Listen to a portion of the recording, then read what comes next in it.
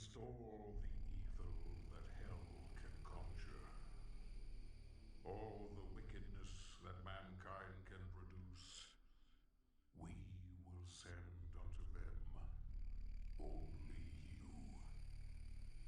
Rip and tear until it is done.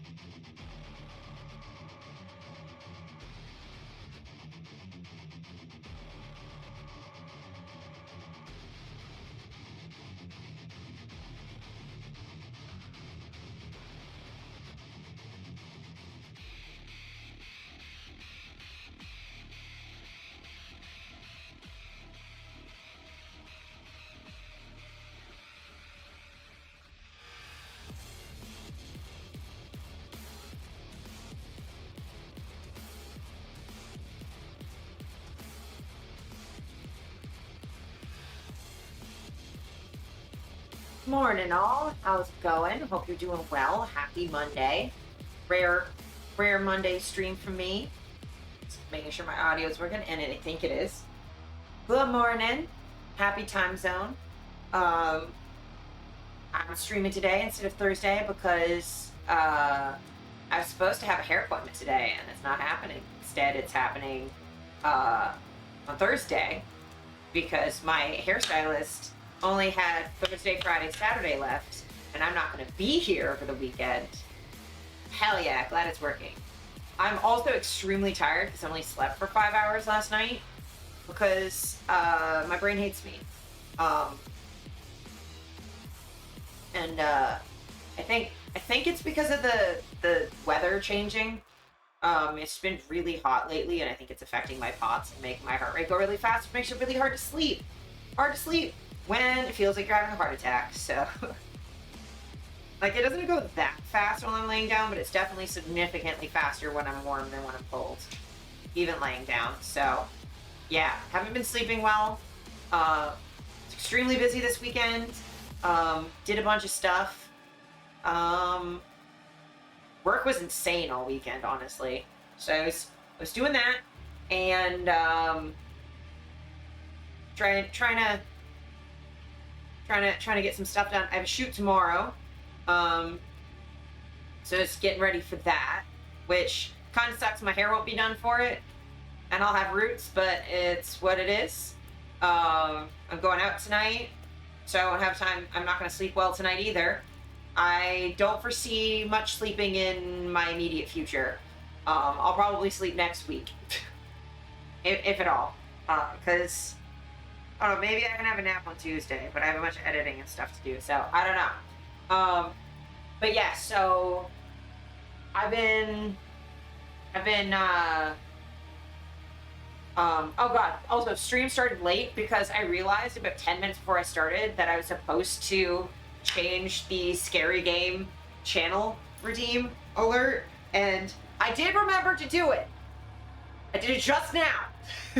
I just did it. So that should be changed. Though I will say, if y'all spam that too much, because it's my only channel point redeem that is visually intrusive, and it's the only... Oh, thanks, Steph. It's the only one where the audio is more than like 2 seconds long.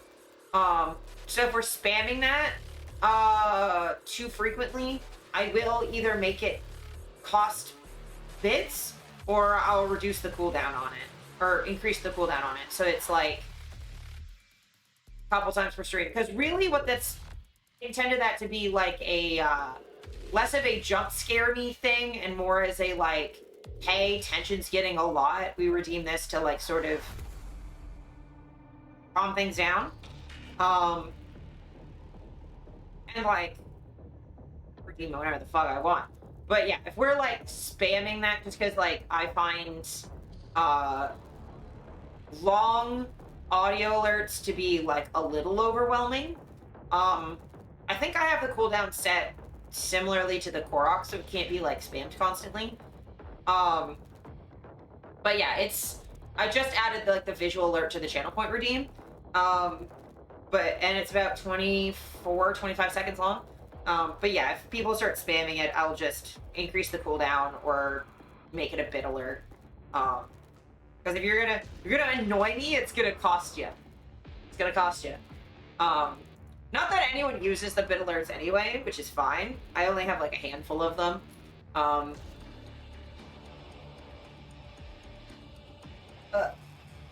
god, my back. Y'all couldn't hear that because of the distance and the noise gate, but oh, my back just did several things. But yeah, so I updated that. Still haven't worked on the IRL stream setup yet. I wanna do that with whatever spare time I have Tuesday and Wednesday. Try and see if I can get that up and running. Might do a little bit on Thursday. Really, I just want to make sure that like the camera looks fine. I can figure out the alerts later. Because again, the only alert that anyone's ever tried to do while I'm IRL streaming is to Korok me. So like, my urge to fix that problem is low. I will eventually fix it because I do think it's funny. And also I want to, like, if anybody like subs or whatever, that's kind of more, I want to be able to see that, or like my activity feed or whatever. But like the most important thing to me is fixing the fact that like, you see like this much of the camera is just this, which is not sufficient when the camera is this close to my face. I need the wide angle lens to be wide angling. If I'm going to carry that heavy of a camera, because I'm using that essentially for dealing with, it has like internal stabilization, so it's not so bouncy. But honestly, if I can't get that to work, I might just switch to my phone and you'll have to deal with like shitty audio. The True Salt King just resubscribed. Good afternoon. Good afternoon, Salty. Thank you for the 10 and 13 months. I appreciate it. Thank you, thank you, thank you. But yeah, I might switch to just going back to the phone so that we can still like IRL stream without me worrying about figuring that shit out. Because we know that batteries last decently okay on the phones. I might not be able to stream as long and it might be a little bouncy. But I may just have to switch to like a phone setup until I can figure out the camera, because I don't want to just not IRL stream because I can't figure out how to do the thing. I was also considering trying to attach the camera to my other phone and switching what phone does what, just in case it might be like a newer Android's fucked something up situation. Because like my other phone like has a heart rate monitor on it, my new one doesn't. So like I don't fucking know. Android changes shit. Thank you, Samsung. But yeah, I'll see if it's like it works better with my other phone, or like if I can get it to, like, it needs to be 4,000 by 3,000 pixels so that it's the whole thing, and it's not, it shouldn't be shrinking it on here. It should be shrinking it in OBS. This should be doing all of the resizing.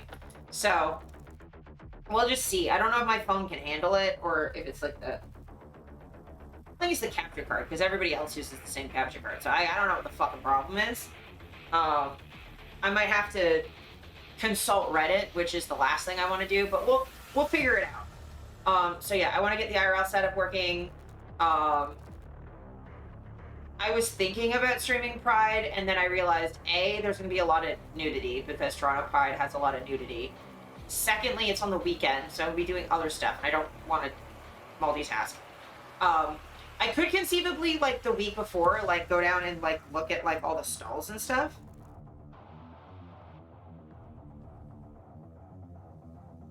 That might be a better option, is, like, look at the market for, like, what shit looks like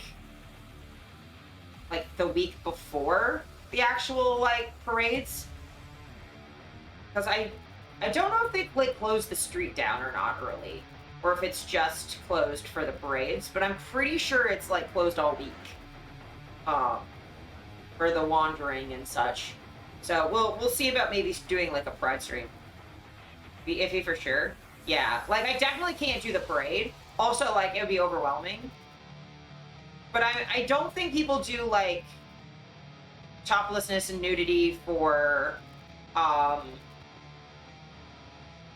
the, beforehand stuff. I don't know. I'd have to scout it out and see what it looks like. But yeah, Toronto Pride is... Because, like, thing is also, this is Canada and not the United States. And Twitch, being primarily an American company, has American rules for things, which is... makes sense. But toplessness is legal here for people with boobs. So that just happens. Higher chance of assholes. Yeah, I mean, if I was going to stream Pride, like, I would use my phone. All weekend? Yeah. Well, I wouldn't be streaming on the weekend. I'd be streaming, like, a weekday ahead of time to see, like, if there was stuff, like, set up to look at. But yeah, I might just not be able to do that because it's just, everyone's just naked. Like, I've full seen, like cocks just dick out at Pride, which, for me, like, actually going to Pride, totally fine. I have no problem with, like, nude.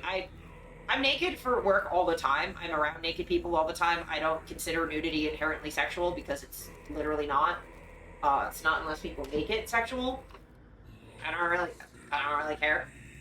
Like, Toronto also has clothing optional beaches, and I mean, I grew up going to the Caribbean all the time. People's titties were out constantly because it's hot as fuck.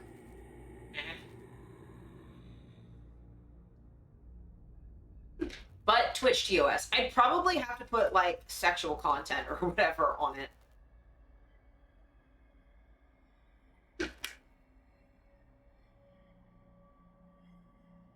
Yeah. Well, the thing is, like, if someone was nude, even if it wasn't, like, a TOS issue, I would just, like, definitely, like, point the phone, like, at my face or at the ground. But, yeah. That's, like, the one thing I majorly struggle with IRL streaming is, like, most of the people I know who IRL stream are doing it in LA, where everyone's used to having cameras everywhere all the time. And, like, they know what you're doing, so if you're like, hey, is this chill? Like, they'll just tell you. Whereas, like, I feel like in Toronto, people don't... Like, I've seen the odd person, like, live streaming something on their phone. But it's really rare.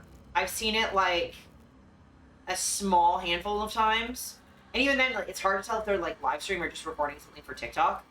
But, like, people walking around with cameras is not really that common here, and I just don't want people to feel, like, shitty that I'm walking around with a camera. So I do try and be careful of that, but, yeah, I don't know.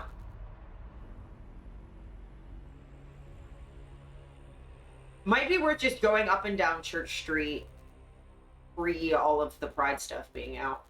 Is more what I was thinking, because likely if it's like a fucking Tuesday, there'll be less problems. All around for, like, consent issues and TOS and all that jazz. That would be rad, yeah. Because, like, there's lots of stuff on Church Street. Like, obviously there's certain shops I wouldn't be able to go into because gestures vaguely at fucking every sex shop and strip club that's on that street and all the bars and things, but, like, I could just, like, walk up and down and, like, talk about, like, history and, like, hang out near the 519 or whatever. I just have to be, like, careful not to be, like, shitty to people. But I can at least just show people the neighborhood, I guess. I'm just, like, talking myself into doing it, but yeah, I would definitely stream on my phone if I'm gonna be streaming anytime soon, just because I think that I haven't figured out the camera yet. But I'm gonna try and figure out the camera. We're gonna figure it out. The main issue is just like the audio's ass if I'm on my phone, and it's bouncy, but well, we'll figure it out. So yeah, I've got I'll figure it out. But yeah, I've got more Oblivion to do today. I do want to cover a little bit of news just because there's like a couple things that are like fairly relevant. I'm speaking of LA, I did want to like briefly talk about what's going on in LA right now. I'm not going to go deeply into it because there are people who are way more qualified, who know what the fuck is going on better than I do, or primary sources, or Americans that like know what the fuck they're talking about. But just because it is a thing that's been happening over the last 2-3 days, I did want to mention it. Fuck ICE. I guess it's like the easy thing to say. Fuck ICE. Couple hundred peaceful protesters are not a reason to bring up the National Guard. And the National Guard is not being brought out because there's any actual problem. The National Guard is being brought out because Trump wants to bring up the National Guard to like flex and be an authoritarian. No one was being particularly violent the first day. People were being extremely peaceful, trying to protect their neighbors from being unlawfully kidnapped. I mean, you're deporting children who were born in the US. Like, that shit's dumb. So, yeah. And, like, now people are setting, like, Waymos on fire and, like, getting more aggressive because, I mean, that's what happens with these protests. They very quickly turn into riots because the police make them into riots. They make them violent because the police, all they know how to do is escalate things because they're in their military gear pretending that they're, like, fucking rent-a-cops. But yeah, so fuck ICE. There's been protests in New York and in Boston and all over the country in the US. Human migration should be completely legal everywhere, completely decriminalized because borders are imaginary. Like, I really don't think people should be hassled because they walked across this earth. Like, I don't see walking as a crime. I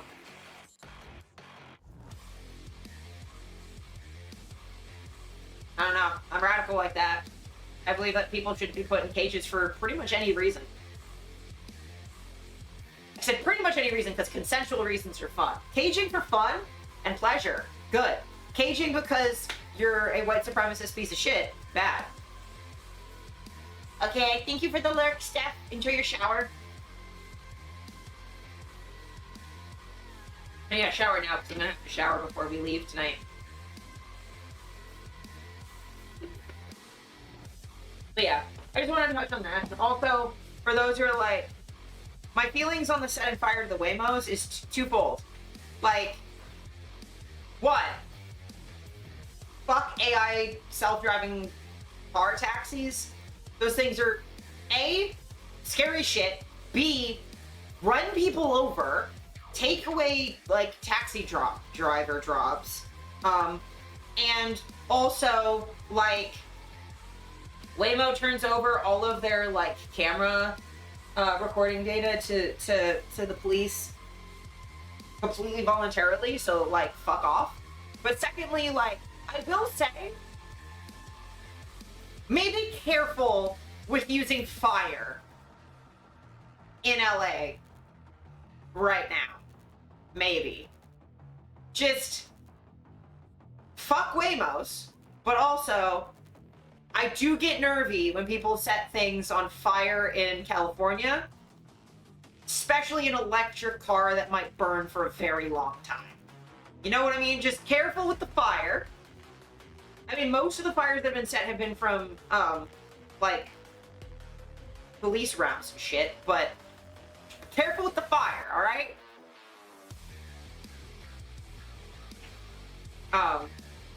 But also, like, Fuck AI surveillance. But yeah, so that's bricks are non-combustible. Yeah.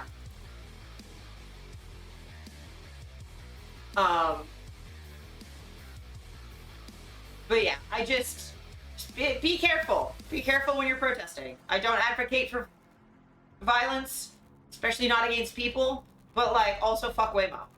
Like, if your cars are gonna run people over all the time and then also surveil people, like people are gonna get upset.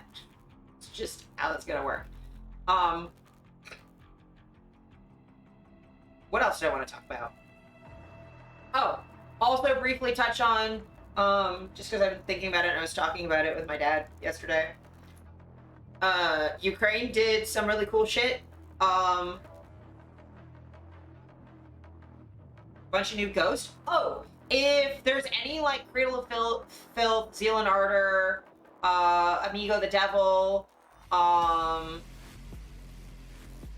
don't think there's anything else that'd be like fun to. If there's any Mars Volta stuff from specifically Bedlam and Goliath, let me know, because I think that would be fun. Because they're like the only Mars Volta songs I know.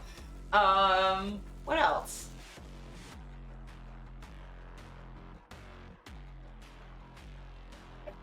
Probably good. The Tea Party. They probably don't have any of that, but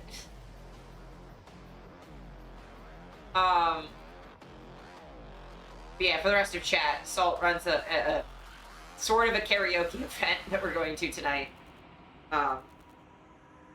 It's karaoke for adults. But yeah. Hi, hello, welcome in. Hope you're having a good time zone on this lovely Monday. I think it's still Monday where you are. But yeah, so Ukraine did some awesome shit and used drones and fucked Russia's shit, and I'm super happy for that. Karaoke for adults. It's playing the game Rock Band, but at a club where everyone's naked. It's only for adults. Like one of my favorite places in the city. But yeah, so Ukraine used a bunch of drones. I think they've done it like a couple times now, because they used one where they hit a bunch of drones in shipping containers and then mass released them to bomb the shit out of the Russians. I think they destroyed like 34% of the Russians' strategic bombers, which is fucking sick, with a bunch of drones. And then they did it again, and they destroyed like a train full of tanks with drones coming out of like grain cars. So the Ukrainians continue to show like really creative responses to dealing with a much larger, more aggressive invading force. Very creative. Like, their commitment to like rebellion and resistance is super commendable and super inspiring. Thank you for the follow. Follows are anonymous in case you want a lurky lurk. I appreciate all my lurkers. Feel free to say hi though if you want to. I appreciate. We're getting super duper close to my cosplay stream goal. Shit was wild. Yeah. 7 Tea Party songs. Fuck yeah. Fuck yeah. If they've got like just like message me which ones they have, or just get all of them. It's whatever.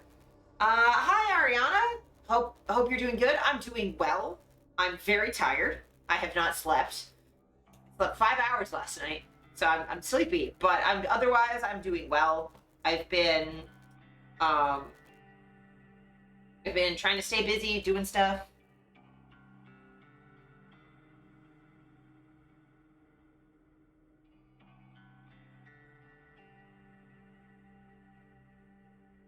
Doing acrylic paint on the bodysuit. It was so amazing. Thank you! Hi, Vampy, sorry! Stream got switched because okay, so for those coming in late, my stream got switched from my normal Thursday to today because my hairstylist was supposed to be bleaching my roots today, and she has a massive migraine, So she's like, we have to reschedule. And I was like, cool. Doesn't interfere with my week plans at all. What time? What days? And she was like, Thursday, Friday, or Saturday. I'm like, Thursday? Early? So I'm getting my hair done on Thursday, which means I have to stream today because I don't have any other time to do it. Yeah, Ukraine is so beautiful. Like, beloved community member Cat Marionette is also Ukrainian. No, you're good, Vampy. So he's from Ukraine. I believe he's a refugee. He's fucking such a lovely human being. Oh, hell yeah, I appreciate that. I appreciate that, Salt. But yeah, I've been talking to him about stuff that's going on. It's also really fascinating because there's like a huge connection specifically between Ukraine and Canada. A lot of Ukrainians throughout the years and the decades when they when they leave, they often come here. We have like a large Ukrainian population in Canada. So, and our weather is like almost identical. It's just like shifted. Cool name was? Yeah, the Tea Party is like a Canadian, like sort of psychedelic rock band. I lived there for 4 years before the war. I was there when the war happened. Oh God, I'm so sorry. I'm glad you're safe now. But yeah, being there at the start of a war must have been fucking terrifying. I'm so sorry. I really hope Ukraine gets Russia the fuck out of their country and gets to have peace as soon as possible, because fuck all that noise. But yeah. Yeah,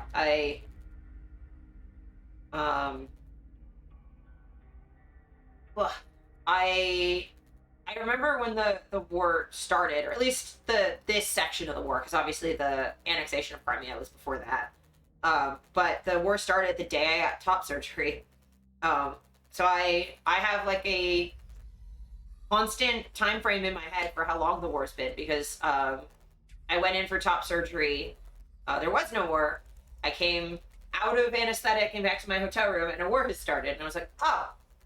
So like I spent like 2 weeks mostly sleeping and then waking up to watch Twitch streams covering what was going on. So yeah, it was very, very weird time. But yeah, 3 years. 3 years and a couple months, because it started February 23rd. So I know exactly what day it is because of surgery, but it's been just over 3 years.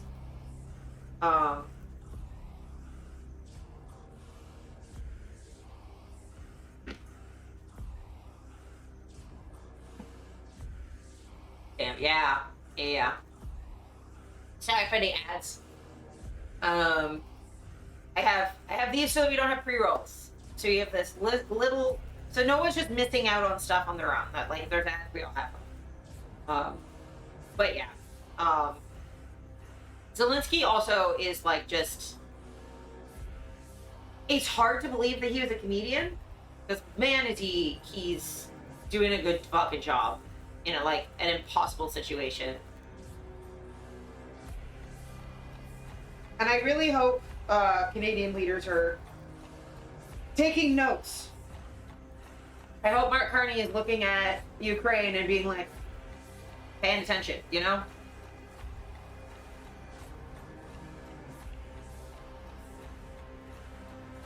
Because it's definitely interesting watching the United States turn into a fascist oligarchy in, wow, become more blatantly a fascist oligarchy than it already was. Shoulder.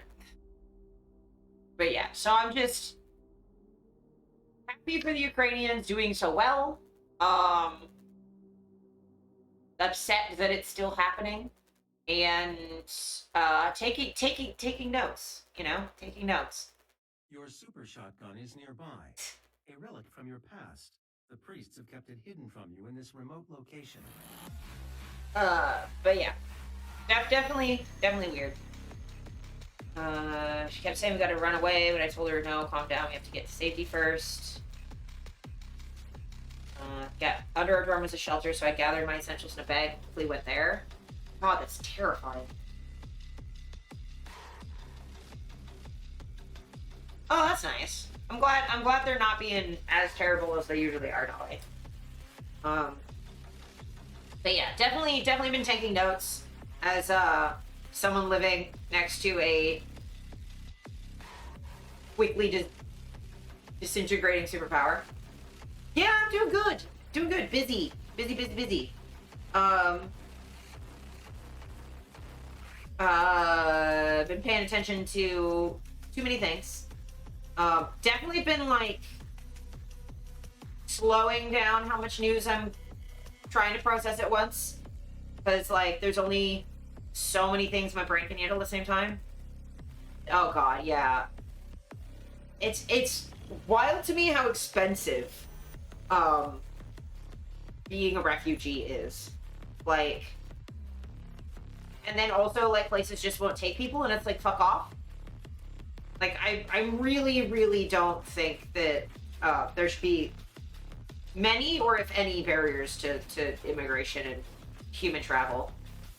Yeah, it's fucking a lot. And it's like, not everybody has that to just up and flee, too, right?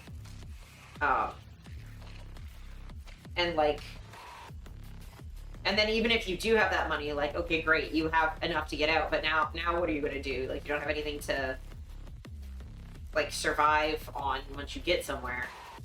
It's wild. Yeah, I'm not the biggest fan of borders. I'm liking my southern border right now, I will say. Not being American is great at the moment. But like,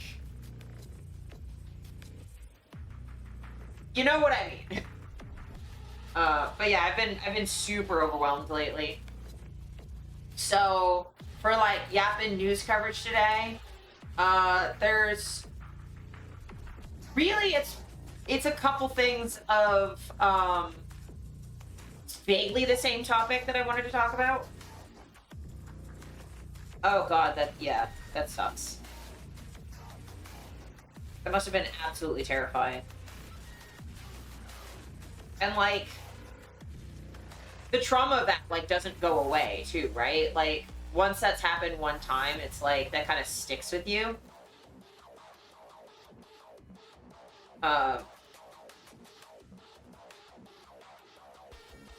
Like, that's part of why I wish, with like how many refugees like flee here, I really wish we'd stop doing fighter jet shows every summer, because like, people don't need to hear those noises. Like, they don't. It's bad for wildlife, it's bad for people, we just don't need it. Like, I'm just autistic with like auditory sensitivity, and it like freaks me out. I jump from any loud sound after hearing those bombs. Yeah. And I mean, like, also just like fucking hate people who like set off random fireworks like in neighborhoods. It's like one thing, like, I don't really like fireworks generally. I used to, and then I realized I learned how detrimental they are to people and the environment. But like, if you're gonna have like a city having like a controlled show at a certain time in a certain place, like off the water, fine, I guess. But like, people who just set them off in parks all night, not great. There was one Canada Day where someone was setting off fireworks off the roof of their building, behind my house. That so Lucy and Cryptid were here because it was too loud downtown where they live. So they were staying here to stay away from the noise. And we're sitting here watching UFO Cowboys, the best show that Roku's ever made. And there's like a window over that way, and I could see through the window fireworks. It looked like they were about to hit my house. It was awful. And it's like, maybe don't do that. It scared the shit out of me. And like, I'm not a refugee, right? So it's like, I just don't like it because I don't like explosions. Having like trauma on top of that. Because like, I do have PTSD from something else, so like, I do understand how like there's a certain point where like you have triggers and it's like you freak the fuck out and have like sort of like emotional flashbacks and stuff. It's like, why do we do that to people? Like, people flee to Toronto out of war zones, and then what? We have like 35s flying around for a week for no reason. Like, maybe we don't do that. Yes, UFO Cowboys. I should show you a clip from UFO Cowboys because it's fucking hilarious. Cryptid got me into this. I definitely react badly to some stuff. Yeah, it's hard. Like, CPTSD is technically what I have because it's from like long-term trauma. My brain works amazingly to protect myself, get myself to safety. I plan perfectly. But after I got to safety, I was in hospital for a week straight. Yeah, so my brain does sort of a similar thing where, like, in a crisis, like, I just go into crisis management mode and I just stop, sort of repress all of my actual emotions and I just focus on, like, handling the issue. But then, like, when you repress your emotions, the longer you do that, the more pressure you're building up. So when they do eventually come out, and they will come out whether you want it to or not, it will be so much worse. So yeah, I've definitely had times where like I've had to like hold my shit together to manage a situation, and then I just get home and like completely lose my shit. Yeah. And like if you like if you hold up a panic attack for like a couple hours, it's not great. I did that once. I thought I had a seizure because the adrenaline built up so bad. I appreciate that, Dolly. I mean, I've told you about like what my childhood was like, so like I'm decently okay now. I have like a few triggers left, but they're nothing I'd want to expose myself to. Even if they weren't triggers. So like I'm okay, but yeah, I've definitely experienced being triggered before. I think the only thing I have like still like trauma triggers for, that like comes up really at all, because like my childhood triggers, it's like if I actually see child abuse in front of me, like I freak out, and it's like it's not worth exposing myself to that enough times to get used to it. So like I freak out if I see like spankings, like if someone hits their kid in front of me, my brain doesn't see a difference because there isn't one. And then also I still like freak out in elevators. Yeah. I know what you mean, Ariana. Like, it's, I've definitely been in situations, not obviously to that extent, I've never been in a war zone before, but just, like, the, like, freaking out for someone else, and, like, having fear, and, yeah. Yeah.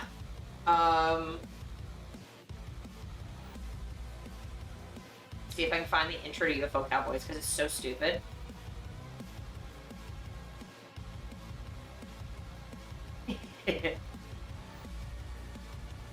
Oh, it's so funny. Yeah, you are the tiniest human. Okay. This shit's so fucking funny. Okay. What the hell is out there? We call ourselves Cowboy Skywatchers. What we're looking into is extraterrestrial activity. More documented cases than anywhere else in the world. I saw something hovering. That's why you send a bunch of rough hands like us in here to find out. Hell was What the hell was that? We're seeing two white lights. Get your ass over here now! Listen. Brother, we just stepped through the gates of hell. We just stepped through the gates of hell. So stupid. It's so fake. I love it. Oh, I'm sorry, Vampy. Hopefully you can catch, like, the VODs after. But yeah, I mean, it sucks how many things are on the same weekend as your wedding, I will say. But I am excited for the wedding. I am excited. Oh God. Okay. Yeah. Living in Iran. Like, yeah. Like, you're basically living around like your trigger constantly because of how America and not to get too into it, but like how Israel is. It's not the same. I guess that's fine. Yeah, that's fair. Oh my god, my calf hurts. Ow.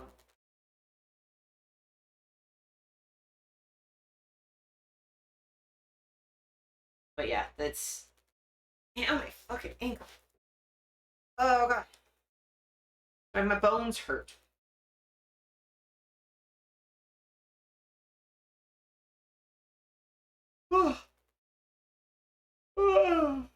But speaking of Russia, and we were, unfortunately, this is some news I wanted to cover. Oh, salt, no blue. My hip, yeah, my hip had a big bruise. It's not swollen anymore, it just hurts again. The relief from the massage, it's not as bad as it was before the massage. It has gotten better, but I need it worked on again. No one cares, Salt. You can do whatever you want. There's like other trans folks in the wedding party, I believe. So, and then I'm there. So, whatever you feel like.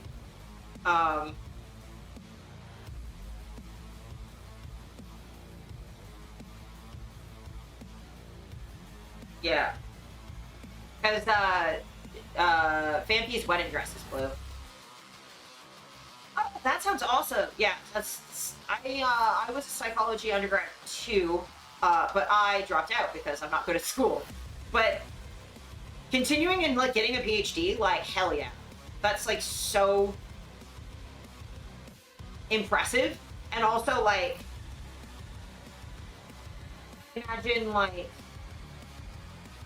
when I was studying psychology, like I tried to use like a lot of my experiences with trauma to sort of like, it was what motivated me to study. So like, I hope at least like it's more of a help than a hindrance at that sort of stuff, you know?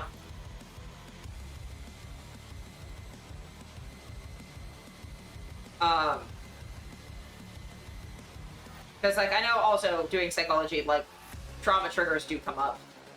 So I just hope the best for you. I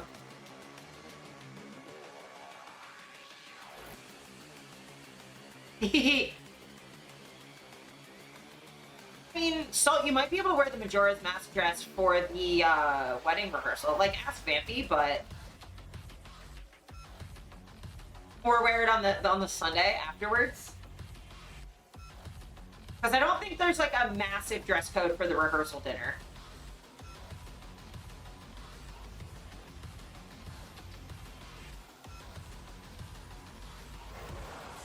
Break for Sunday. Yeah!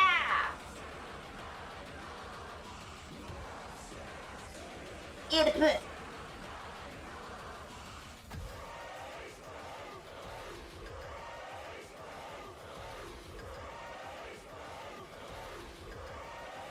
Gotcha. But yeah, if there's any details you want Steph and Salt to know, like, you can just like message me and I'll make sure that they know. Yeah. But anyway, Russian news. Russia will no longer permit distribution of films that promote child-free culture, adding it to a list of subjects including pornography, non-traditional sexual preferences, and gender reassignment illegal to distribute. To protect families, in case you want to know where all this is headed. Oh no, you're all good, Vampy. You've been dealing with like a billion fucking things. I was just offering that like I could distribute it so that like you only have to message me once, and then I can, you know, then you don't have to message like multiple people, you know.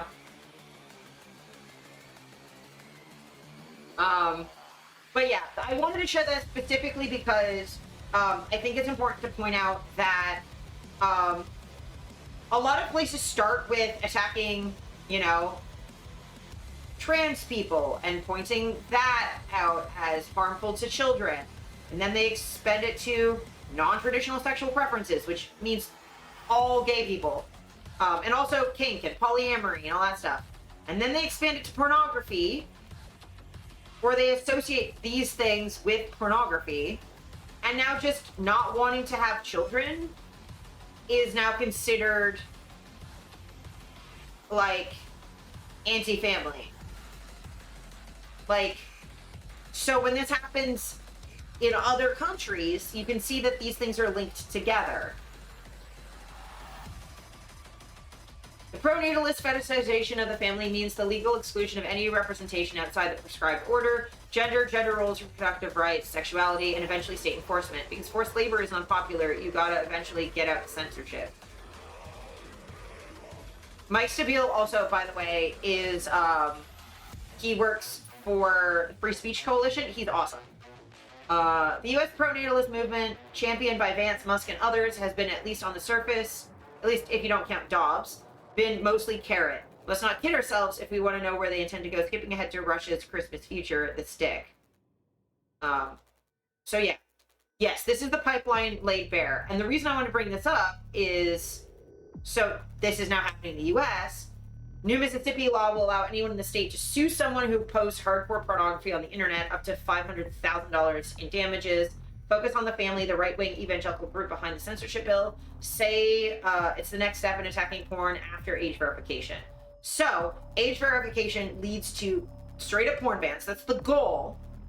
Keep in mind, these groups, Focus on the Family specifically, believes that not just trans people, but all queer people are pornographic and harmful to children. I was around during the fight for the legalization of gay marriage. Focus on the Family specifically attacked gay rights as a slippery slope to, like, pornography and stuff. Where's the logic? Well, I'll get there. But the sue anyone who posts this is a way to get around First Amendment protection. So the state is not punishing you. It's allowing people to sue you for damages, puts it under civil law, avoids some of the First Amendment direct protection. It's the exact same thing. They did laws like that for anti-abortion, where they'd allow people to sue people for getting an abortion. But keep in mind, someone who posts hardcore pornography is attacking creators. It's specifically attacking sex workers. But also, you know, any trans person who wants to post about their packer or their binder or their top surgery or their bottom surgery or their dilators or hormones or just existing or talking about drag or, like, people, let them fight. It's not so much let them fight, it's you fuck them up for us and we'll pay you for it. So the logic here is, the logic isn't in the thing, it's the underlying logic that is what the fight is for.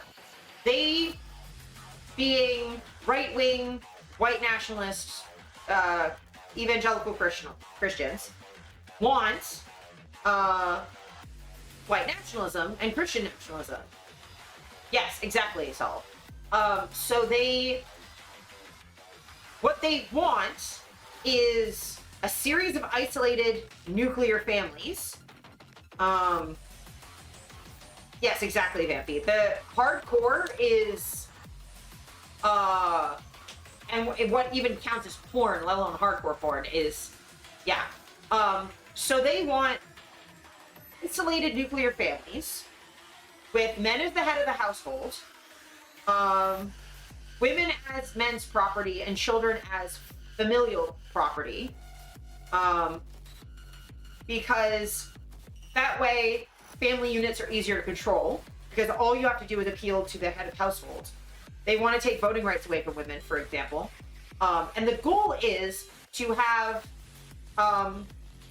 women create children, laborers, as many of them as possible, specifically brainwashed into being little Christian soldiers, because they genuinely believe the end times is coming imminently, and they have to prepare for the rapture, the apocalypse, the return of Christ.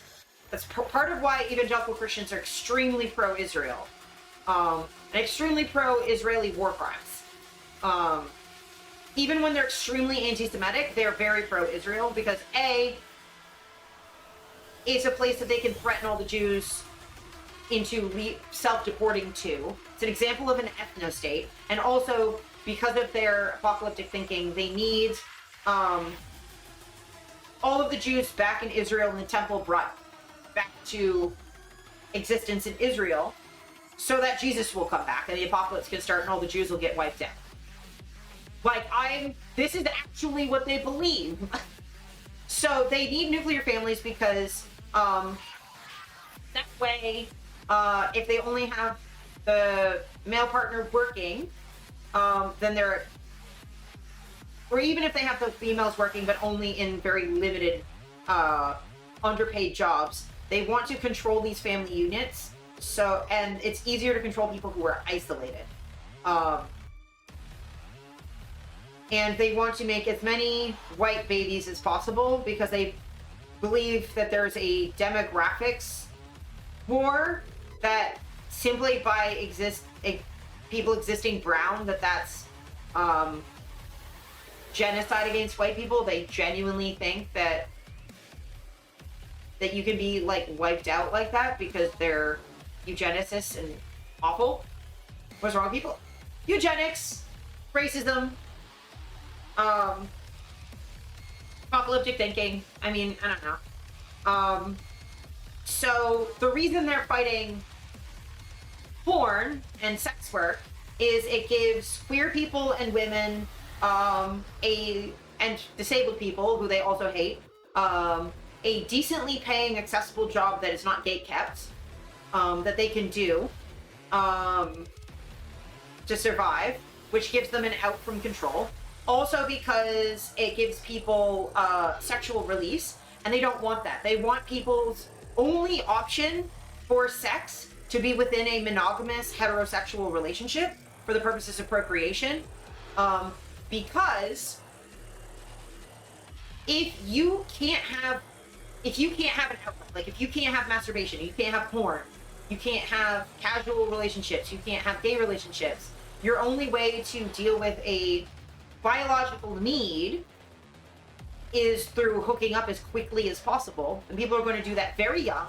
They're going to be trapped in situations. They're going to be very easy to manipulate. They're going to end up with way more children than they intended to. Very poor trying to take care of them. Because they don't have sex ed and they don't have reproductive health care. And this has two benefits, because white people will have a lot of children, and disabled people and people of color who will end up either dying in childbirth from medical racism and neglect, facing eugenics in the hospital. They're just going to fuck people over, basically. And then they don't want queerness because that gives people an out. It transness on its own deconstructs the idea that men and women are irreconcilable different species that cannot possibly understand each other, with men as inherent leaders and women as inherent nurturers and followers. That falls apart if people can just do whatever the fuck they want. Like, if I can just be a man, then obviously women are not inherently inferior biologically, because I could just be a man. And men are not inherently superior if a man can just become a woman, right? So, like, transness deconstructs these boxes, and also a lot of the people who think this way have extremely limited black and white thinking. Whether that's cultural or where that comes from, I am not an expert, but yeah, it's fucked up. But they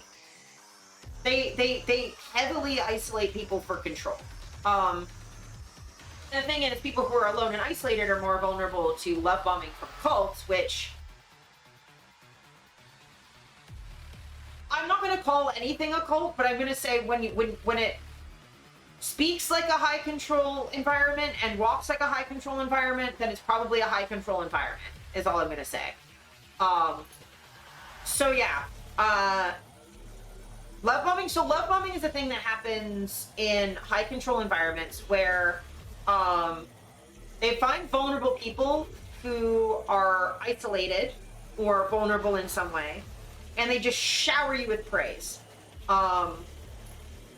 to try and make you feel like you're special, that you're loved, that you're cared for, but that you're only safe and loved and cared for in this environment under their control.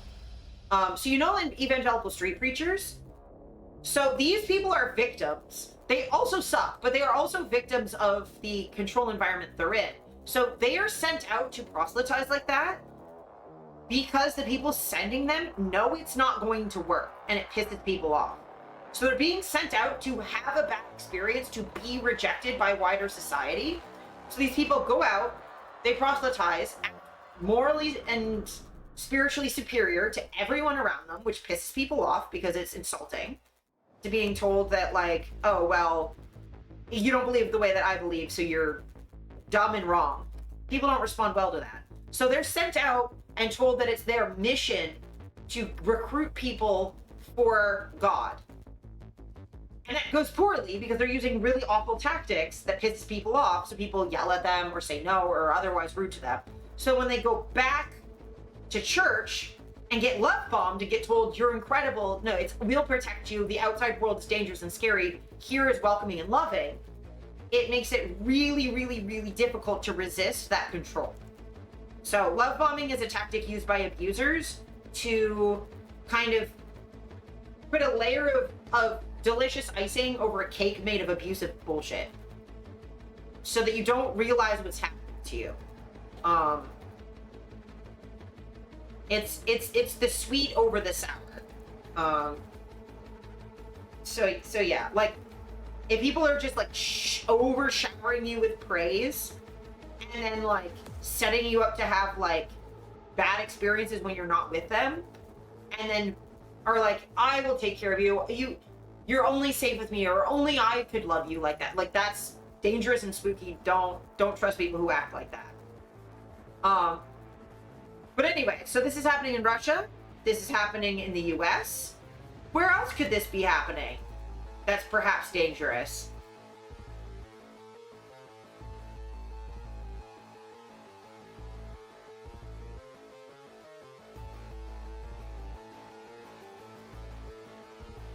So, like, this, bad.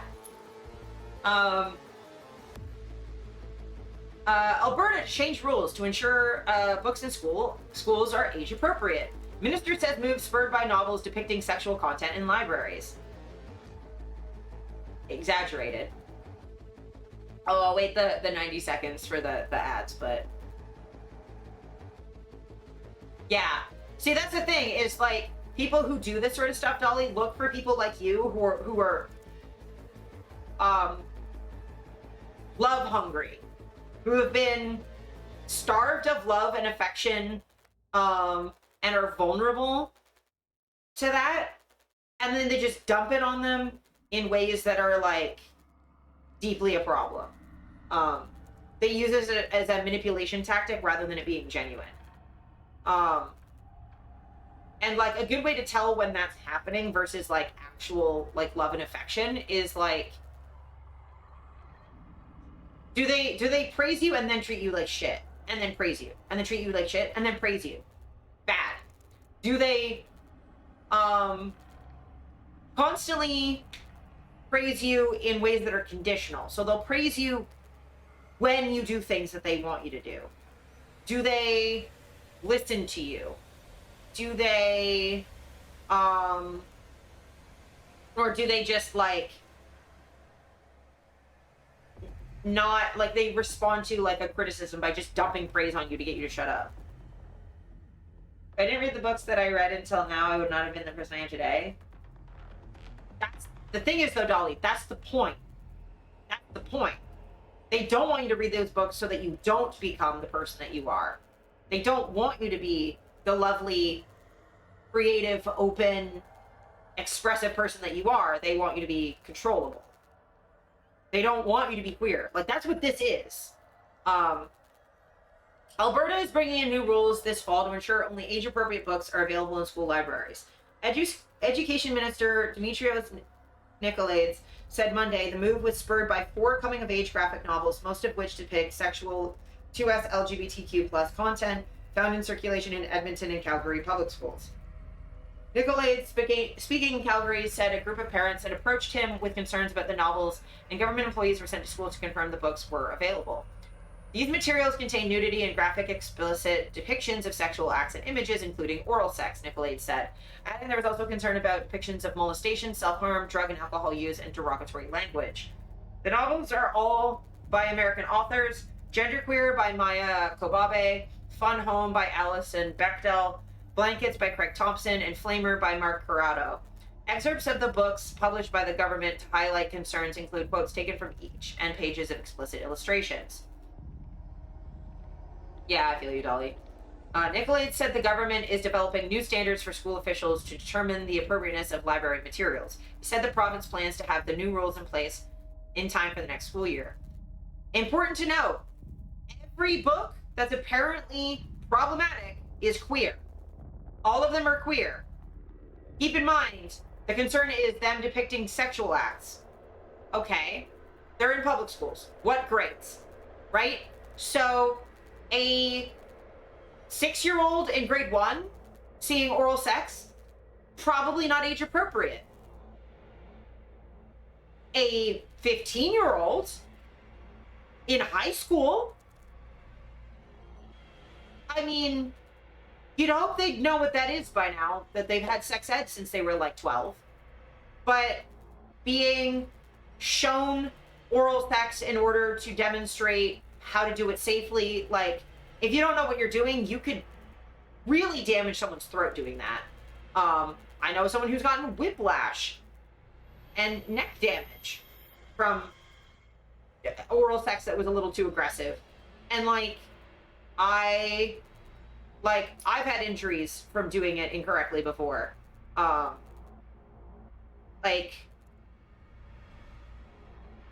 seen sex when I was 9 to 10. Yeah. And there's age-appropriate ways to do that. Obviously, I really don't think an 8-year-old should be seeing my content. I'm not comfortable with that at all. But I remember being, you can damage your throat. Yeah, if you're putting something in it. Yes. What? Deep throating can damage your throat. If you put a dick in here, it can damage it. Think about how long a penis normally is. On average is 5 to 6 inches. So about that long.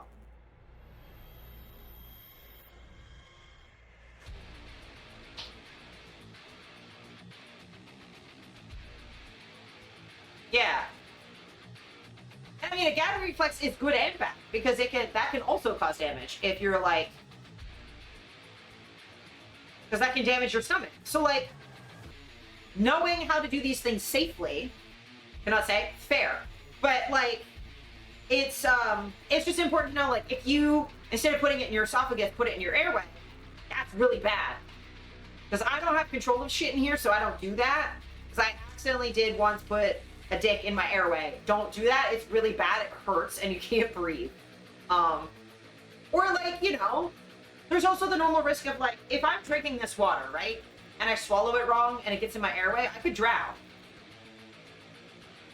I'm a professional, but I'm not good at everything. But swallowing water, this could go in my windpipe and I could get pneumonia, or worst case scenario, if it's a lot of it, I could drown, right?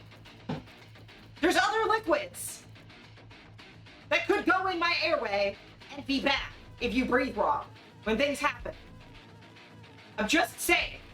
Or if you're going to use a dental dam during oral sex with a woman or someone with internal genitalia, you kind of need to demonstrate how to hold that shit. Because it's not obvious. Or like, okay, depictions of molestation. All right, so is it depictions, right? Because I do think children need to know what molestation is so that they can recognize if someone does something to them that's inappropriate, right? Like if we don't depict these things at all and try and keep this information from children, that's not going to stop children from being molested. We tried that, it's not working. So they need to know these things. Or like self-harm. Like, okay, I saw depictions of self-harm as a child. And those aren't what made me self-harm. In fact, I didn't have positive depictions of like how to handle feelings of self-harm because the only depictions I had were from music videos and like triggering art that people were making that were not age appropriate. I didn't have the information to really like handle those feelings when they happened. Drug and alcohol use, like DARE. Well, like we didn't all fucking DARE. Those of us in North America anyway. Like we had DARE. I learned more about drug and alcohol use from that. But like also like, again, what age? What age are you talking about?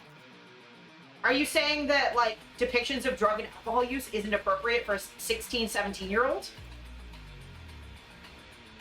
That can go to rated R movies on their own? What do you mean? Like there's drug and alcohol use in like PG-13 movies. So if someone's 15, I don't really see what the problem is. Like people are gonna see these things. The problem isn't their depiction, it's how, in what context. How old are the people who are reading it and what's the context of them reading it, right? Because, right, like, I read a book when I was, must have been like 14 or 15, because I wasn't in high school, but it was earlier. It was about eating disorders, written from the perspective of someone struggling with an eating disorder.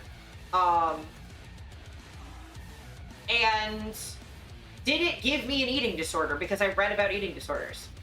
No, because it didn't depict it as a good thing. It was written age appropriate, and it helped me empathize with friends of mine who had eating disorders. It helped me understand where those feelings came from, how to handle it. And a dental dam, so a dental dam is, it comes from dentistry, but people now use it as a safer sex tool as well. It started being used that way during the AIDS crisis. But it's basically a square of latex that you can just put over something for, if you don't want to put your mouth directly on something, there's like a barrier. But it was used in dentistry basically to put in your mouth to not have dentists have things that they're not touching everything. They're not often used these days, but people do use them for oral, or like if you're going down on some, if you're eating ass, can be really good to prevent stomach issues, to prevent little whoopsies. Ooh, hell yeah, I love new vampire movies. But yeah, so like the fact that they're specifically pointing at queer books is notable. And also, they're not talking about what the context is. The government launched an online survey on Monday to gather input from Albertans. The survey, which is set to close June 6th, so a couple days ago, this is from like a week ago, features 13 questions, including how sexually explicit books should be handled and if parental consent should be required. It also asks who people think should be responsible for determining if a book is age appropriate, with suggested options of teachers, librarians, other school officials, parents, or students. The minister was adamant the government isn't embarking on a widespread book ban. You're saying that, but Nicolaides said the government is building missing guardrails as there's no province-wide standard for determining age appropriateness. I want to be clear right from the onset, this is not a question of banning specific books or specific titles, but rather establishing clear policies and guidelines for all school divisions to follow. I don't really trust that, considering how the UCP government has been extremely anti-trans people for a while now. Extremely. He said the government doesn't have the authority to ban books from schools. We want to ensure transparency for parents so that they know what's available in their school library and have a process for complaints and concerns about book materials and other library materials. See, this is saying the government doesn't have the authority to ban books. Parents can complain. They're trying to make it easier for parents to complain. Specific parents. Also, this is notable. Nicolaides said the government's concerns are limited to graphic images and depictions of sexual activity. Themes and depictions of graphic violence are probably not an issue, he said. So it's okay if they see graphic violence, but not sex ed content. Which they're probably guaranteed to come across either wanting to have sex themselves or someone wanting to have sex with them at some point in their future. Hopefully they don't have to deal with graphic fucking violence, would be the hope. So, like, again, they're trying very hard to make it seem like they don't want to ban books. But notice how they're like, well, this isn't appropriate for children. And it's like, okay, well,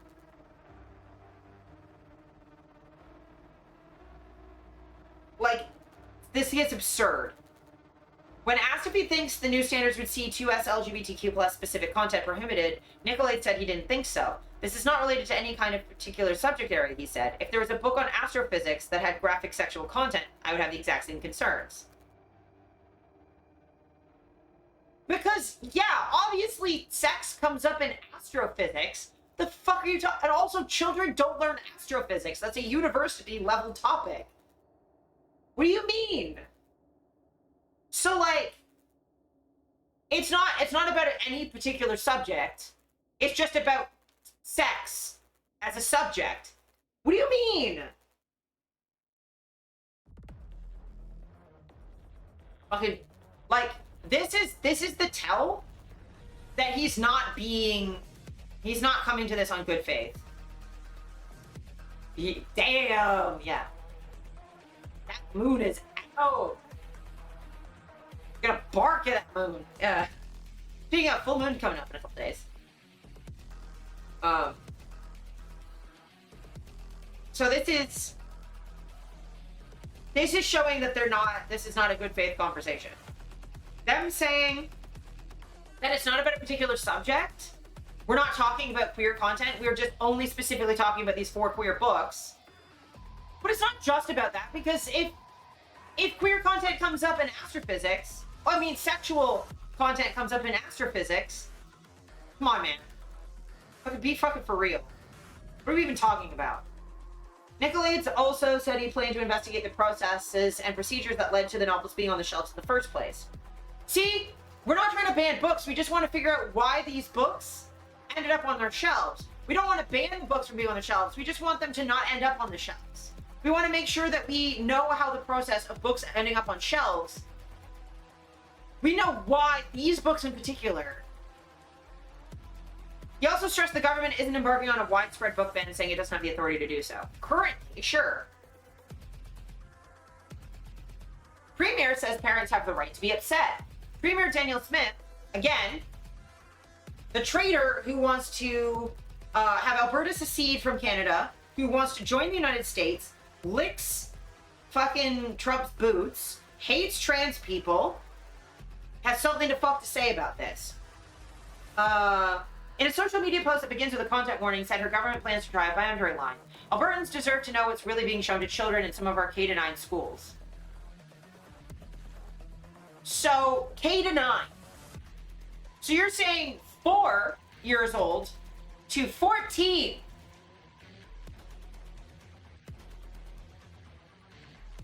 So you're saying 14 and 50-year-olds, I guess 14-year-olds, shouldn't be shown what oral sex looks like, even though some of them are probably having oral sex. I knew people when I was going to school who had children who got pregnant when they were in grade 8 and grade 9. They need to know what this shit is. Come on, man. Conflating kindergartners with teenagers is not helpful. And husband folk too? Yeah, it happens. Because we didn't, like, especially in the fucking 90s and early 2000s, we didn't fucking have good sex ed. It didn't tell us what the fuck anything was. I didn't know how to put a condom on until I was, like, 18. That's because I had a good first partner who showed me how to do all of these things. He was like, no, I'm gonna fucking teach you some shit so that you have a high standard going forward from this. I was very lucky. Yeah. And the thing is, like, that happens all the time, too.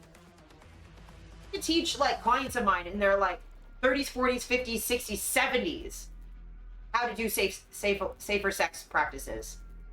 And, like, what does and doesn't get tested. You never had sex ed? Fair.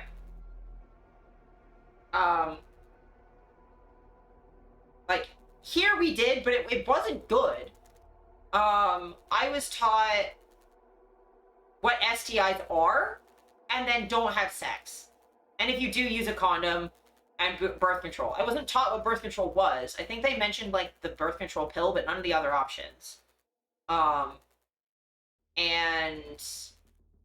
they didn't even really, when they were teaching me sex ed, like, they taught me how to label body parts, kind of, and, like, label diagrams. I believe it was, like, a 2-day thing in grade 9.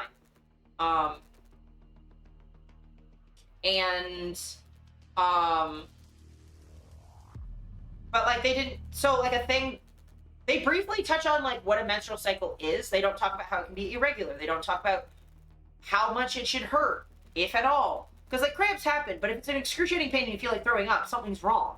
They don't tell us about period shits. Jesus fucking Christ. The amount of suffering that I wish I had known.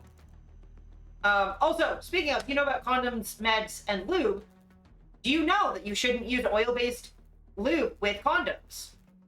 Because it will break down the condom. You shouldn't use silicone-based lube with silicone toys because it will break down the toy. That, like, certain lubes are for certain things.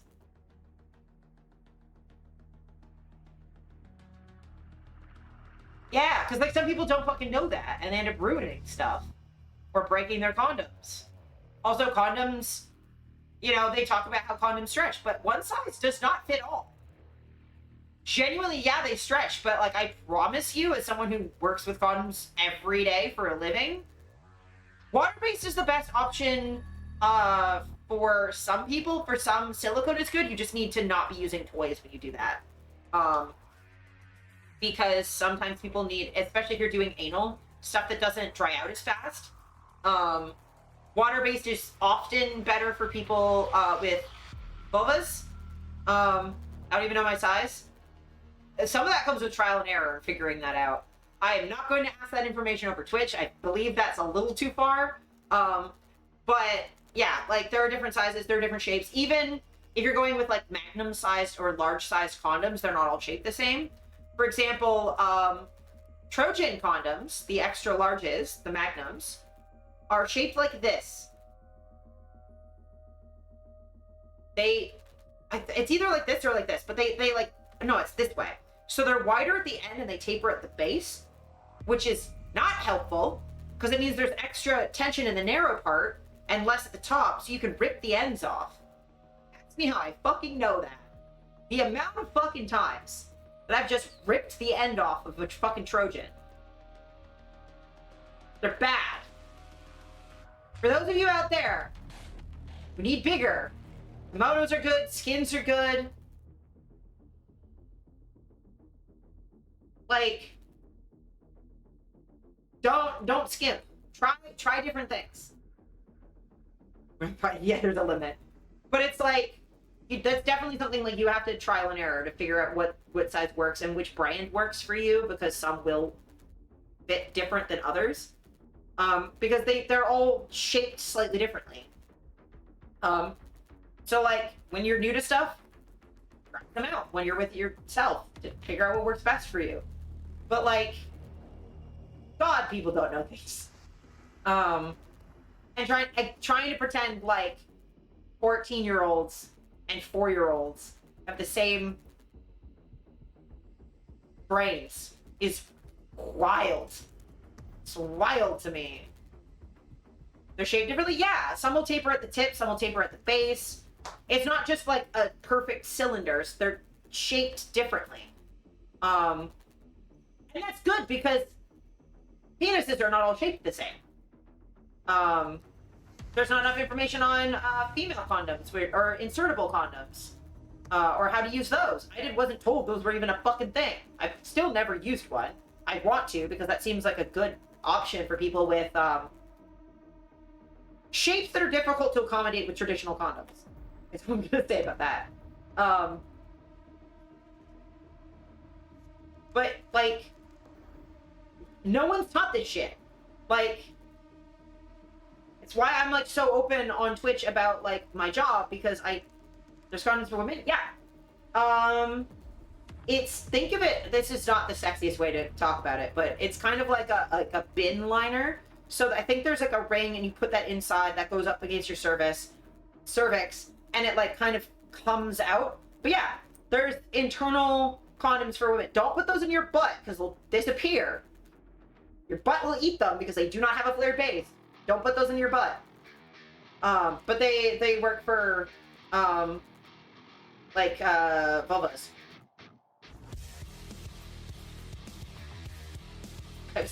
Music's an unpaid actor. But yeah, there's all sorts of like different stuff you can use. No one ever talked to me about how to have sex during my period. Oh no, the information, yeah. Like safe ways to do stuff while you're menstruating. Don't fucking talk to you about that. Butt is hungry, noted. Yes, the butt will eat things. Flared base. You don't want to have to go to the ER and have to get them to remove something. That happens more than you'd fucking think. Only put things in your butt that are designed to go in your butt. Alright? Not worth going to the hospital. I promise you.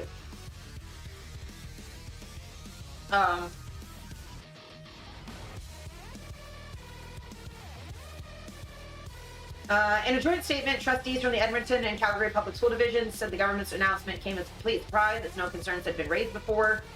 Both our divisions follow established, rigorous processes to ensure that library resources are age-appropriate and relevant for students, said the statement, adding both divisions have processes in place for parents and other members of the community to raise concerns about content.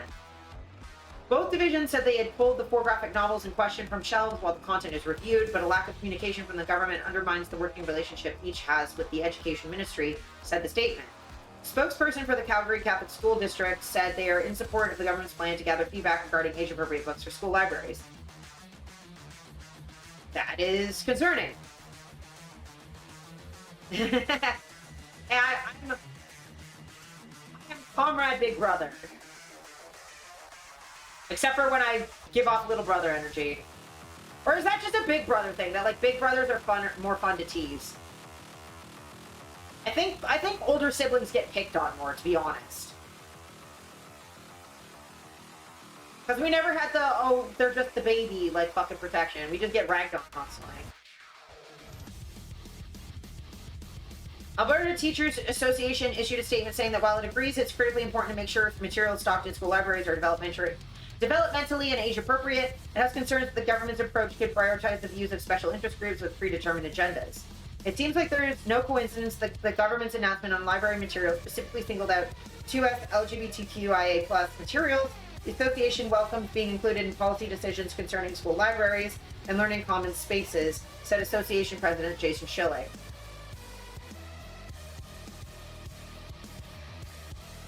Hey, a notepad is a good thing to have. The teachers group also said decades of what it called education underfunding means school libraries are rarely staffed by certified professional librarians, or preferably teacher librarians who can help identify it and develop guiding principles for the selection of appropriate materials. Jeff Park, Executive Director of Alberta Parents Union Advocacy Group, lauded the announcement. Park encouraged Albertans to take the survey, noting that ultimately one vision of what literature children should be exposed to will triumph over another. Fucking hate that. It is fun to tease people. That's why I give you all the Korok thing. I give you so many ways to fucking tease me, and I don't know why I do that. It's because I'm a bottom, that's why. The Canadian Union of Public Employees, which represents library workers at Edmonton Public Schools, said the government is embarking on dubious culture wars to distract from underfunded schools. The government should talk to parents who will tell them book censorship does nothing to solve the real issues students face, said QP Local 3350 President Mandy Lemereau. Opposition NDP education critic Amanda Chapman said library materials need to be age appropriate, but the decision shouldn't be made by the government. The government said new rules developed would apply to public, separate, francophone, charter, and independent schools, but not municipal public libraries. So just schools, not like full libraries. What am I agree? Yeah. Yeah, I haven't gotten up to it yet. Could you message it to me again, just so that I can look at it?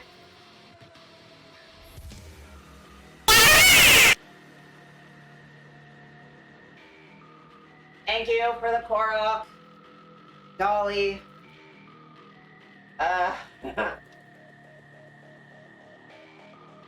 Thank you.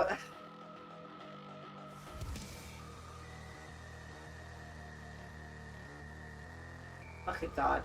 If there was a Poke-Zero with a stick button, y'all would push it incessantly. But yeah, so the idea that they're not censoring books is obviously a lie on the face of it. If you're trying to determine what books are and aren't going to be in a library, you're censoring. Whether or not it's appropriate censorship, alright, but it's censorship. Okay, sweet. Thanks, Dolly. I'm also just like, there's so many books I'm trying to read, and like I just need to like actively prioritize reading time rather than fucking scrolling TikTok. But yeah, just like on the face of it, it's bullshit. I think everyone here can tell that that's bullshit. I don't need to explain to you why that's disingenuous. That they're like, no, we're not banning books. We just want to review the process for which books get put on shelves and decide to not put some on shelves.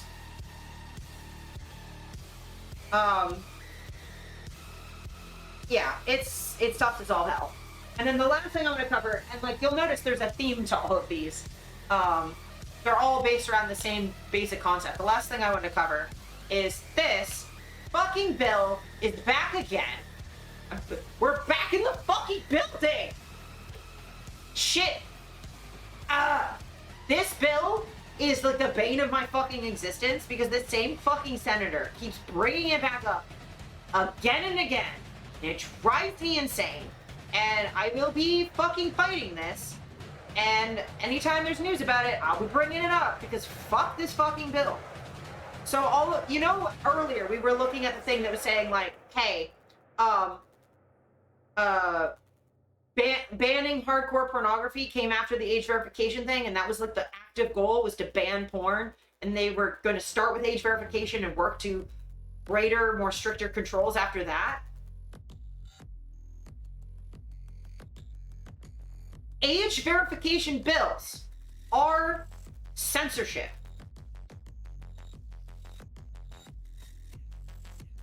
Aw. Dolly, I really appreciate that. Like, I'm really, really glad that, like, you can have places where you feel comfy and supported, and then you can just be you and, like, share things that mean things to you, and, like, yeah. I do my best. Yeah, the age fucking verification bill again. I hate it. Makes me so upset. So, like, actually, I will just briefly pull up, I posted on Blue Sky about this too.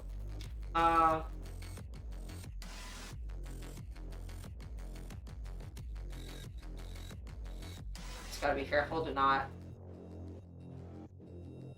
because I repost graphic shit. Nope. Oh, that's my butt. That's my butt again. There we go. So this is me posting about it when I saw it. The age verification bill is in the Canadian Senate again. Senator Miville Deschênes once again is using protecting children as a dog whistle to further degrade sex worker and career safety in the country and to attack Canadian privacy. I mean, you know what my fucking Blue Sky looks like, man. Don't pretend you don't. There's a reason every time it's like socials are all 18 plus. Like they all say that for like, you've been forewarned. If you're on a website that's TOS allows nudity, I will be naked on there, right? But yeah, so what do I mean when I say it degrades sex worker and queer safety? What I mean is, so if you put out age verification, right? Then people do not want to give that sort of information, which means that people are not going to the websites that are asking and asking for this information complying with the law, right? So sex workers then have to go to shadier and shadier websites to find their clients, or I guess their fans for online sex work. But this would also apply to in-person sex workers as well, because anything that allows any adult posting would be subject to this. So we have to get to more isolated locations to try and find people who are less willing to share information with us. Thank you, Dolly. So when we have less money, we have less resources to protect ourselves. When we're in more precarious positions, we are more isolated, and it's more difficult to protect ourselves. And also, the more that it's easy to, like, the more personal information that's out there, the more vulnerable that is to hacking, which is also Canadian privacy. But all this does is make sex workers vulnerable. And queer people, because again, there are specific people who are conflating being trans or being queer with being inherently pornographic. This also attacks safety for all women, because these same people often conflate reproductive rights and sex education and abortion advocacy with porn. Any reproductive or sexual information at all in any context is considered pornographic and harmful to children or harmful to minors. Also, keep in mind that thing we were looking at earlier with Russia, right? Saying that, okay, it started with porn and queer people and trans people, and then it led to banning child-free content. People who just don't want to have kids. Like, once you get on this road to censoring non-harmful, like, it's not advocating violence, it's not like active threats, you're just censoring random fucking shit, it will always get worse. And just because you're okay using a tool one specific way, once you have that tool in the hands of government, every successive government has that tool now. And just because you trust this particular government to use the hammer just to build a house doesn't mean the next government is not going to use that same hammer to smash down some walls, right? Like, be very careful with the tools you give those with power and authority over you. What are you okay with them having any control over? And so Canadian privacy, like, I get into this a little bit later. But it's easy to then hack people or blackmail people. And even if you're not hacking them, to just send spam emails to people saying, hey, I was able to hack that you accessed some adult websites. Give me some crypto, or I'm gonna like leak this and share it with your family. People are very vulnerable to scams like that. I get emails like that all the fucking time of like, oh, I turned your webcam on or I recorded you masturbating. And I'm like, first of all, no you didn't, because even if you did, my laptop does not see shit when I'm doing my business. And even if you did, I'm a whore, I don't really care. There's videos of me doing that I've posted. Like, I don't really care. Like, I care in so much as that it's a consent violation, but like, I'm not paying you to not post it. Like, it's not, I don't care that much. I'm not the one, right? And I know those are spam emails. Those aren't real. But like people are really vulnerable to these things. Like they only send these out and spend the time making these botnets because it's worth it. They only have to get a hit once in a while, but like making it easier to hack or threaten people, and also private information gets leaked all the time. So like, don't do that. So you're basically invading everybody's privacy and making them vulnerable to hacking and blackmail if they comply, and if they don't, it means that they don't get access to information they might need. That means queer people aren't getting access to transition-related information they might need, including trans children who might need to know, who might need to access like the Trevor Project, right? That might get blocked because it's queer. Like, I remember the days of YouTube where automatic YouTube moderation would flag for demonetization anything that had the word like lesbian or trans in the title, because the automated system didn't know the difference between lesbian or trans as identities and lesbian as like a porn category, right? So people won't have access to information that they need. And again, like the sex ed information that they're not going to be getting at school, now they can't get it online either. You're also going to push people onto shadier and shadier websites. So instead of posting a video on Pornhub, which Pornhub, despite all the demonization, has age verification and consent verification of all models. Anyone who's uploading on there has to have ID. And I think it's totally fair to age verify people who are uploading. That's totally fair, because legally you have to anyway, to make sure that it's all consenting and everyone's 18 plus. Totally fair. I've had to sign so many 2257 forms in my life, which is section 2257 is the American law that requires you to have an age verified model release form for all adult content. So I've signed up like hundreds of those. And you need to have access to that. And then like, so I have access to like consent from, because I only really work with Lucy. So like, technically I don't have 2257s from her specifically because on like Patreon and Fansly I just tagged them. That works because they've clearly consented and they're also like approving that they're in that. But like age verifying and consent verifying models, totally fine. People trying to access that information, if you try and do that, they will just go, fuck that. I'm not going to go to Pornhub that, you know, age verifies models and has really quick takedown for anything that's a problem. Reports anything that seems underage to the proper authorities. Pornhub has a couple dozen instances of child sexual abuse material on their website on a given year. One is too high, but like a couple dozen compared to the millions and millions on Facebook. You have to be aware that like adult, like above board adult websites are very, very, very good at moderation because we're held to such a high standard that regular social media isn't.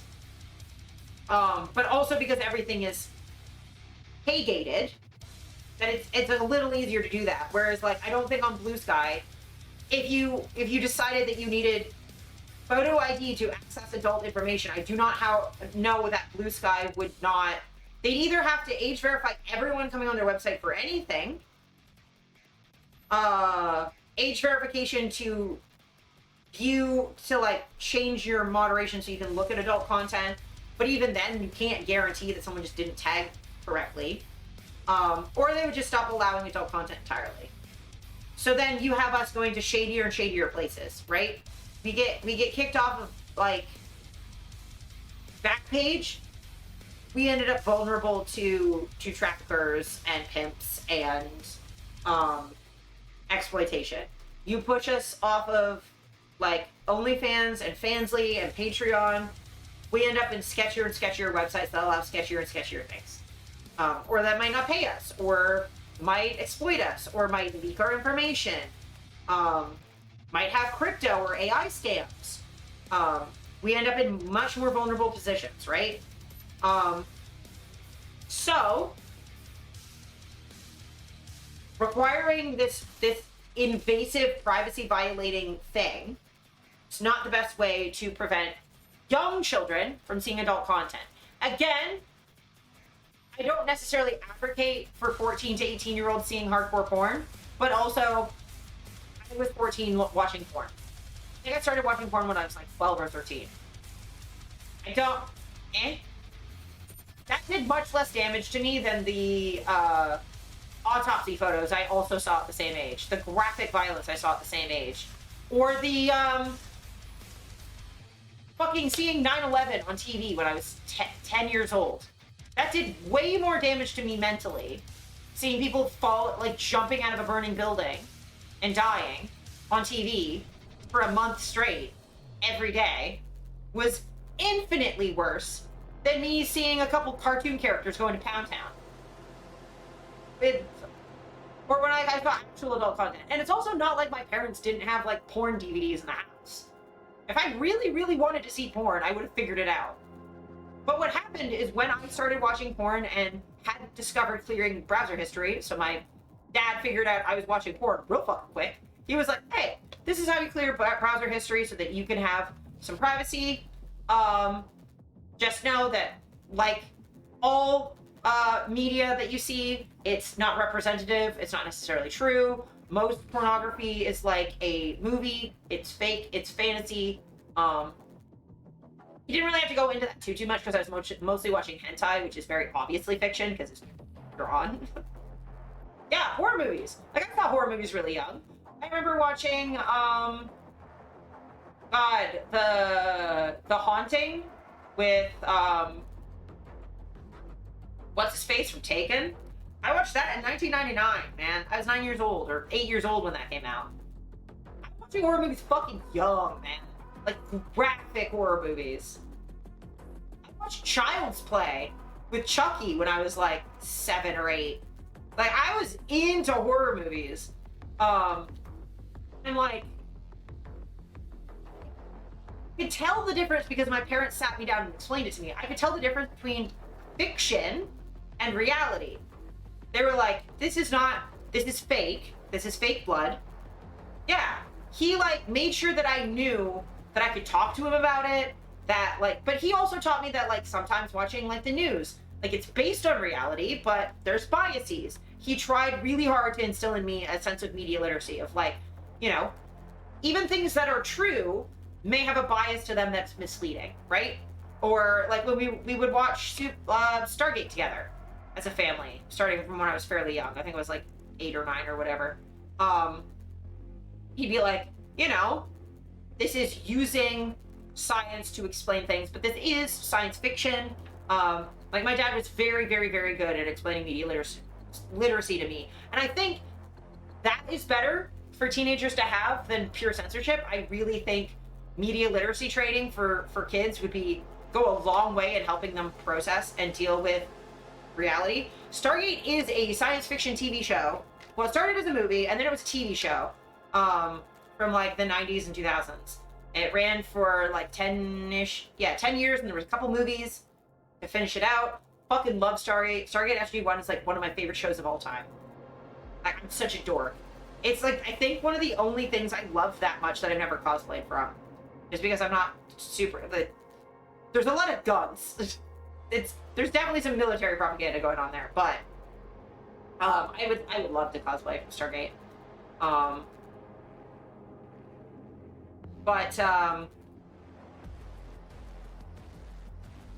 But yeah, so, like, you just learn what fiction is. It's not that complicated, right? So this is my processing it, right? So device-side parental controls are the best option for preventing young folks from seeing adult content, as well as media literacy and sex education, so they can process fantasy content later on.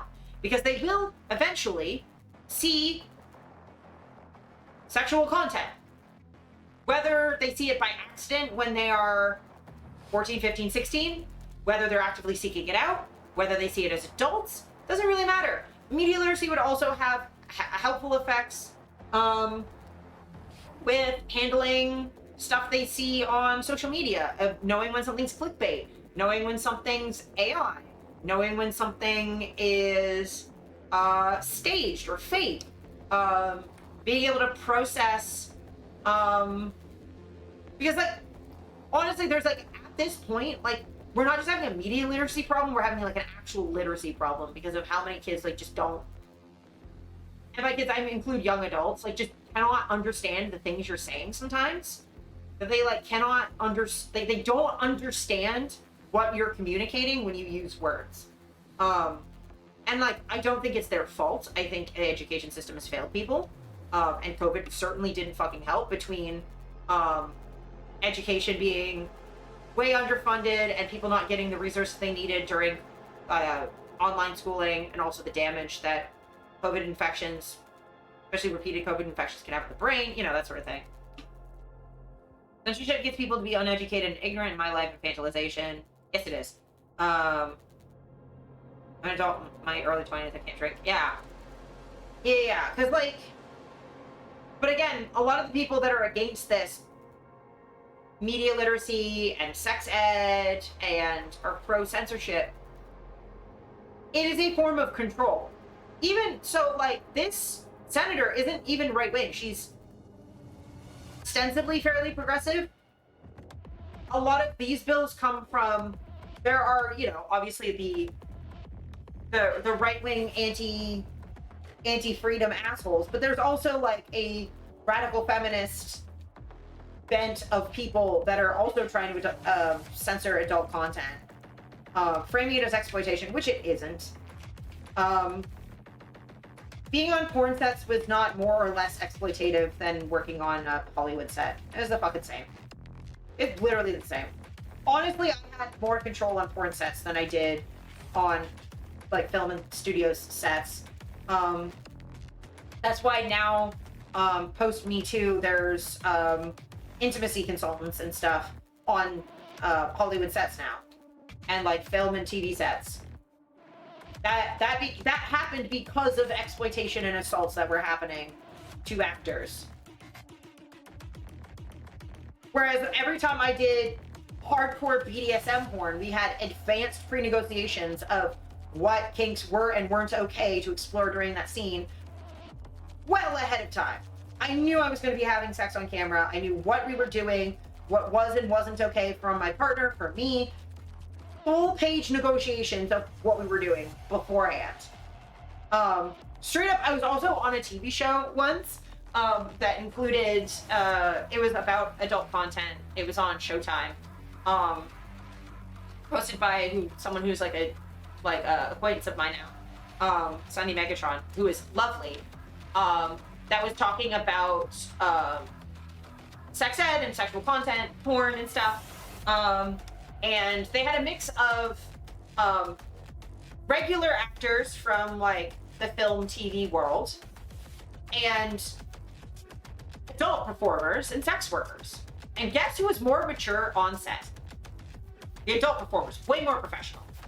Because we were extremely comfortable with sexual content on camera. So like when it came to talking about sexual content on camera, we were like, okay, like what are we talking about? Like, what is the expectations here? Like, and like being like, hey, like we're doing like a semi-nude scene, like, yeah. So like sometimes we'd be like, oh, okay, like, you know, I'm comfortable with this level of nudity on set. What is the crew comfortable with? Do they want me to, like, I'm okay just dropping my rope here, like if everyone's chill with that, that's fine, but like if that would make crew uncomfortable and they'd rather have me to change off set, that's also fine. The traditional actors were struggling, having a real hard time handling the subject matter. So like, I really do think like film and TV need to hire more sex workers for their adult scenes. If it's like a continuing role and it's just like a one-off thing, sure. But like if you're having like a sex scene and you're having like a one-off thing, or you're having like an orgy or something, just hire fucking sex workers. We're better at it. We know what we're doing. We have sex all the time. We know what that looks like. We know what an orgy looks like because we've been to them. People who've never been to an orgy before don't know what that looks like. I promise you the orgies you see on TV are not accurate to what an actual orgy looks like. Actual orgies are a lot of like talking and eating food and hanging out, a lot of giggling, a lot of people just like cheering each other on, people taking breaks to drink water. Like, yeah, there's like sexy, raunchy stuff happening, but sometimes it's literally just like really beautiful, touching moments can happen. Like, you damn. I mean, yeah, humble bragging a little bit. I've never been to one.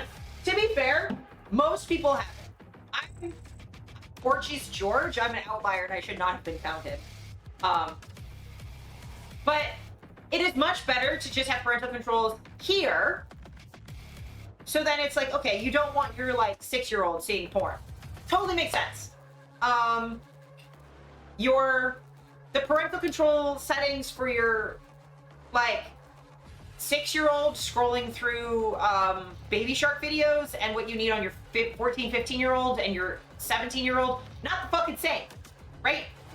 And it shouldn't be, there shouldn't be any reason that I, an adult in my fucking mid-30s, should have to give permission to look at naked bodies that are consenting to me looking at them. I should not have to, like, be like, oh, please, dear government, can I have some more titty, please? Just a skosh of titty, please. Like, I shouldn't have to fucking ask for that. I shouldn't have to ask for titties. I used to have free titties all the time. Like, that's not an appropriate way to handle this problem. Educating parents on what their options are for device level control means that, like, also, parents who do want their kids to be able to see certain content can. Because my parents certainly didn't want me to be restricted from seeing developmentally appropriate content. Was a horny teenager. They were like, yeah, a horny teenager watching porn is totally fine. As long as you are aware of what's happening and you're being responsible about it and not breaking our computer with weird, sketchy links. Would you like some more titty, sir? Yes. So, my final response, and then I'll finish the article. We don't need an invasive tool that will set people up for hacking and blackmail. We don't need to give future socially conservative governments the ability to censor queer speech and reproductive rights info. And we shouldn't normalize sharing private identifying information online. We do not need the government telling people that it's normal and good and safe to give their information online. Now, in some of these age verification things, it's giving your photo government ID to a random third-party website, not even Pornhub, a verification website that will just hold that information. Or it's facial scans to guess how old you are. I hate to fucking tell you, that's not going to be accurate. First of all of those face scanning things do not work on people of color. They're inaccurate because they're not trained in a racially sensitive way. But also, like, I'm passes under 18 sometimes. When I got my first COVID booster, I was 32 years old, and the nurse thought I was under 18. Thought I was like 16 or 17. I know that's ridiculous. I don't think I look like a teenager. But I straight up sometimes have teenagers who think I'm a teenager. So, like, I don't fucking know. I don't really trust a face scanning thing to know how old I am. I just don't. I really don't. Is it gonna just assume everyone with braces is a minor? Because people get braces at all ages. Like, what are we doing here? I'm a skinny little baby face. How is it gonna handle, like, people getting lip filler and shit? Like, no. No. Who the fuck not? Who the fuck not? No. Senator Julie Miville Deschênes of Quebec reintroduced her national age verification law on Thursday with the intent of requiring all residents of Canada to verify their ages before viewing pornographic material on the internet. Bill S-209 is Senator Miville Deschennes' latest attempt at the effort of implementing age verification, which stalled in Parliament last year. Now she intends to push through the controversial legislation with the support of new Prime Minister Mark Carney of the governing Liberal Party. Jesus Christ, I can't read. She's a member of the centre-left party Bloc Québécois and has the support of the Conservative Party and the NDP. Fuck you, NDP. Also, calling the Bloc Québécois centre-left is a stretch. That's a stretch, my dude. Like...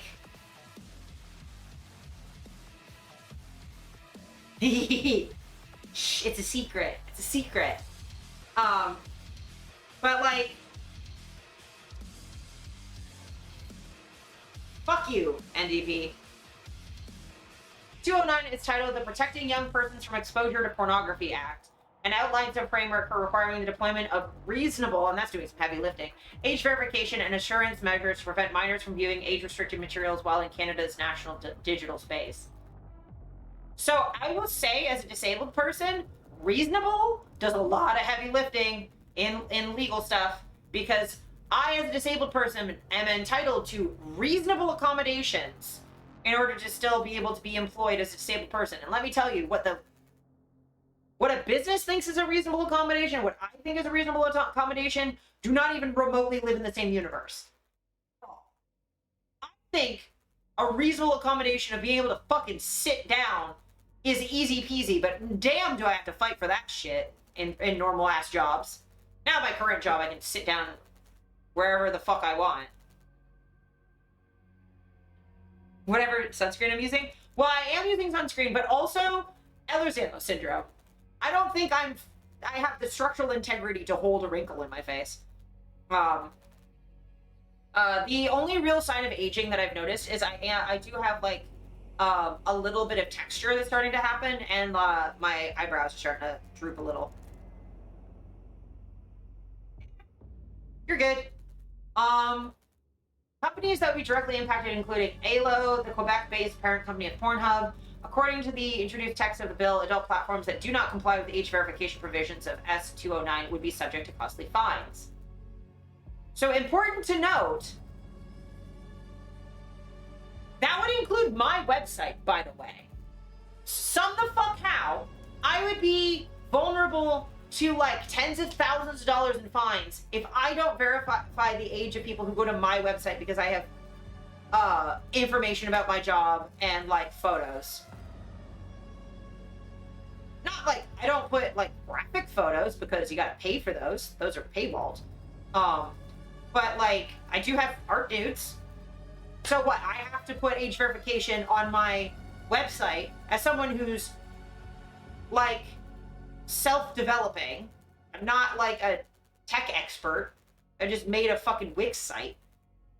And I have to, what, age verify everybody who comes into my website or be fined? Like, why? The fuck?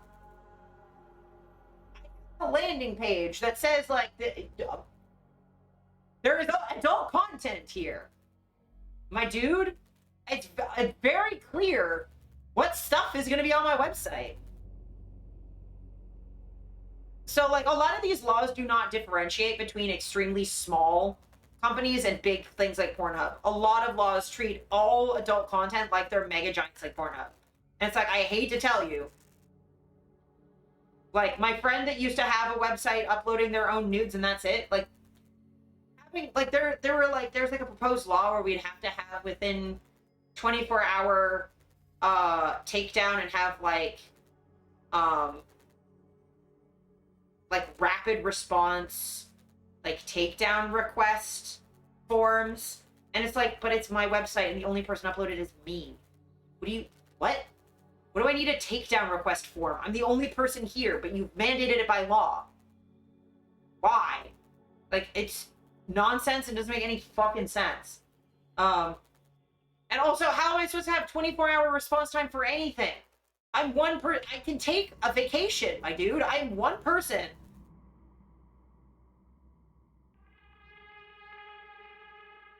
Here than the website because it's more costly money-wise.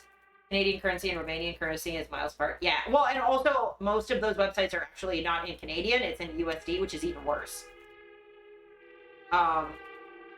If I could make my stuff region priced, I would, because like I know cost of living is different place to place, and like I'd rather share my art with more people than not. But yeah, I mean, I know that like $6 American is not accessible for everybody, and that's just for the safe work stuff. The like adult stuff, it's like $20 American. Like, not everybody can fucking afford that.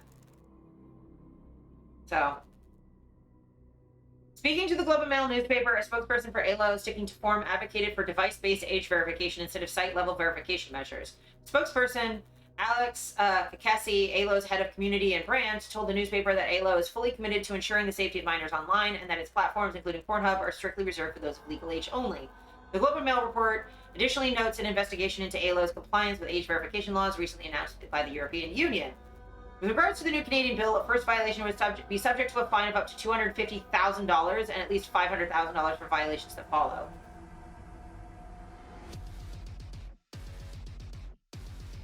I just remember, I really do. I do enjoy my job, and oh my god, a break would be great. I haven't had like a proper vacation in years, because every time I take a vacation, something fucking happens and I have to work during my vacation. I genuinely haven't had an unplugged, do-nothing vacation almost ever. So, first violation of up to $250,000. So let's just say that maybe they charge me $1 because I'm small, but at least $500,000 for my second violation. So if I'm not age verifying people coming to my website, I could get charged $500,000. So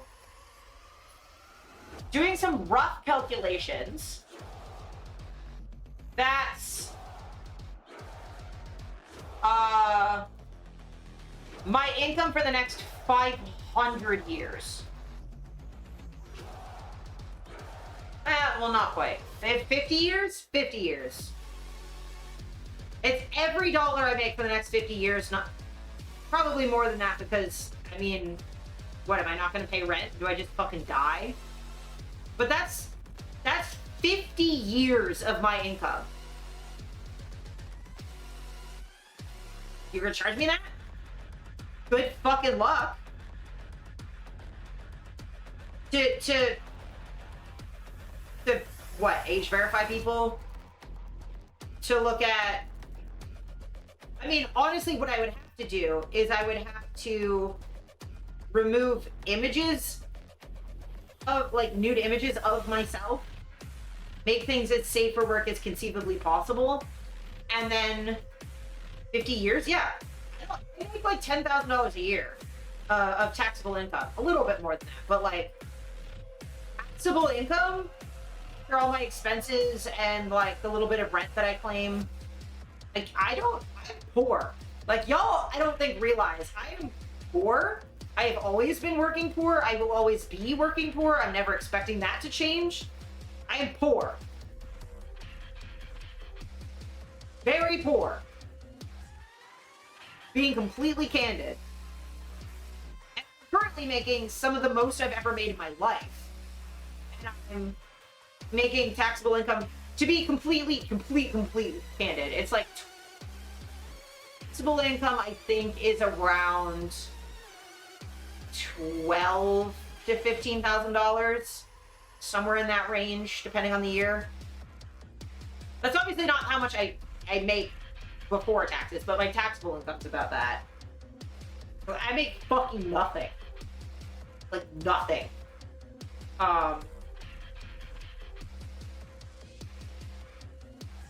We're all poor, but not the 1%. Yeah, but like, I'm not even, like, I'm sick. I'm in the bottom tax bracket in Canada by a significant margin. So like, yeah, the cost of living here is awful. So yeah, like, so I would have to change my website and make it as safe for work as possible, and then, but the thing is, see, this becomes a safety problem because it means, like, do I have to remove the text on my website that talks about what I'm okay with doing at my day job? Because the less explicit I can be about what I'm comfortable with, what my limits are, the more miscommunications that can happen in session, and the more likely I am to be sexually assaulted at work. If I can't say, like, hey, I'm okay with covered blowjobs, but I don't want bareback blowjobs, or I'm okay with this and not that. I end up in situations where clients don't know that I require condoms for blowjobs in session. They show up to session, and then they try and put their bare dick in my mouth. And they will assault me. Always, but, like, it's happened before. Yeah, honestly, Dolly, agreed. I know what you mean. Like, there's a lot of places that would be cheaper for me to live, but I'm not moving. I'm staying here. But yeah, like, this will result, like, this law, this bill, if it's passed, will result in me being sexually assaulted.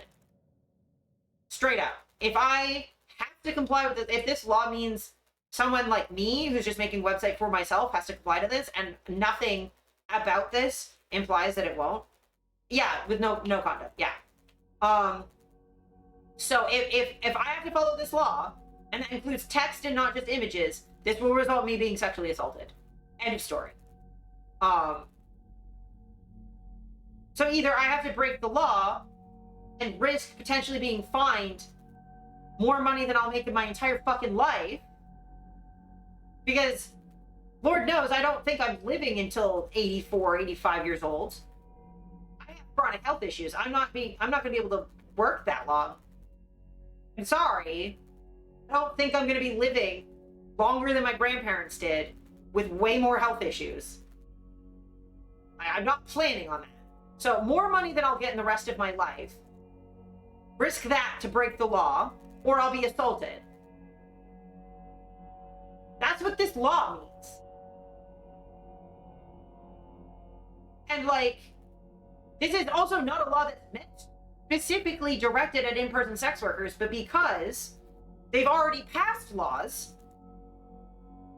making it so that I can't advertise anywhere unless I post it myself. I need a website that I run myself in order to post this information so that I am safe, right? So, yeah, hope it doesn't pass, but, like, I really hope in-person sex workers fight this and go, like, hey, you've already made it so that the only way that we can communicate without being criminalized, or the places we're posting being criminalized, is hosting our own websites, and now you want us to somehow manage to set up age verification on our own? Or risk money, like fines with money that we don't fucking have?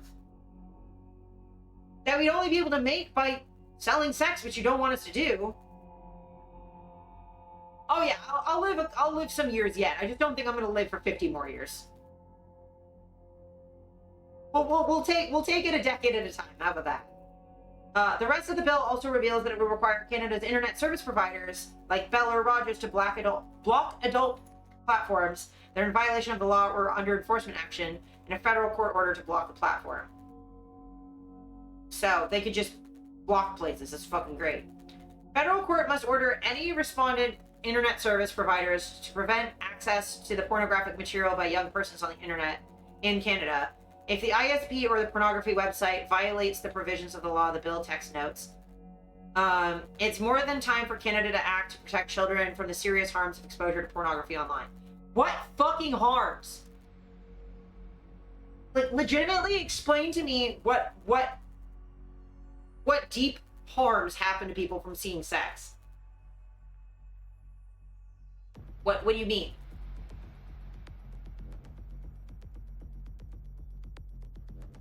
Like, I promise you, if a kid has younger siblings, they've been in the house while their parents are fucking. What harm does being around sex cause? Explain that to me. What the fuck harm? You're gonna be like, oh, it affects their dopamine. Okay, so does eating sugar. So does seeing a sunset. What are you talking about? Like, literally what harm?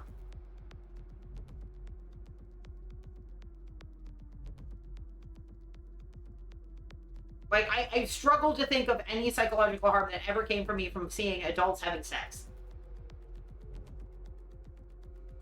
Now, seeing this morning a video on Blue Sky of a protester laying on the ground being trampled by police horses, that fucking was not great for my brain this morning. Oh yeah, same, Dolly.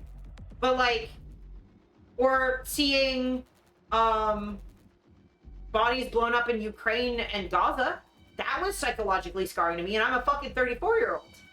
Seeing that is awful, and it hurts my brain.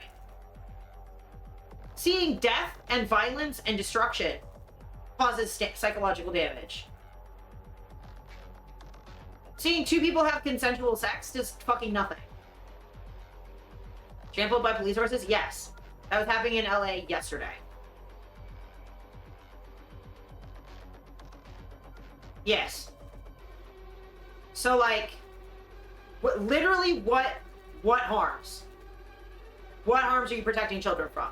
Like, do I agree that, like, children are not developmentally ready enough to see BDSM porn at the ages of, like, 8 and 9 years old? Absolutely. That's not what I'm saying. But, like, you accidentally come across a fucking titty. I don't see how that is such severe harms from just being exposed to porn that's worth me being sexually assaulted at work. You know what I mean? Or people being blackmailed. I don't think the harm is to that degree. I remember being a teenager and coming across things like, click if you're 18.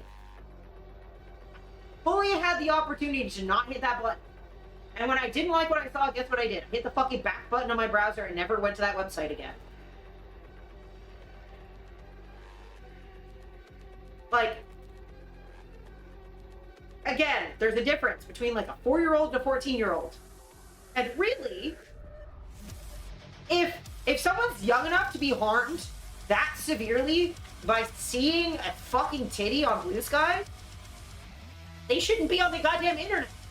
You should not be roaming around the internet without your parent with you if you are under the age of like 14. Don't think prepubescent children should be on the internet, period. The internet, right? What the internet is a public square. Now, if you don't think it is appropriate to let a fucking 10-year-old walk around Dundas Square unaccompanied, then it's not appropriate for them to wander around the internet unaccompanied. Because, fun fact, Dundas Square, sometimes there's a homeless person peeing in an alley. Sometimes you see things that you don't want to see in public. And if you don't want your fucking little kids seeing shit,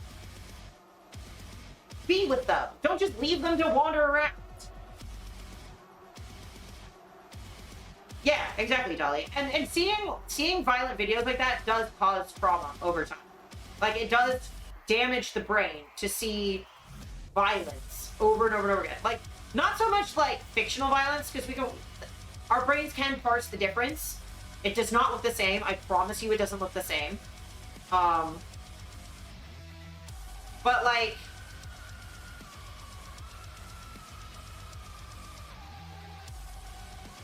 the internet is a tool that takes literacy to use, and if you're under the age of like 14, do not see you being developmentally of the age where you should just be browsing the internet without any oversight. Certainly was the case in 2004 when I started browsing the internet when I was 14. Like, I was wandering around a little bit before, but I don't think my parents let me just fucking scroll through the internet when I was 12. Yeah, exactly, Dolly. You just turn and don't look. Just give them privacy. It's not a big fucking deal. It doesn't cause psychological damage. You just see naked people walking around. People lose their clothes in homeless raids. I just don't care. But like, if they're that young that they can't see sex ed, they shouldn't be on the fucking internet. And quite honestly, if I have to see another fucking child's opinion on adult content ever again, I'm gonna have a fit. But like, it does no harm to a 14, 15, 16-year-old to see a titty. They're old enough to like click away if they don't want to see it. They're old enough to curate their own experience online. And if they're not old enough to curate their own experience online, they shouldn't be online.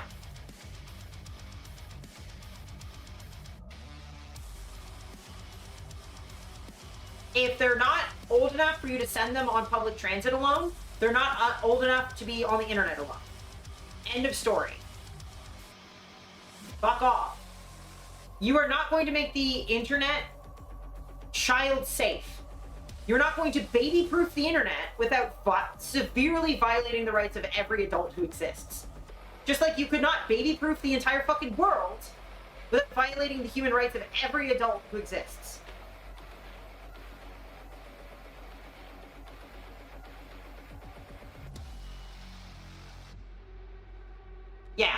Yeah.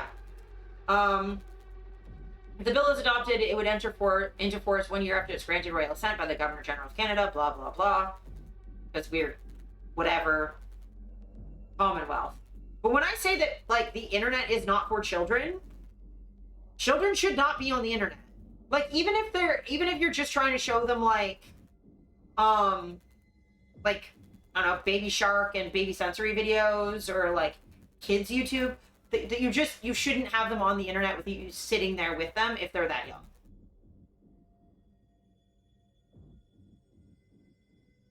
And if you're gonna have them on the internet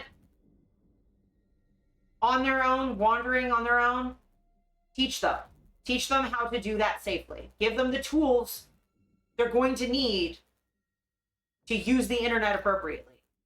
Like, there's a reason websites like Twitch, you have to be 14 and up to make an account.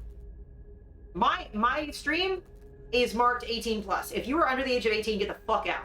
Get out. Or if you're lurking, don't fucking tell me. Do not tell me you're under 18, or I will block you. Because, like, I talk about adult content. And I use every tool at my disposal on every social media site I'm on to mark my content as 18 plus only. And hide my stuff from people who are under 18. I use every tool at my disposal. And still sometimes under 18s mark themselves as older than they are. So they can see shit they probably shouldn't be seeing.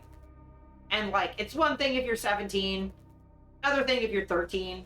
If you're, like, a fucking baby, go away. Go be a kid. I promise you, this is not the thing you need to be spending your time doing. Go be a kid. But yeah, I just get so frustrated with the idea that, like, you could baby-proof the internet. And that's a achievable and reasonable goal to even, like, attempt. Like, what? Are we gonna go around and be like, oh, well, the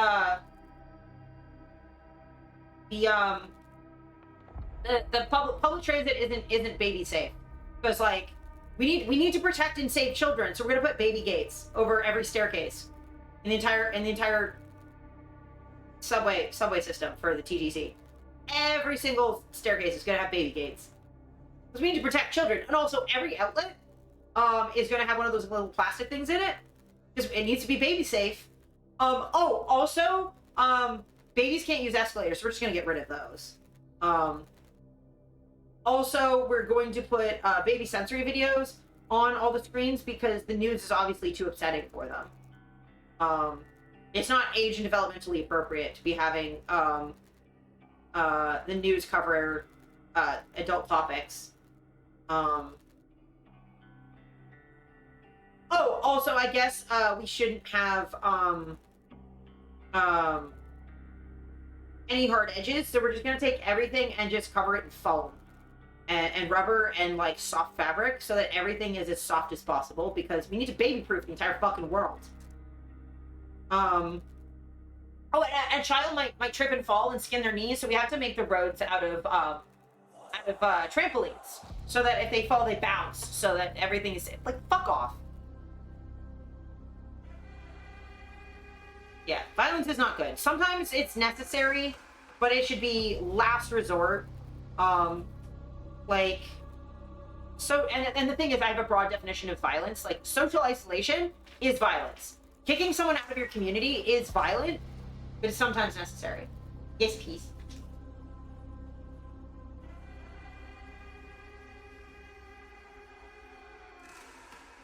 Yeah.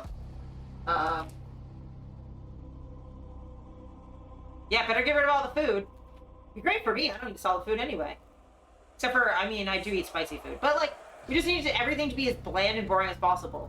I mean, can't have rated R movies. Can only have movies for babies because, I mean, what if we can't have things that people can't bring their babies to? Be lunch. It's 2:30 here. But yeah, like, you can't baby-proof the world. You can't baby-proof the internet.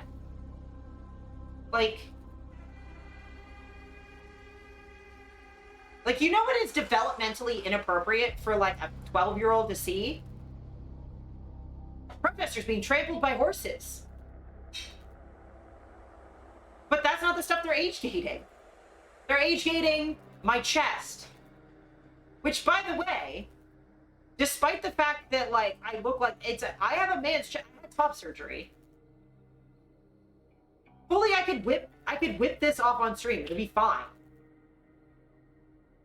It's hot as fuck. I have a dude chest. It wouldn't fucking matter. You're not seeing anything. Or, oh, they're gonna see too much of my thighs. They're gonna see my butt. That's a fucking problem.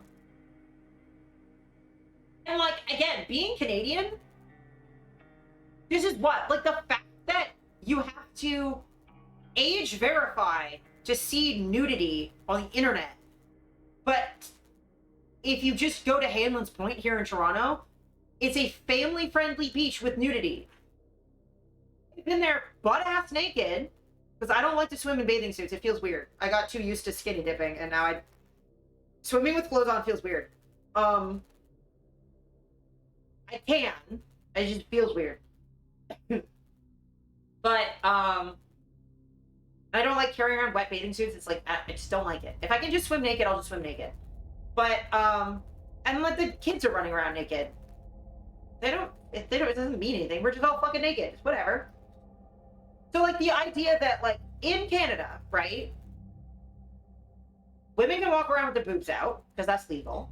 There are clothing optional beaches, where we can just be fucking naked. We have the World Naked Bike Ride. Right, I can see people's dicks out. That's totally fine. But if I want to see that on the internet, I have to give ID and violate my privacy. Like, what? Yeah. I've seen some graphic shit on the internet. But anyway, I just wanted to yell about that because it makes me very upset. It's stupid and dumb and wild, and it better not fucking pass, but I have no hope because those bills keep passing around the world and Canada is dumb. I'm really hoping that because the Liberal Party is against it, that it doesn't. But they would need at least a handful of people to vote against it from the other parties. Oh, I love sleep. I sleep naked all the time. I can't sleep with clothes on anymore either. But yeah, I'm gonna do a BRB because I have to go to the bathroom. So I'm gonna PRB, and then we're gonna come back and play some Oblivion for a couple hours. How about that? Because I'm tired. Does that sound good for y'all? So I'm gonna run a long ad so that when I go PRB, it'll.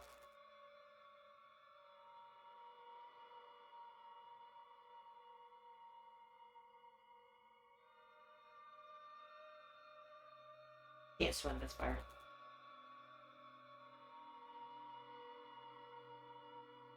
Won't let me run a 3-minute ad. Why won't you let me run a 3-minute ad?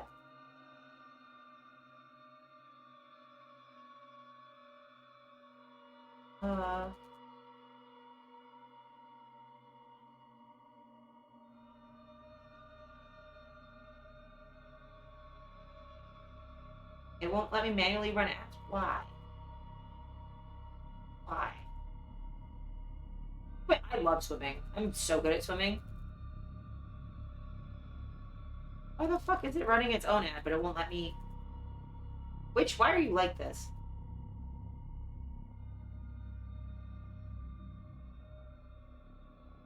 Oh yeah, I almost exclusively swim naked.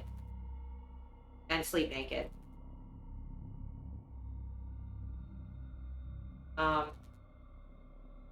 My partner's making some sort of toast situation, and it smells really good, and I want it, but I can't have it. I also don't overheat yet.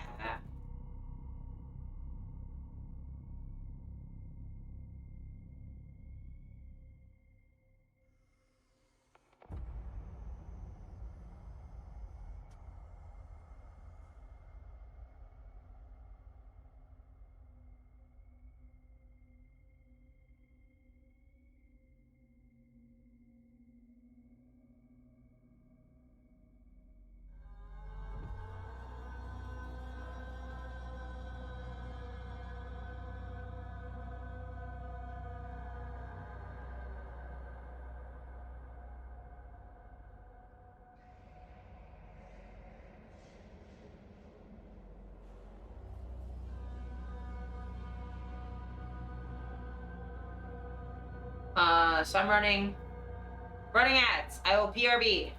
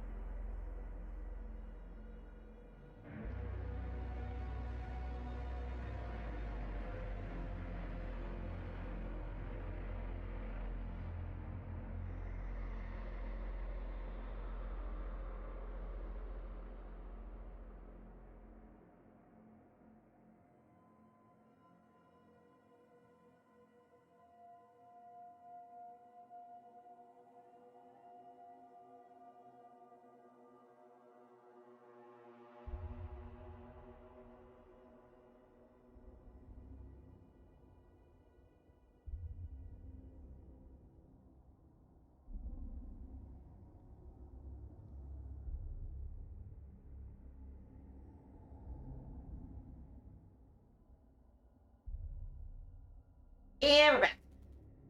Also, did I say I couldn't have some? I think I meant I couldn't run ads because it wasn't letting me do that. I think I misspoke because I'm very tired. But yeah, I've got my cheesies.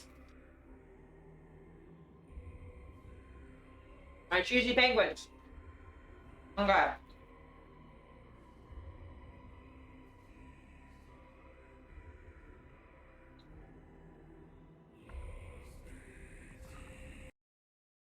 Okay. Got to close all this.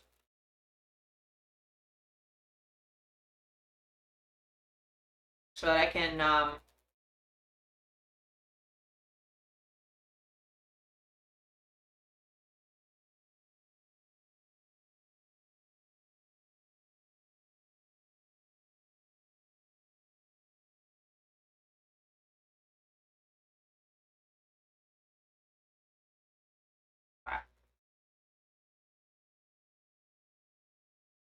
Oblivion time.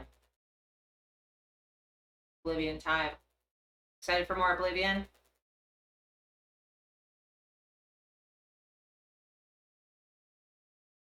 Excited for some Oblivion? I don't remember what I was doing. Oh yeah, I was doing Daedric quests. That's what I was doing. Now we're gonna finish the arena.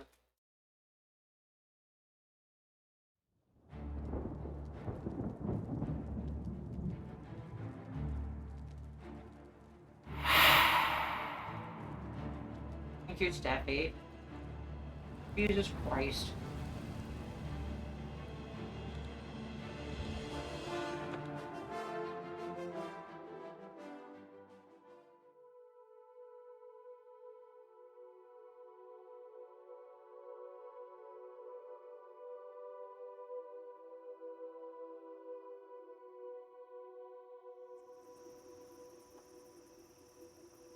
Okay. Oh, Shadeworth, my beloved.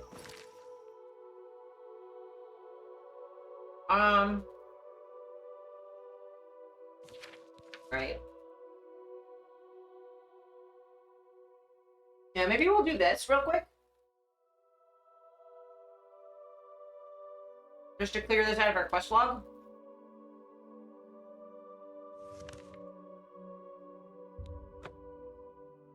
We're already down in Leowin.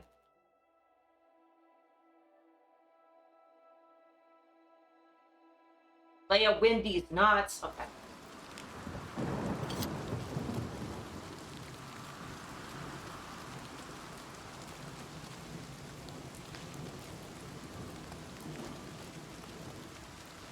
Good morning. Morning.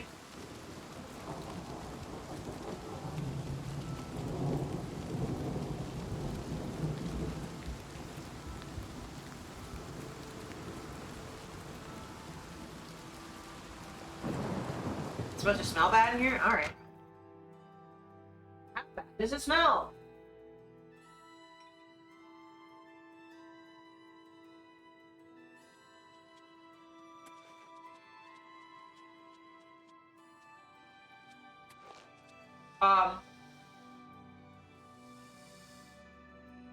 Did you summon a bunch of scamps? Aw, look at them. Look at them. They're just cute little guys. I mean, they might be stinky little guys, but that's just like ferrets. They're just like ferrets, but that's like rat guys. They're little rat guys. You know. Girl, where'd you go?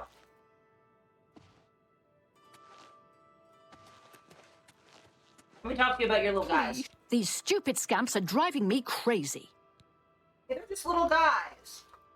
I can help you with them. Oh, thank you. I had a feeling buying that Daedric staff would be trouble. Now I'm paying for it with more than just some gold. Oh, you bought a staff?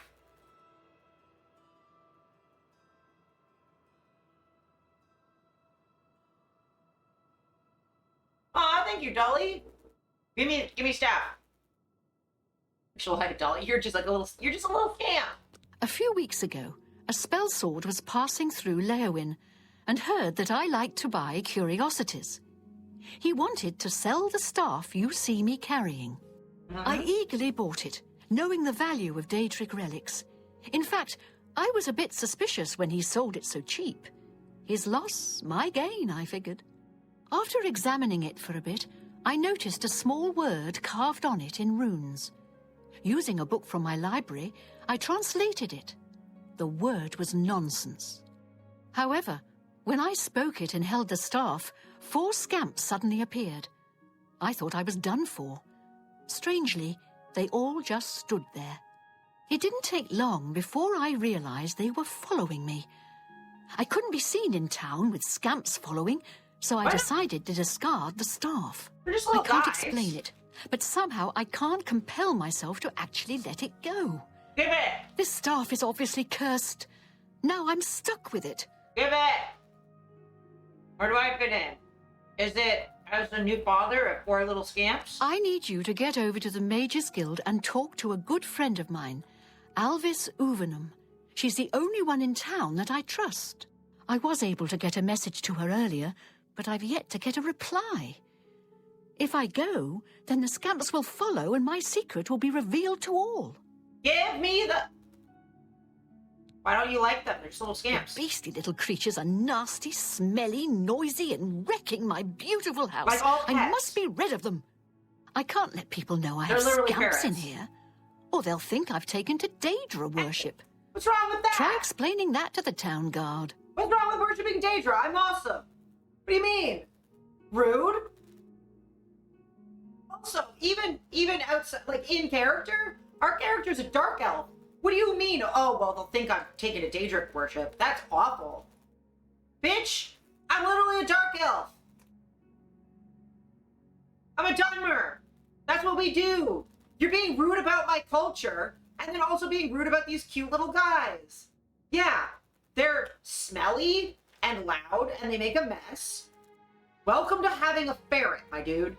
Or a dog. Or a cat.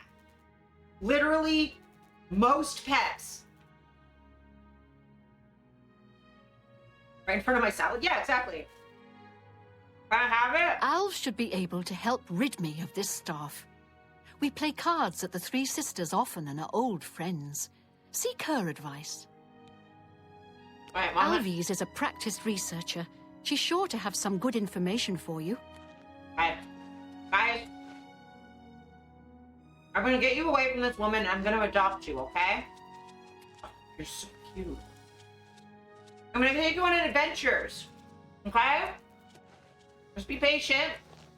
And I'll adopt you and then I'm gonna take you on field trips, okay? Chat, this is you. This is you, chat. And I'm gonna adopt you. Really loud making a mess of me all the time. Yeah. Me when I eat Taco Bell. Hey, Mage's Guild, can you help me adopt some little guys? I will say, this city is one of the pretty ones. Oblivion is so fucking gorgeous. Like, the remake, especially. But even the original, like, God, they put so much effort into this. Honestly, thank you. I'm gonna adopt you! You're my noisy, stinky, smelly little guys.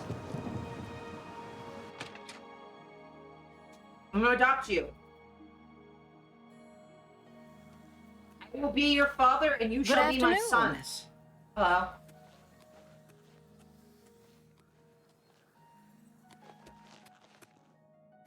Hey, your friend is a bad foster parent and I would like to adopt. Poor Rosentia. She's been trapped in her house for You days. know?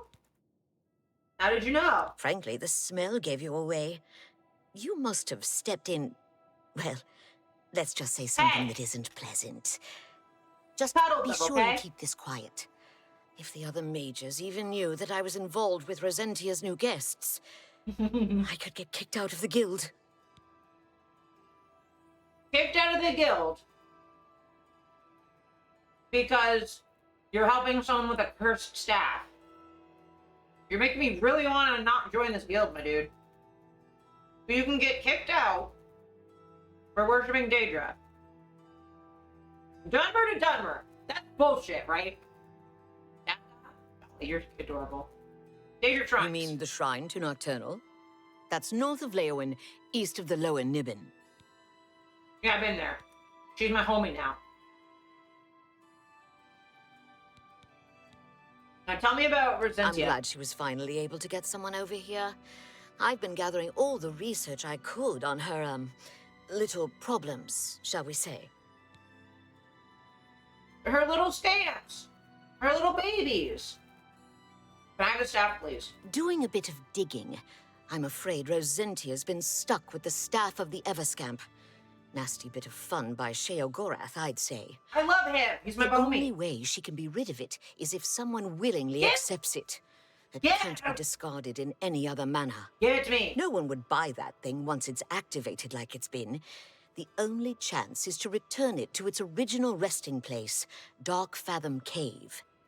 Inside the cave, there's rumored to be a shrine to Sheogorath. That's where the staff can finally be dropped, and the scamps should remain behind. I also learned that the staff makes the owner move much slower than normal. I suppose it's another way the Creator upped the annoyance factor. That's Shangri for you. Bring Rosentia this information at once. And if you can, help her. I think she's about to crack under the pressure, poor thing. Oh, yeah. No one would want that staff. Fucking shut up. The Mad Dog's hilarious. He and I are friends. I think it would be fine. Also, I could be slower in order to have sons. You have to take a couple sacrifices for the responsibility of being a parent. Okay? If you want to be a father, your kids are going to slow you down a little bit. You're not going to be able to do as much as other dads your age, right? Oh, yes. Don't bother trying to kill one of them. As soon as you do, another will take its place. It's endless. Quite the curse, eh? No. Sheogorath certainly has a sick sense of humor. That he does. I will say, him having flaming dog smoke in this guy is really funny. Send Rosentia my regards. If there's anything else I can do, please let me know. Can I just have the staff, though? It can be given willingly, so can I just take it? Can we just skip the whole me having to do a guide the NPC style quest and then just give me the staff? Give me the staff. Give me the staff. And I'll just put more points in speed and make up the difference. Please give me my sons. Chat, I'm gonna adopt you. I'm gonna go through all of this effort, and she's gonna be like, "No, you don't want them." I'm like, "Give me my sons." I was afraid you wouldn't come back. Of course I came back. Give them. Give. Scamps. How am I ever going to get scamp smell out of my fine linens? Oh, fuck off. You don't deserve pets. Like someone's staff? Ayo. Ayo. Ayo. Oh, please, I beg you. Take this staff to Dark Fathom Cave and get rid of it and the scamps forever. I can't fight, and who knows what's guarding the shrine. Plus, do you know how dirty caves are? Yes. It'll ruin anything I wear. Oh, I Do this for me, and I'll caves. reward you with another one of my curios I picked up a few years ago. A valuable ring. Are you ready? Yeah. Yeah, give Here's me. the staff. As soon as you leave, the scamps will thankfully follow. Do be careful. I don't wish your death on my hands as well. I'm sorry I ever laid eyes on that thing. Dark Fathom Cave isn't that far from here, but the route may be treacherous. Be careful and journey safe. Okay. I'm not really concerned, my dude. And it weighs nothing?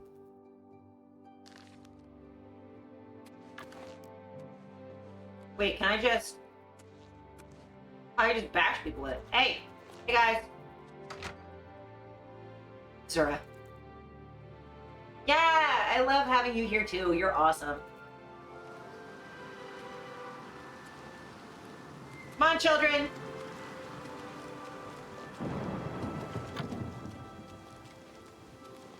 Oh my god, do I prance when I'm holding it? No, it's just my weird run. Okay, cool. Yay! Come on, sons! Hey, come join your brothers. Come on. Join the rest. Come on. Oh, they're so cute. Hello, my little ones. Look at them. Alright, little guys. What are their names? Don't make me name them, because I'm not going to be able to keep track of them. They're just chat. This is chat. They're a collective. They're a hive mind.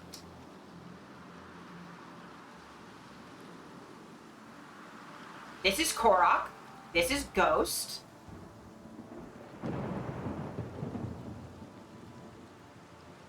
This is Meowfire. And this is Hello. Hello's in the front. Korok's in the back. Come on, chat. Come on, chat. Gotta keep up.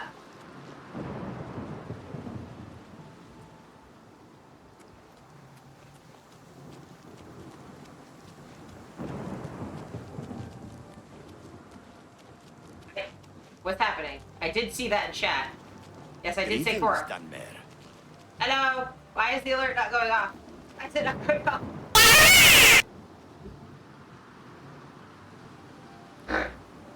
It's so worse when it's delayed. We are the ones who are named chat, yes. Oh my god, thank you, Steph, you ass. You sass ass. That was so much worse. Knowing it was coming and being able to do nothing and not knowing when. Oh, that was awful. Okay, what am I doing? What are we doing here? Yeah, that was awful.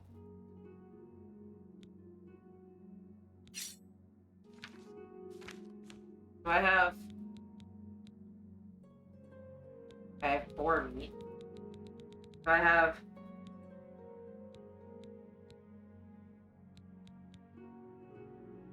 Need that. I have repair hammers. That's what I'm looking for. What if I speed? Because yeah, I have agility, magic, and then like reflect damage, which is good. Which is, Jesus Christ, that's worth a lot of money. I'm not selling it because it's, you know, unique, but...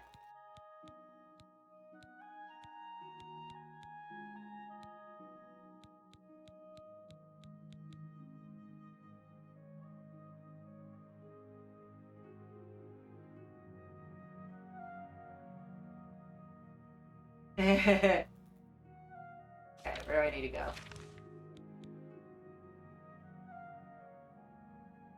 What if I don't want to get rid of them? What happens if I get attacked?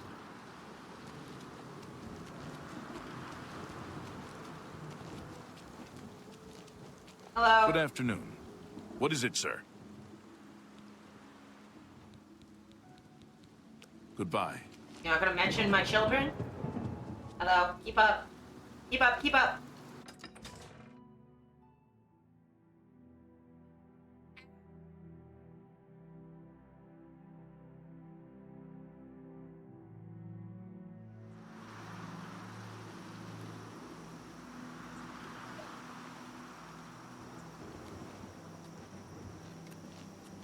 That's not my horse. Where's my horse?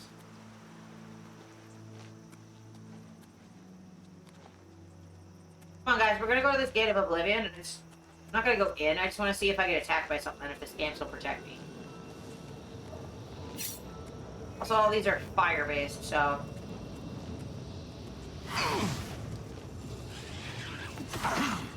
You guys gonna protect me? No? Oh, I should... Because you're actually doing damage. The fire spells do nothing.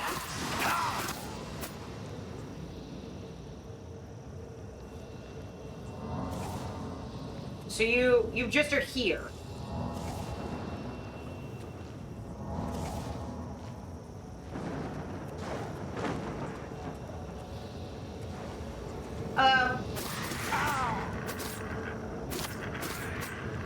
Sorry, sons. I'm sorry that you have to see this. Sorry, I'm sorry. I'm so sorry. Anyway, maybe I will get rid of this stuff. Oh well, we'll see.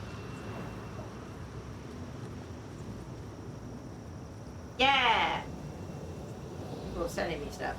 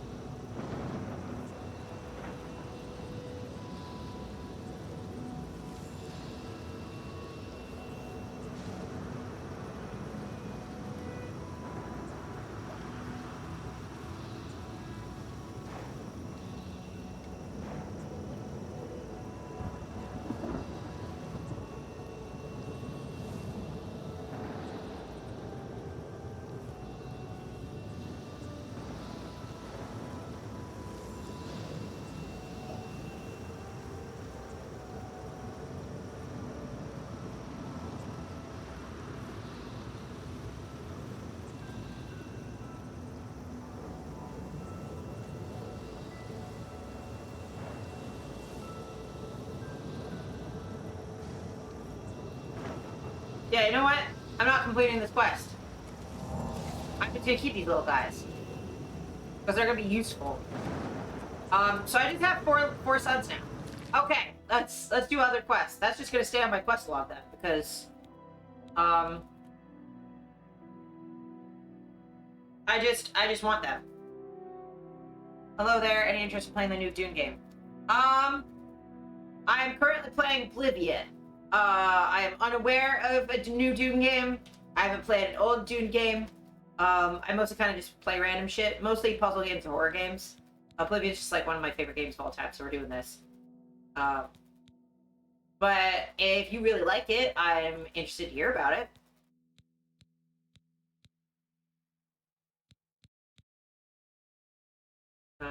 Oh yeah.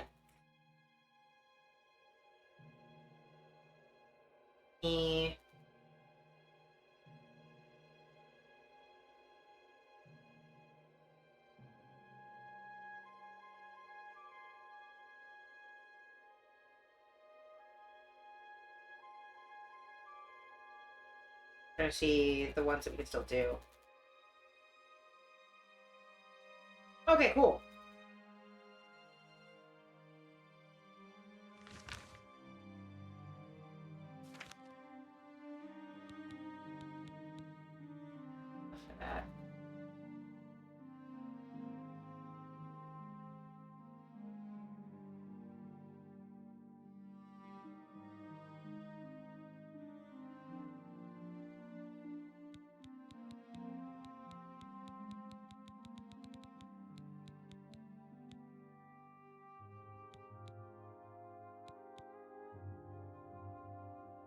We should head back to our house at least, because I have some stuff to drop off, but...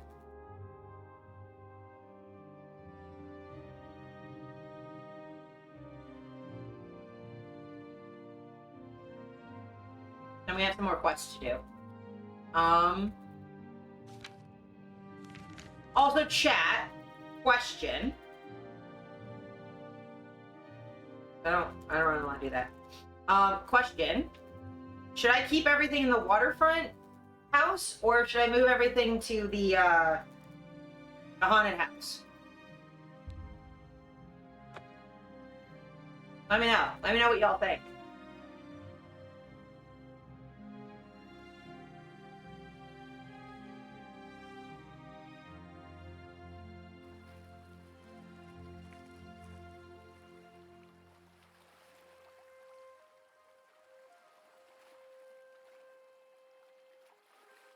Hi, buddies.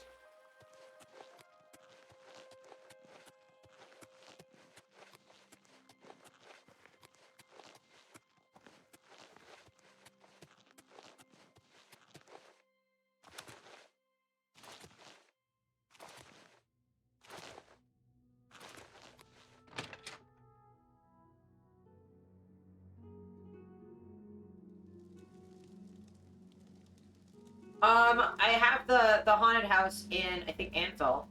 Do we want me to keep all my stuff here still, or do you want me to move all my stuff to the haunted house?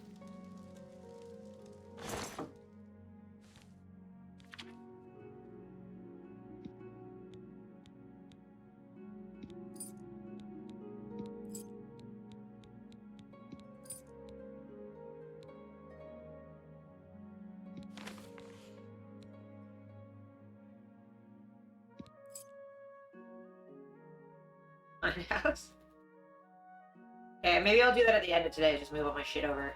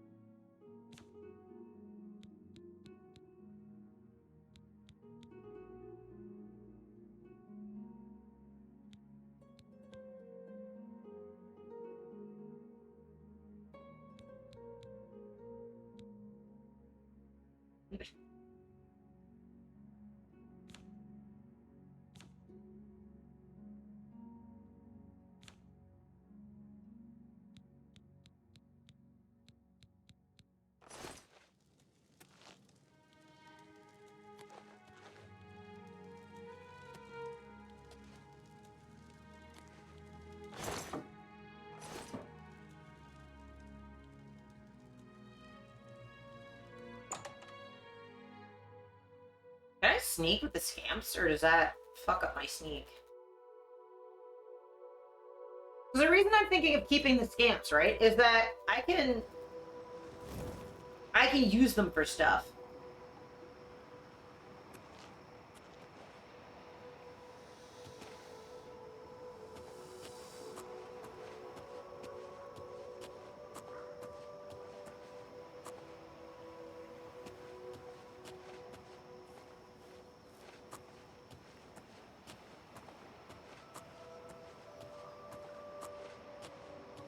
Well, it really does fuck with my ability to sneak anywhere. Like, other people can't see me, but I cannot tell. Okay, well.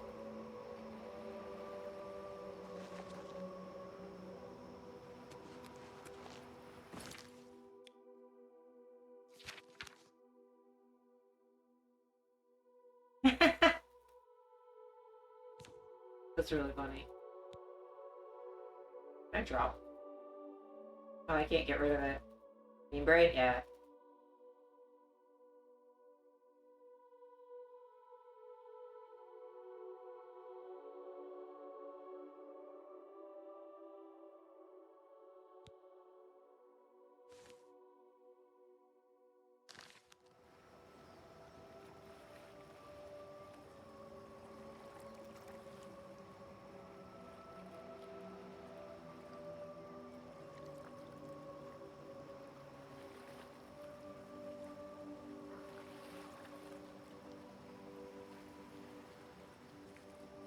Go start from the top and work way down. So we got Azura, a high enough level for those.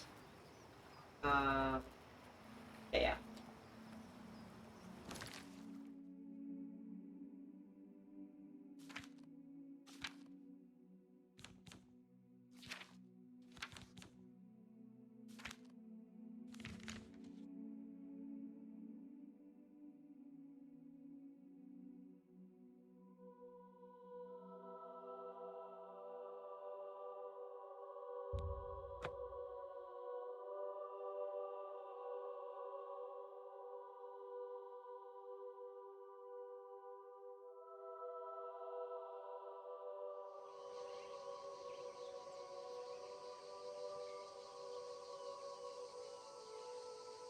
I don't know, Dolly. I think it's because they make your legs look longer, which is pretty rad. Alright, there's my horse. Okay. We should go north-northwest.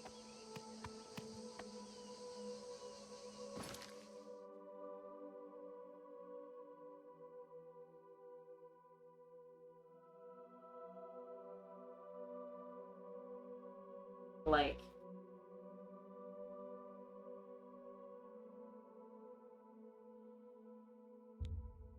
there, roughly.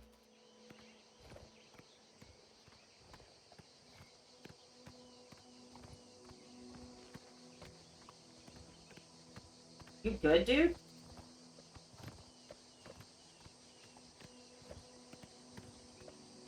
You running away from my scamps? What's up? Did I miss half the stream? Oh, I'm sorry. It's okay. I do have VODs and stuff. I did like... We were yapping, but now I just have... now I've adopted chat. They don't protect me, unfortunately. You got gelato? Sick.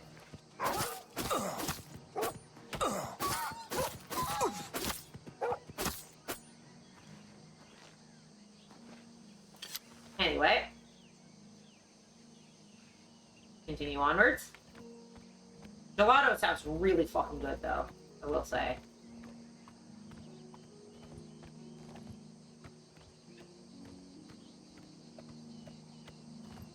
Now I want gelato. Cinnamon bun, vanilla, and Oreo. That's a good mix. That is a good mix. This is a holdup. Hand it over or die. We can play it that way if you like. Ah. Why is D-Tune in Povu mode, and why is Povu attacking me? Jordan? Could you, like, collect your pride, please?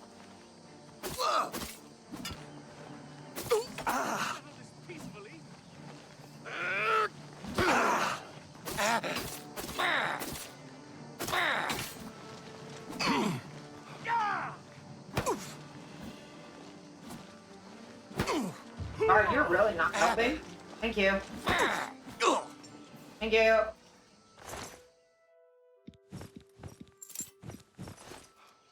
Get naked. Hi, guard. Thank you for helping. I guess. Oh, gotcha. At least Mom got you something for the hassle.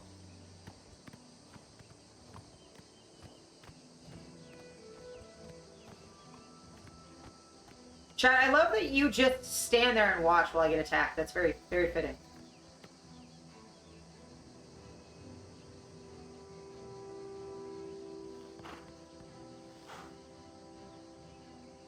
Yeah, fair.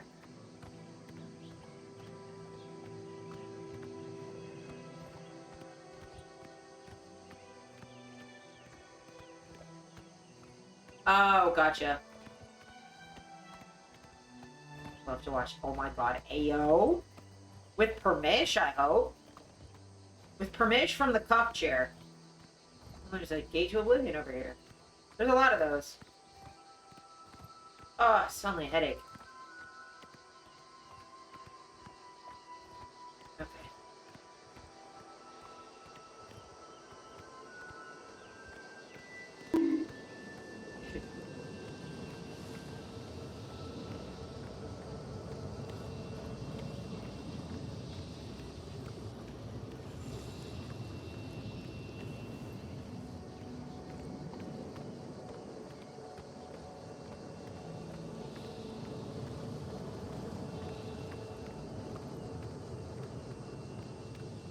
Trying to get around the gate. Yeah. Yes. Bust a move, dude. Malkath's shrine is up here.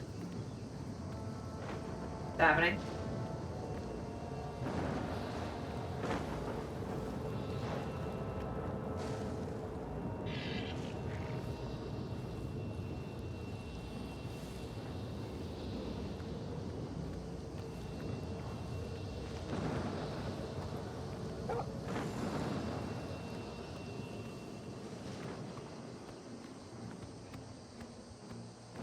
I mean, I deserve that. Oh, there's a dog attacking me. Also, chat, where did you go? I can't see chat. I'm IRL streaming, I can't. Old joint? What the fuck? Why do I have a hell joint? My agility's being drained. Okay, well. I'm gonna get to the shrine.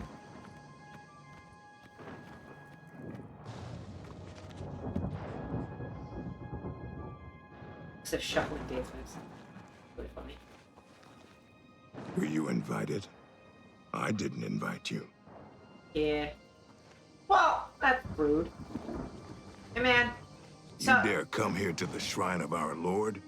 You are not one of us. Tell me I about guess that. you haven't heard. We don't like the beautiful people. But maybe you can persuade me you're ugly inside. Go ahead. I see what you mean. Yeah, man, I mean, like... I mean, I do look pretty, I will say. Rose is a very attractive Dunmer. But I do worship Daedra, and I'm an ally.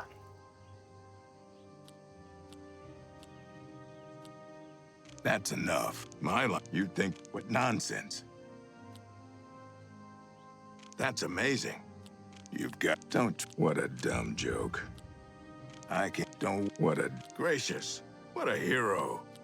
You've got to... Don't... That's... My life is drab and wretched by comparison. Such a... That's an... Not... Sorry. I don't get it. My life... You've got a point. Don't waste... Sorry. I don't get it. I can't. Don't. That's just my life is drab. That's There you not go. bad. Yep. Have you You're talked not about one it? of Malakath's favorite people. He likes orcs. Too bad for you. So you approach his shrine at your own risk. That's fine. I will approach the shrine. Then go on and do your approaching. But Malakath wants a present. He likes troll fat, and he likes only troll fat. I mean, that's fair. I do like... Malakath is pretty sick, because, like, when they're like, okay, he only likes ugly people and he likes orcs, it's like... He is a god of orcs, basically. He is pretty sick. I'll be here. Thanks. What a dumb joke, yeah. I will come back to do that. I need to go to the chapel real quick. To, what illness fucking do I have?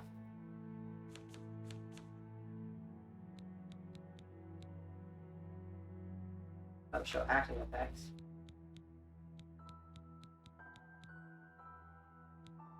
Oh, joint.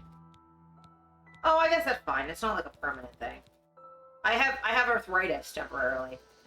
Okay, hey Malakath.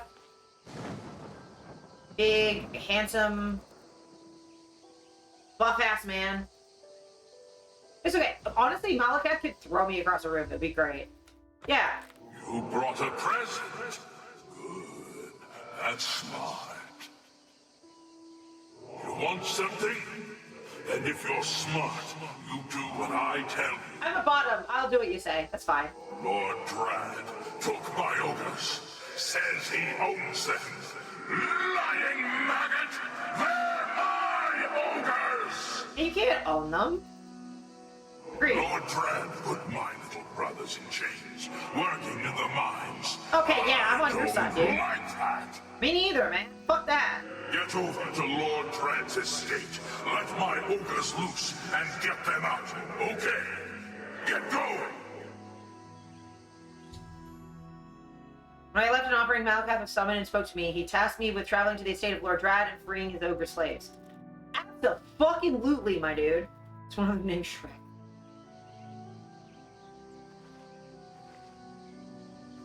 Malakath must think you're okay. Congratulations. You must be as ugly and disgusting as the rest of us. A little bit. You talk to me about Lord Drad? He fucking sucks. Drad's a fancy pants who lives in a pretty house with a pretty wife. Because he screws over folks like you and me. He makes us puke. Agreed. Keeps slaves? Lord Malakath doesn't want the little brothers locked up. Working like donkeys so men don't get their pretty pink hands all dirty. Makes him mad. Agreed. I'll be here. Thanks, man. I'm actually gonna go cure the arthritis, so... Yeah, I'll do it after.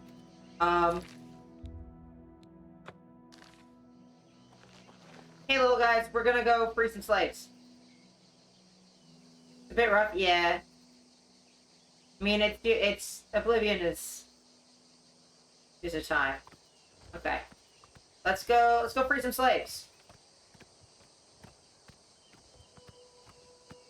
It's like, not my fucking watch are you owning sentient beings. And this is why people were like, oh, Daedric worship is evil. I can't believe... I won't ask what horrific thing you had to do to, like, get this Daedric item. I'm like, I freed some slaves. Helped someone not have to deal with being a vampire. Got rid of people who were,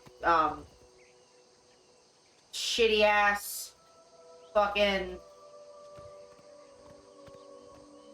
evangelicals hurting people's eyes. Like, they really haven't asked me to do anything to it. Got someone's eye back. Like, I haven't been asked to do anything actually evil yet. Like, genuinely, the Daedra don't really ask you to do anything that bad. The worst thing is Sheogorath played a prank on somebody by making some falling dogs fall from the sky. Like, that's literally the worst it's been. Well, I'm just gonna go in. It's not locked. Sign can't stop me. I can't read. Got sore I knees. think you should leave. Greetings, traveler. What is your business here? You're a Dunmer and you keep slaves? Where's Lord He is my Grad? husband, a kind and gentle man. Disagree. He has given me everything I might ever desire. Yeah, by making ogres do it for you, you piece of garbage. Fuck you. You too. I may just come back and kill you in a minute. Hi, Lord I Grad. welcome you to my humble home, stranger. What brings you to this place? Why do you keep fucking slaves, you asshole? Tell me a bit about yourself. I am Lord Drad. Nice to know. This is your The estate? land is good, the farm productive, but it's mining the wealth from beneath the land that will make my fortune. And you're gonna get rich off the back of fucking slaves, you garbage piece of garbage. Can you think of a better use for the mindless Oh, beasts? fuck you. Under my eye, they do some good in this world. You racist asshole. No creature should be a slave, you I piece asked of for your shit. opinion on this matter. I am done speaking with you. Please leave my estate. I need you to not be a quest giver. Need you to not be a quest giver. Thank you very much. Chat.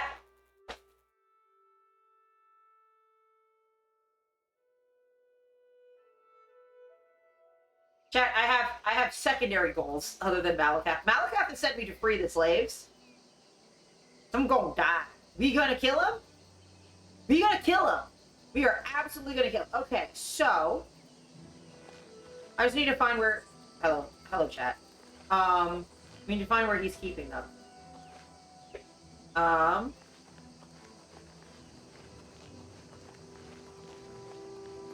also gonna rob them absolutely fucking blind.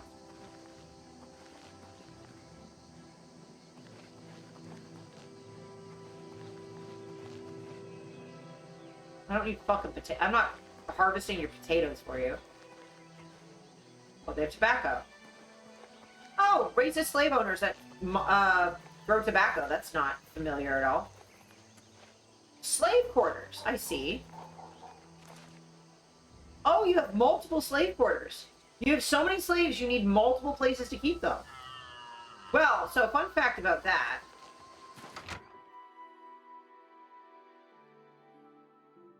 I'm fucking stanced, man.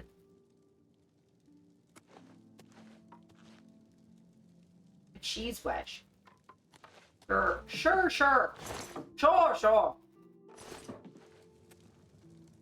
I mean, they have food, which is rad. You know what they could do? They could own the fucking estate. Seize the means of production. There's a pumpkin.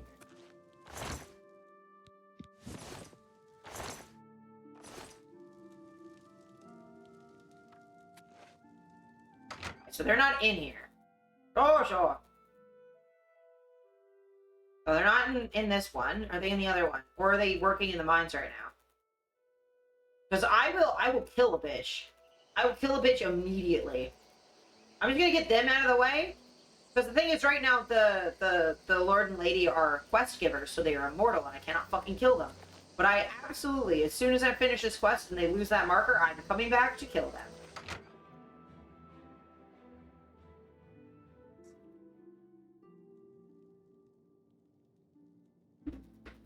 So I'm gonna make the Cyrodiil version of the Underground Railroad, and by underground, I mean I'm gonna put fucking slave owners under the goddamn ground.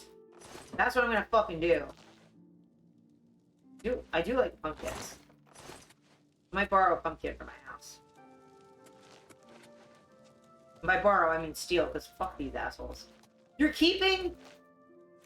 Also, the fact that you're treating them as if they're not actual sentient beings, you're like, oh, they're just mindless animals. Fuck you. They said that about black folks, too. Everyone who's ever been kept as a slave has been dehumanized as a mindless animal. And you know what? They're fucking not. Also, animals don't deserve to be treated the way that people treat slaves anyway, but like... Fucking God. Hey, man. Hey, man, where are you keeping your slaves, you asshat?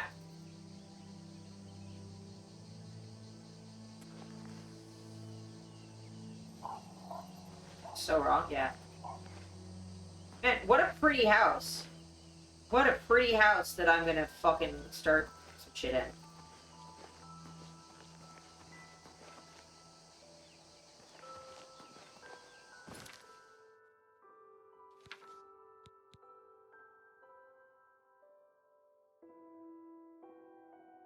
He believes the ogres to be suitable slaves as it does not violate imperial law. Well, now I have a problem with imperial law. Martin, I have a change for you. You're of anger to them, though, no longer speak with me. Perhaps his wife will be more forthcoming. Yeah, I'm gonna... They're not there. You have... They're literally called slave quarters. What the fuck is wrong with y'all? Let's talk to the wife.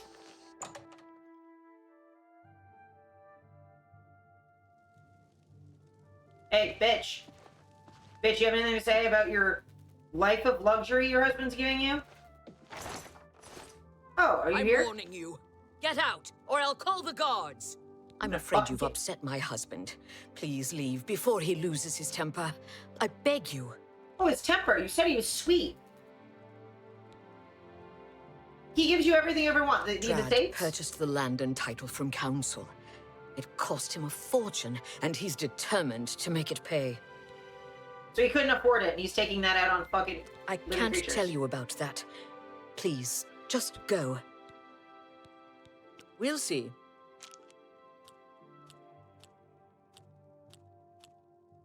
Oh, that's great. That's a bit. Don't make me laugh. I won't fight you. I doubt you really mean that. I'm not. You win. Blah blah blah. All right. Tell me all these fucking slaves, bitch. I can't tell you.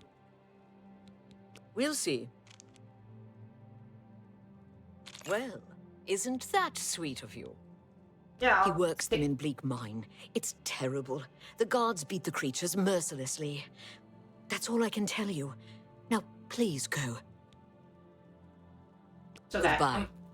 Bye. Don't worry, I'll come back to kill you. Thanks for letting me know where they are, though. Figured they were in the mine nearby. Wait, so you know that they're being treated mercilessly, and you're still somehow fucking chill with it? Like, that doesn't make it better. I hope she knows that that doesn't make it better. He thinks they're mindless animals. She knows they're being treated horribly, and she doesn't care because her husband's a sweet man and gives her everything she ever wanted. Fuck you.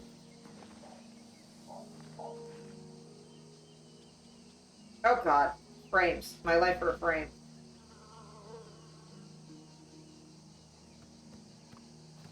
I'm just gonna trample your fucking plants. Fuck you. Come on, chat.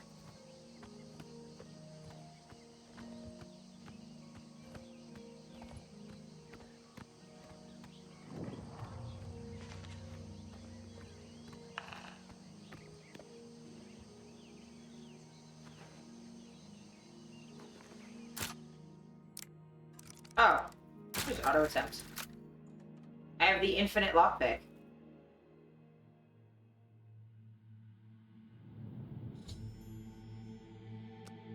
Yeah, it's free the ogres.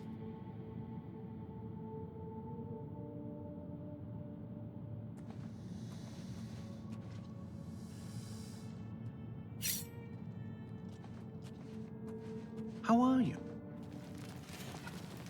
Whoa! By the 95! By the gods, there's a psychopath on the loose! Ow! Ooh! Ah! Ooh! Ow!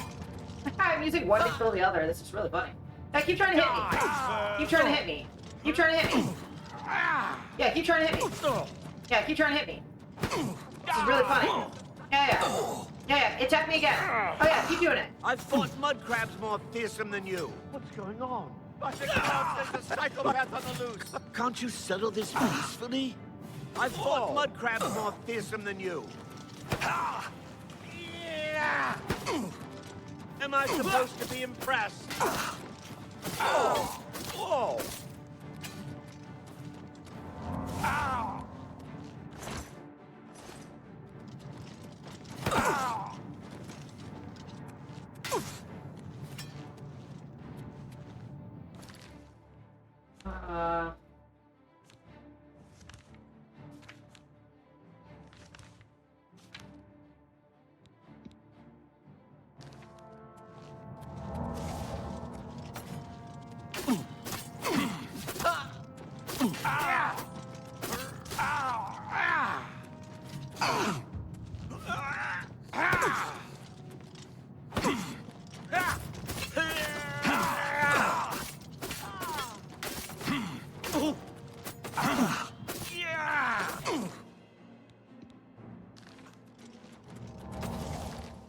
Oh, I also have potions. We're gonna have potions.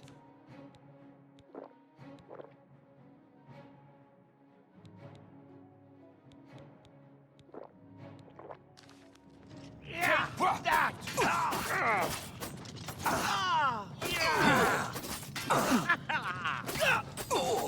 I won't. You die. Oh, my shit's broken. That's why this is hurting me so bad.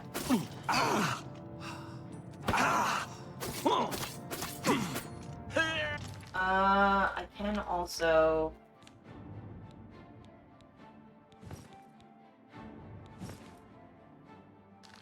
Give me some defense.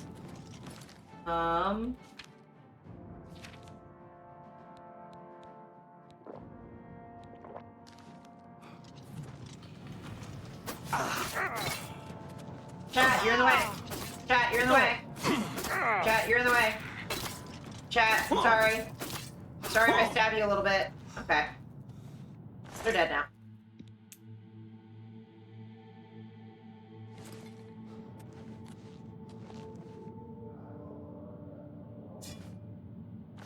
Yeah, I'm over encumbered. I don't really care. I'm gonna be over encumbered, that's fine. I'm selling all of this shit. Yeah, you were like super duper in the way.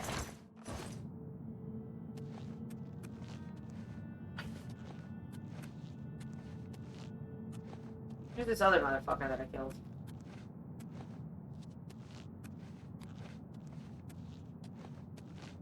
I'm over encumbered and I have bad knees.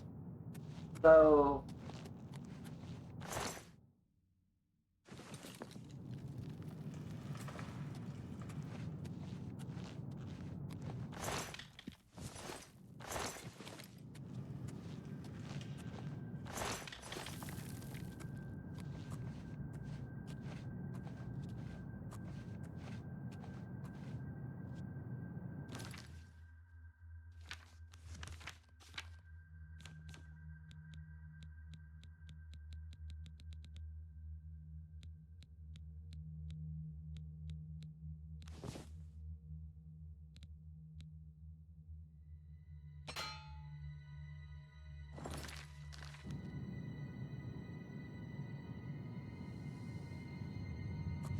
I might actually leave and come back. Sell some of this stuff, fix my shit. It's out. Fine. Ow. Don't speak to me in my chat ever again. Yeah, don't speak to me in my chat. I'm just gonna go sell some of this stuff because I need to repair all my shit.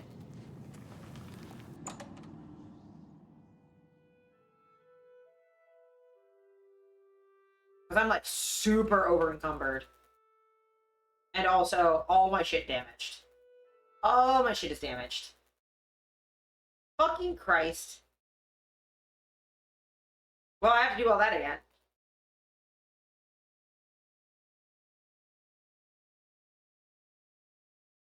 I need to start quick saving more is what I need to do.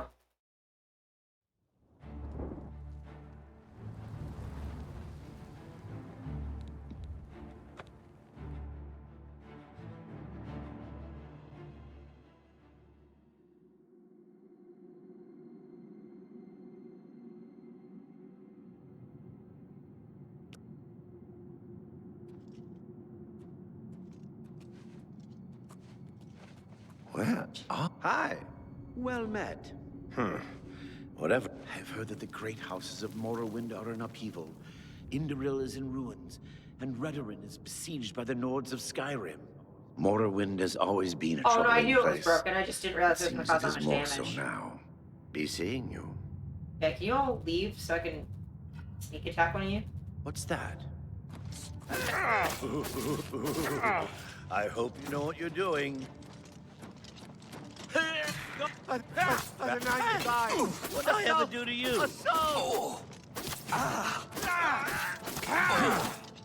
You're pathetic.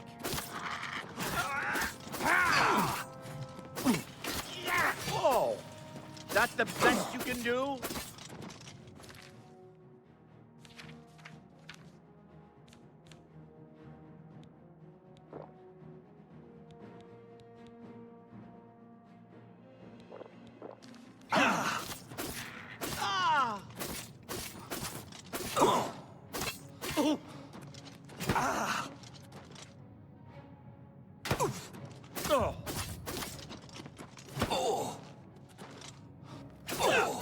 Why won't you die?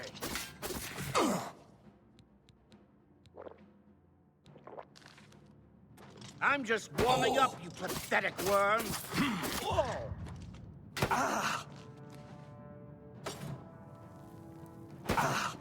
Come here. Come here, man.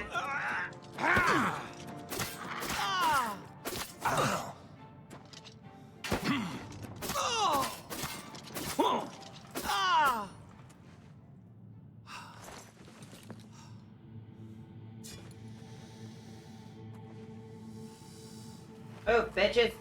Oh, chat. Chat, you're in the way. Chat.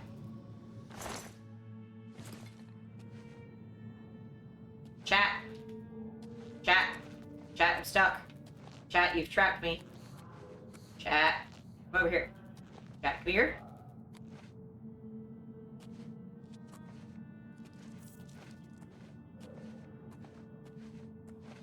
Chat, move. Chat.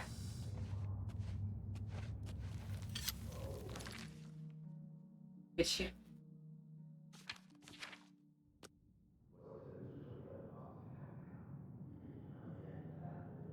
Now we go out.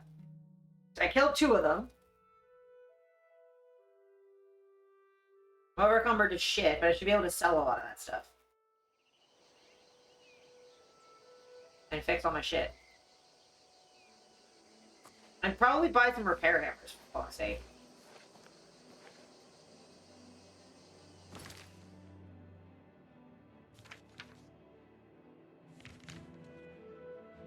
Go dead south.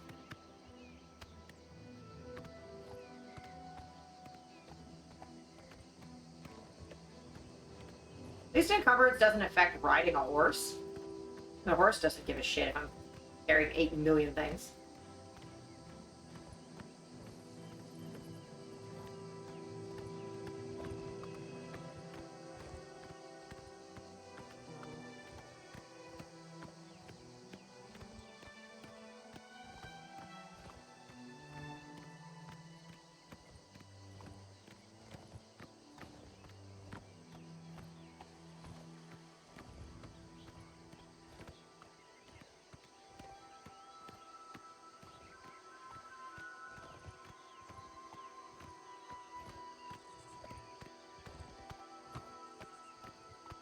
I'm not bothering with the road, I'm just gonna shortcut my way there.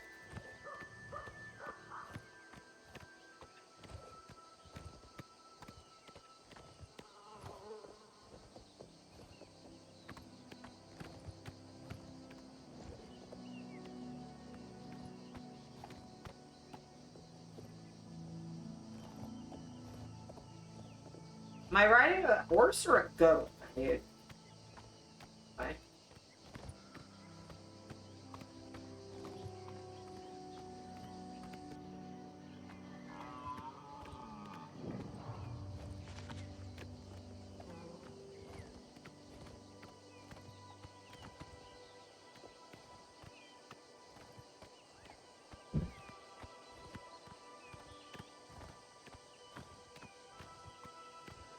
Also, Dolly, I would only ever call you a bitch affectionately.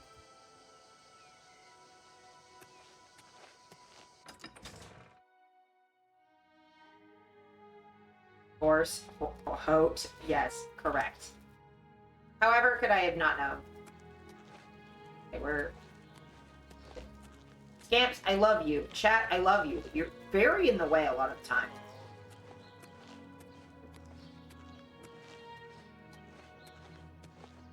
in. Come on, I just gotta get in this fucking store. Just got in this fucking store. I'm like fat walking my way around, just burr, burr, burr. Scamps, I love you. We're so in the way. Val Morvain. Been making weapons and arms here in Anvil for 30 years. People say I do good work, and I don't aim to argue with them. Cool. I'm gonna persuade listening. so that we can be friends. Whatever you want. Not bad. No, I doubt. Don't talk such rot. Don't. Yeah, I doubt. What nonsense. Good one. Whatever you want. What? I doubt it. Sure, that's cute. I doubt it. I accept. Not now, not later. Sure, I accept. Don't waste. Sure, I doubt sure. it. I accept. I have no choice. I doubt it. Good one. Don't try to manipulate me. Good one. Not now. Don't. I doubt it. Don't waste your flattery. I doubt. Yeah, I get it. Don't talk so. Yes. Yeah, I doubt it. Don't waste your flattery on me. Don't, please. Sure, I doubt it. Okay, so I offer the bartering. finest goods and lowest prices in all Cyrodiil. Get rid of that. Get rid of that.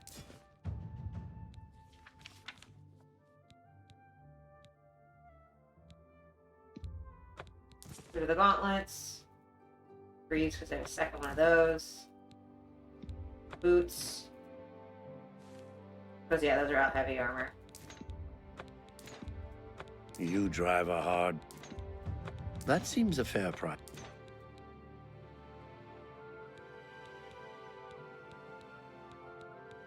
This is 2. Yeah, it just weighs more.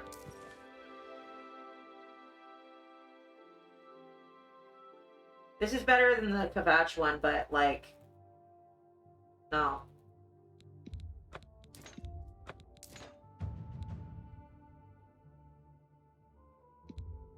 You've made a good bit of gold. I guess I can sell all my lockpicks. That's more than I'd usually pay.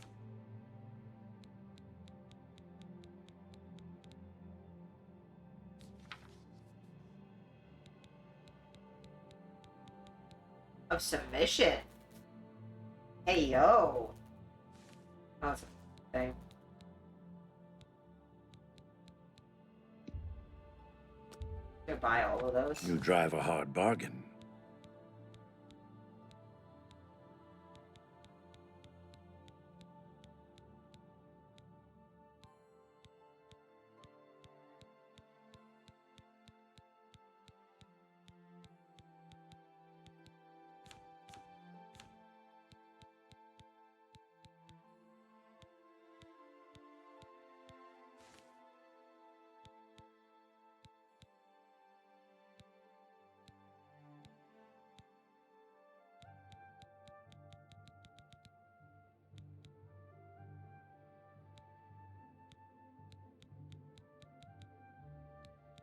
Thank you.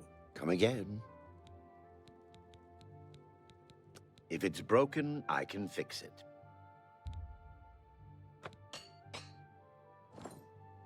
Oh, take care.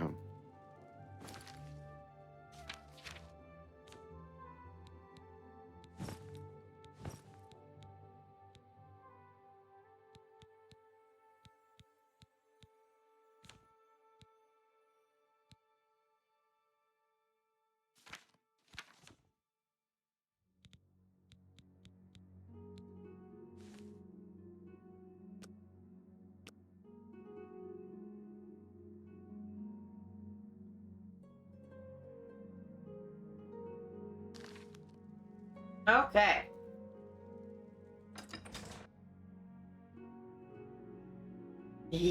You are very sensitive, but that's very endearing.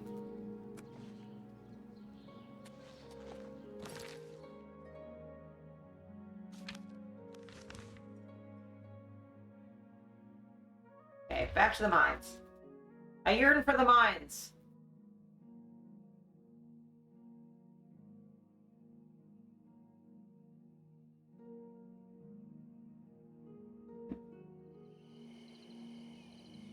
Yeah! You little scampy scamps.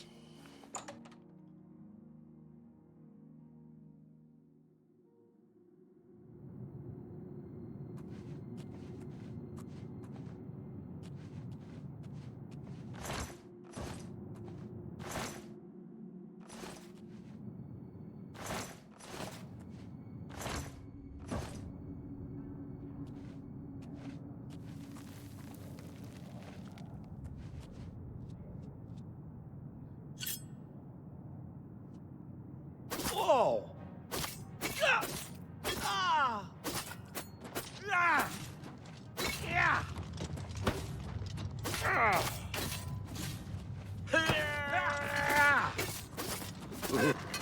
Ah!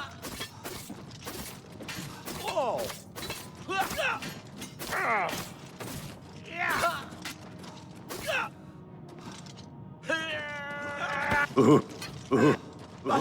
Oh! Come. Oh, what's going on? Oh, what's going on? Yeah! They're just attacking each other. That is fun. I'll just sit here. Yeah, you attack each other.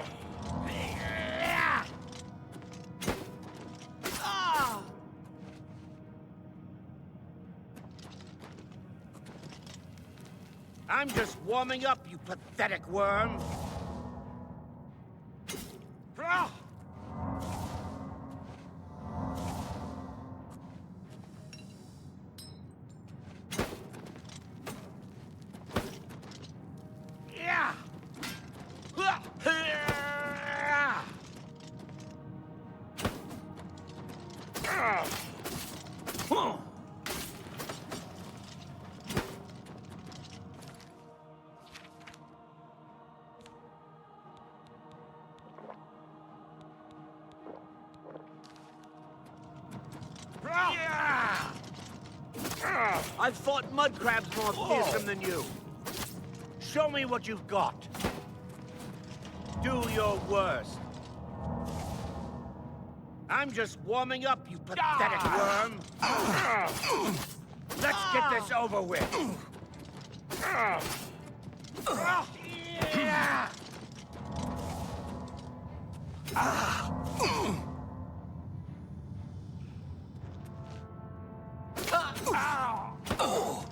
Whoa!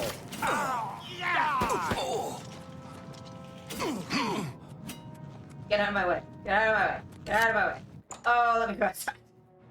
Let me get outside.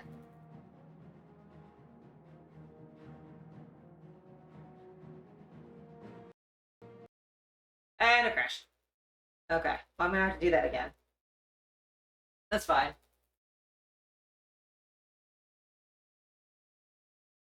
Oblivion is not playing nice with me today.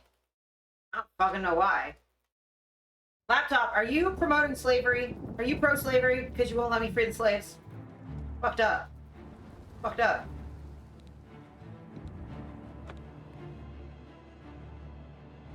I also crashed when I got outside. I don't have enough RAM to touch grass.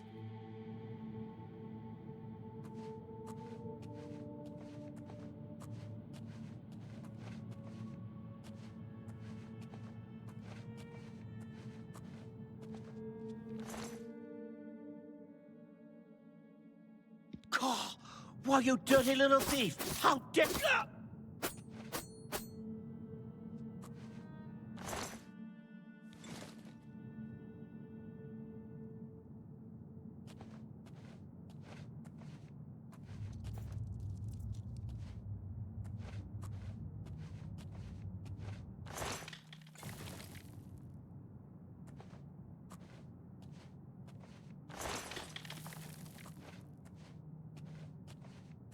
Funny thing is, because he was asleep and I took some stuff from him, he just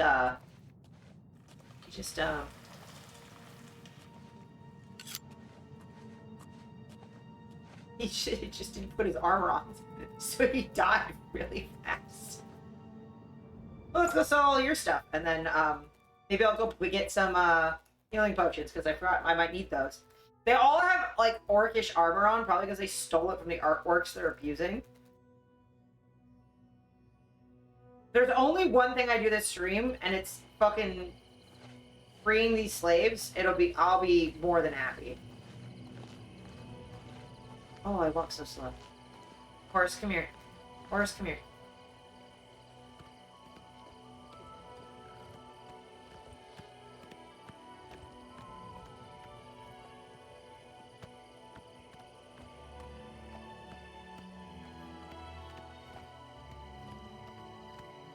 Blue screen.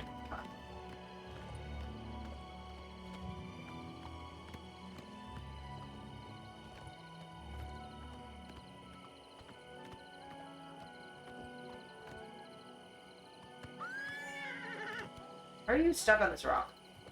Jesus Christ.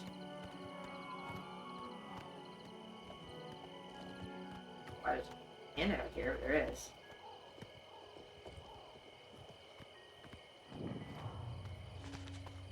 That's graves.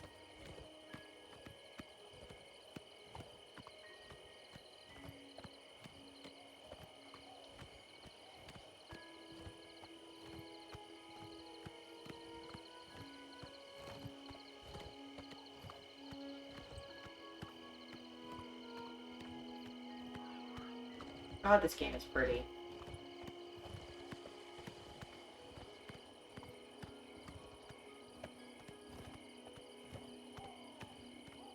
The Gold Coast is such a good name for this bit of the world, too. Especially at sunset. It's so fucking pretty.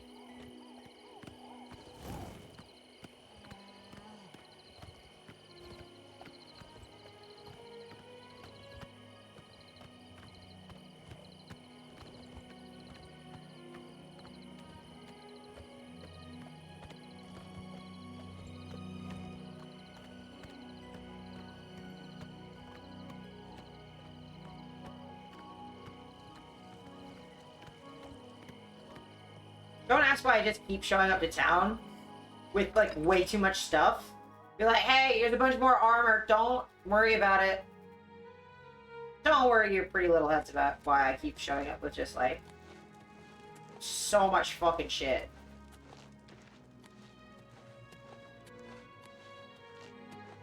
Nightbot, you're being a lot right now.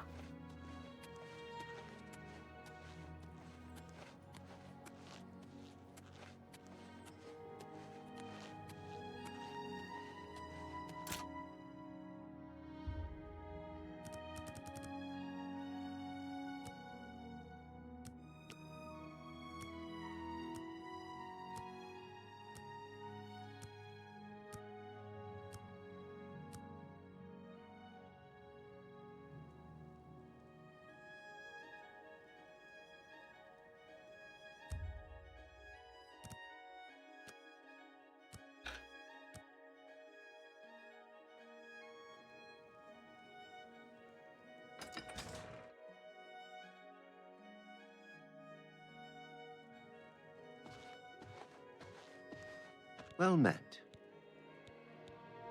What can I interest you in? You got a great deal there.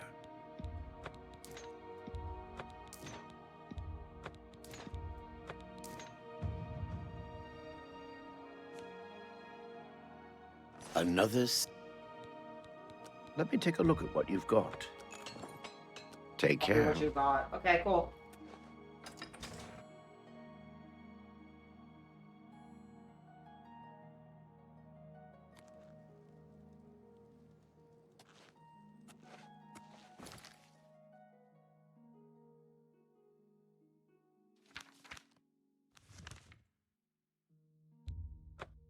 Round 3! Fight!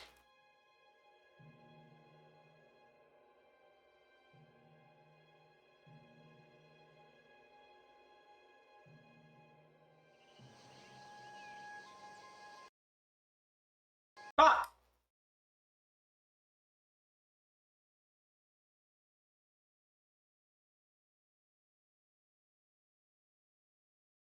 Come on, man. You're open.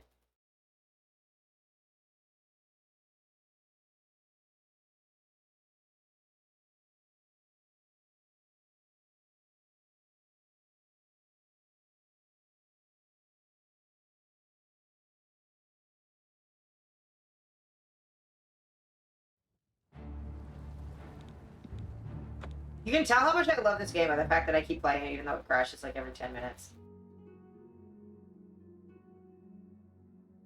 And this is why I have it set to autosave every 5 seconds.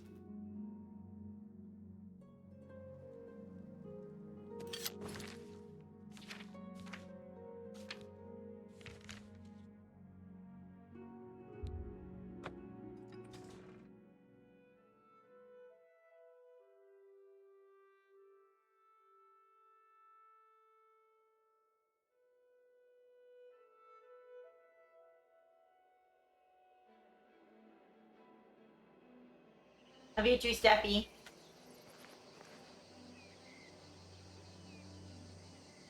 Hi, chat.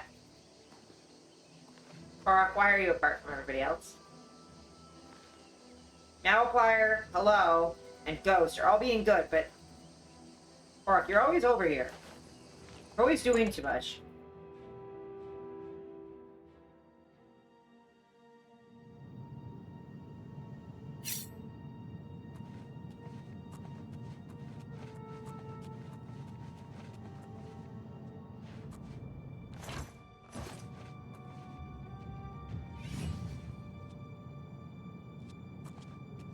Take a little look.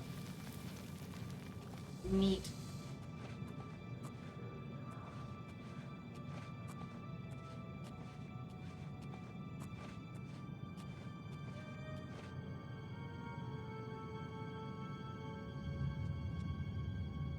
Oh, sorry, could you just turn around? Can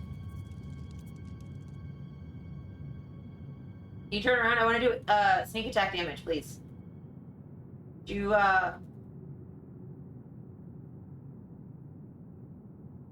move? Please? Thank you. Oh, there's another one of you. Please, join me. What's going on with you? I saw some mud crabs by the water recently. I steered clear of them. Horrid beasts. I hate the things. Rude. Chat, don't worry. They're not talking about you.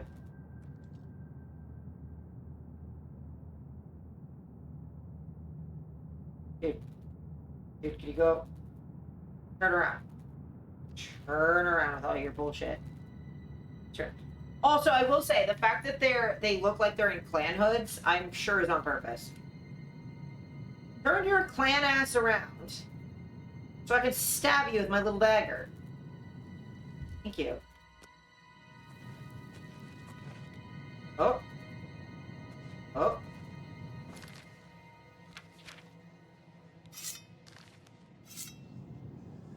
Hello? Who's there? Oh, fuck. What's the matter? Getting tired?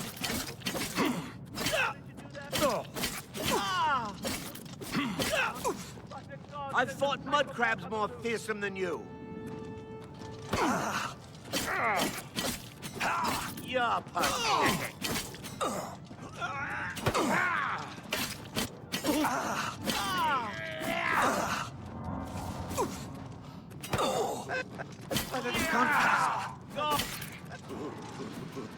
Hey! Oh, what's going on? Can't you settle this peacefully?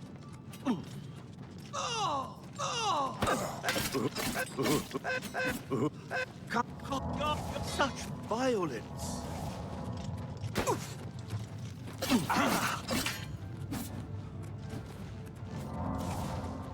Oh, you accidentally killed your friend. Cool.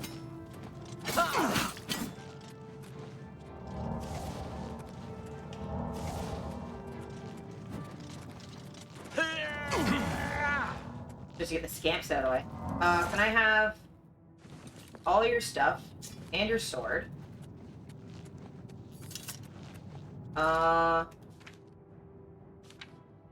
Quick save. Sweet. Turn around. Every now and then I fall apart. Yeah.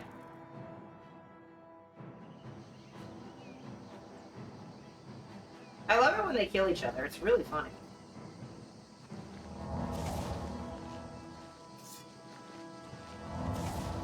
It's really funny. Oh yeah, chase me around. This will only go well for you. When I have, like, all this empty space to run around in. And kite you. Oh yeah. Hey, Klansman. Klansman. Hey. Hey, piece of shit. You're not so tough without all your fucking dudes with you, are you? Huh? Yeah, that was fucking planet. Piece of shit. Do your work. Oh, I will. Fucking racist, slave-owning, garbage man.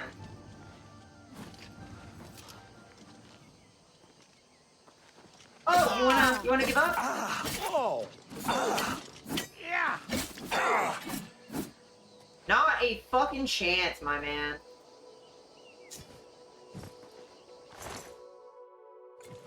Give me all of that. Chat, please.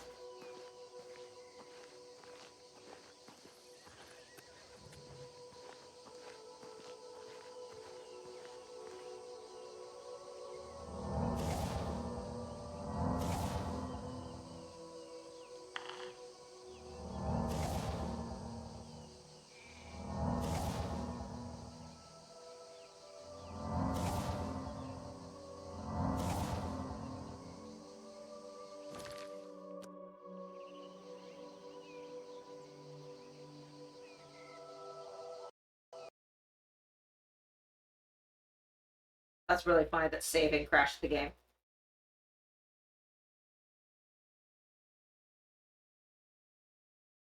I touched grass too long and then the game crashed.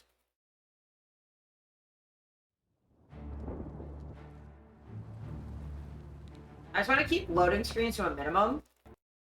Oh my god. Game. Game, please. Yeah, count higher player, yeah. I've definitely not died as much as this game has.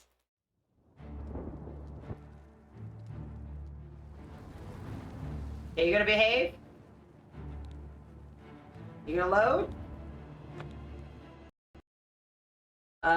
You know what might have happened? I think the, quick save got corrupted when it crashed while saving.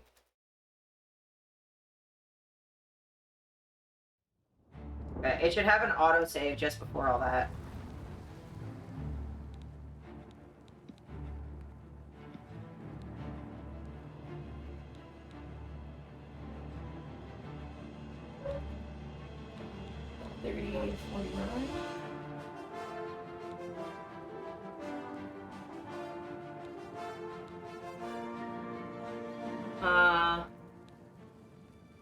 Try that.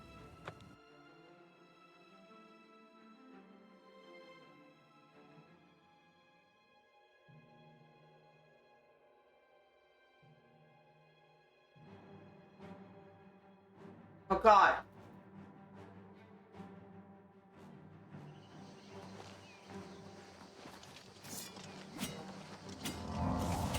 I'm gonna run around in circles.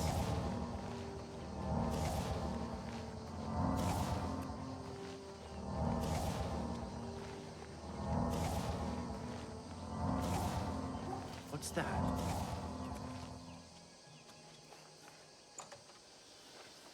You just go back inside. Hate that for me. Much prefer killing them out here, but...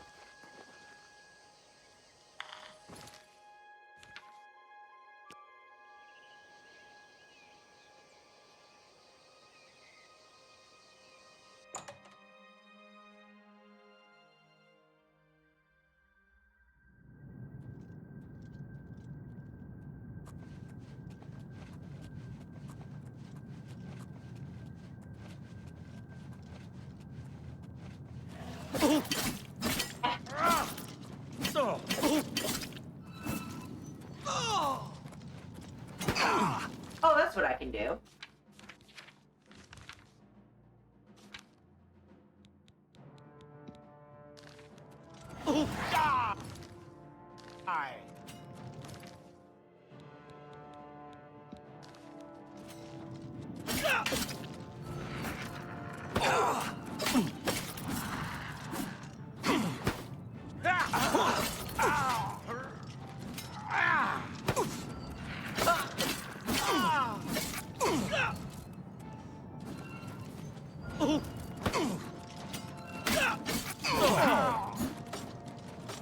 Take that!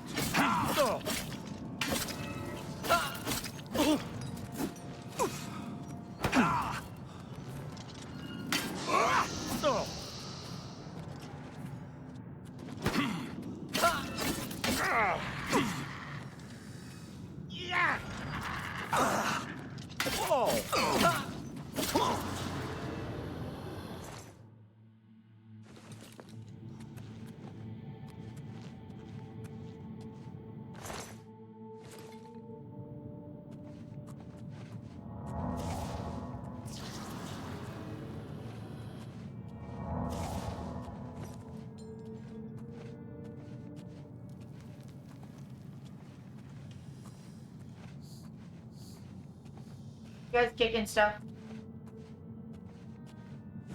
Kicked a thing.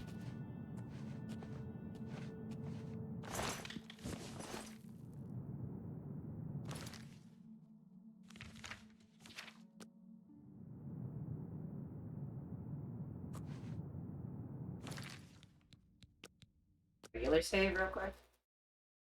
Oh. I'm not enthused that saving is breaking it.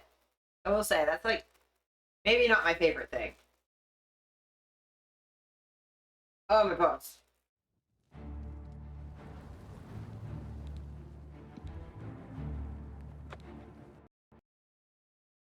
Yeah, the fact that it's crashing when it saves is interesting.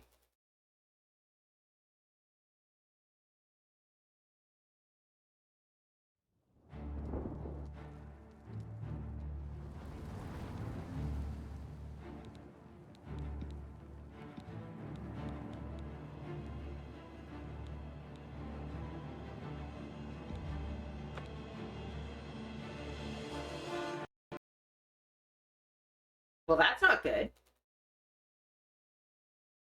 If it does that one more time, I'm going to try something real quick. Because it is wasting a lot of my time to have it crash when I'm saving. I'm trying to save to avoid this happening.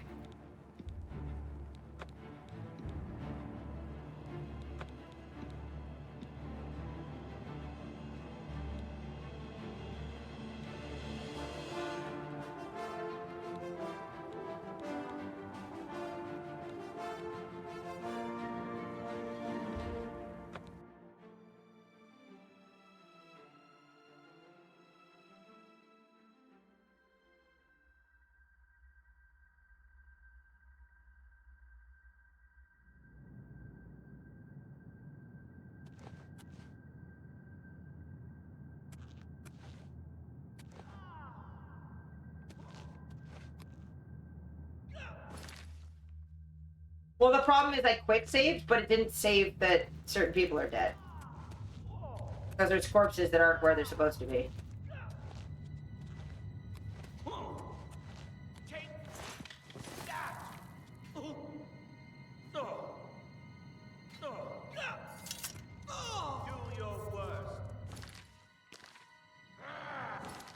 Or I loaded an old save, potentially.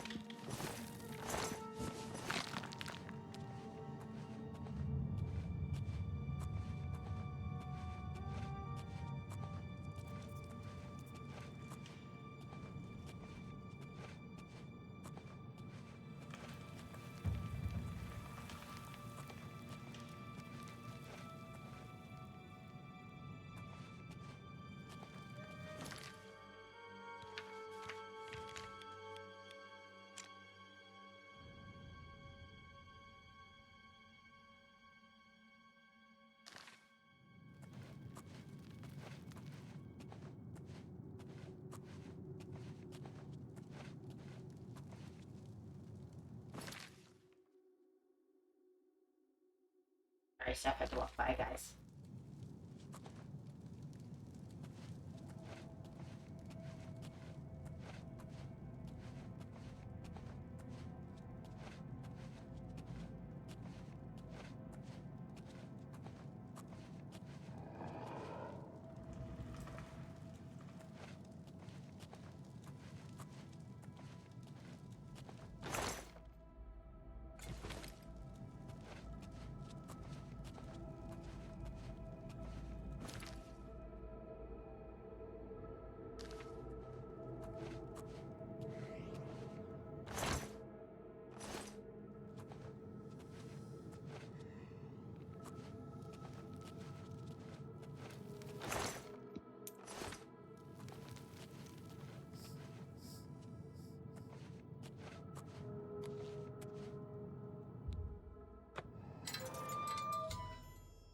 Grid 1 group of ogres. I must check to see if there's more.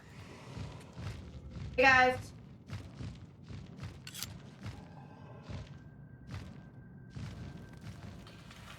Cuties. Hey buddy, you're free. You can head out now.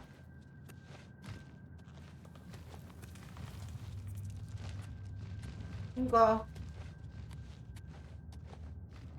Awful place to keep somebody. Yeah, Scamps, you're in the way. Oh, am I locked in here? Oh, I can kind of push. I can kind of push. I can kind of push. Okay, there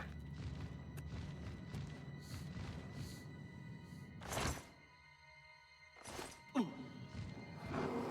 Whoa!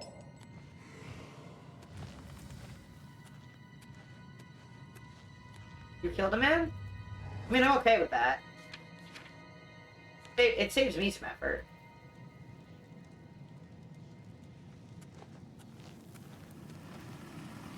Excuse me.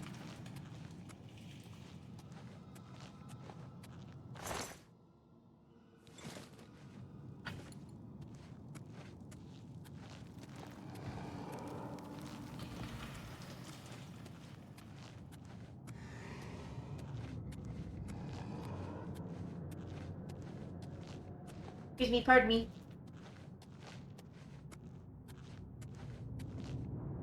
Oh, hell yeah. And they won't be quest givers? Yes. I'm excited for the lack of quest giver status. I'm almost security level 69, too.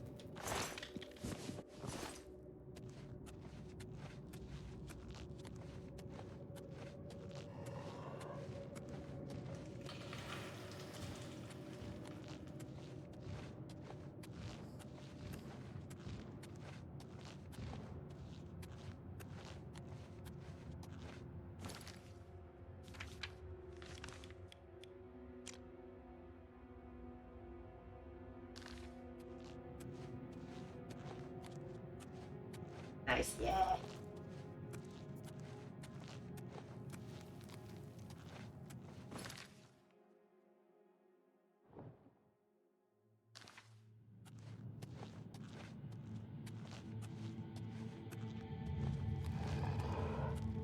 Oh, hey, y'all.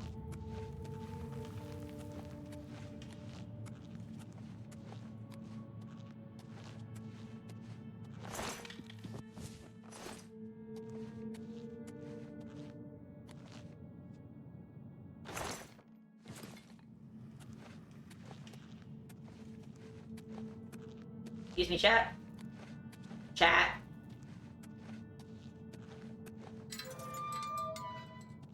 Prison cell door. That's rude. Okay. Hey, y'all. Come on out. I freed all the ogres in the Bleak Mine. I should return to the Shrine of Malakath. Yes. Head on out, y'all. Head on out. Head on out. Yep. Keep going. Out to freedom. Be free!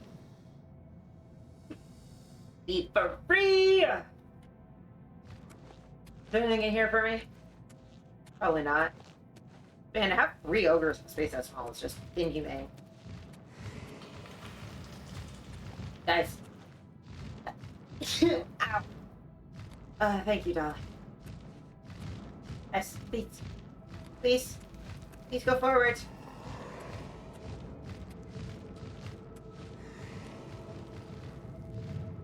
Thank you.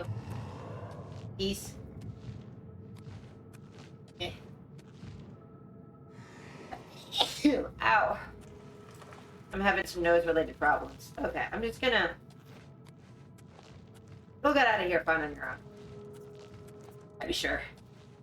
Go get Dolly. Fuck.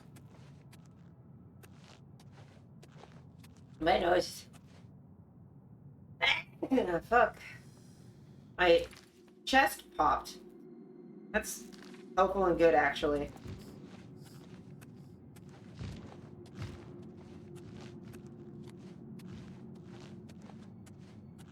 Sorry, when I start sneezing, I sneeze a lot.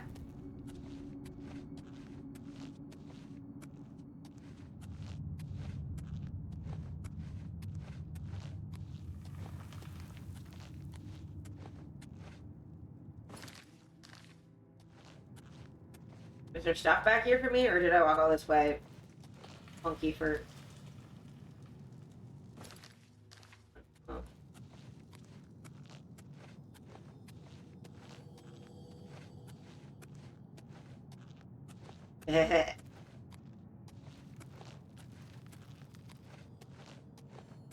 Man, your back does not look like it's supposed to do that.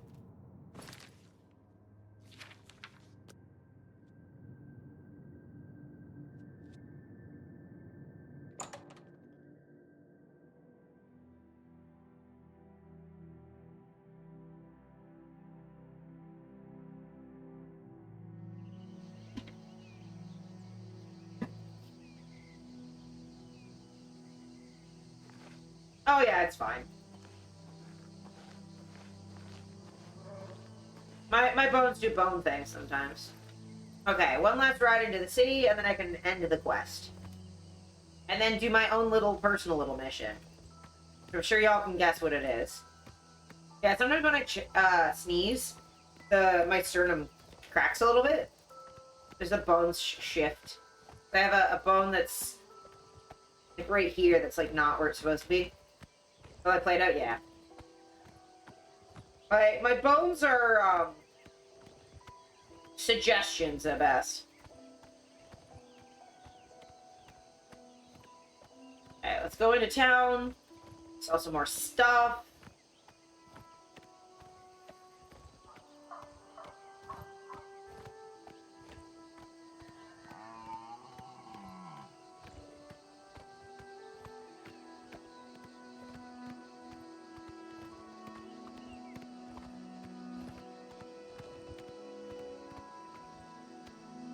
I also wanna...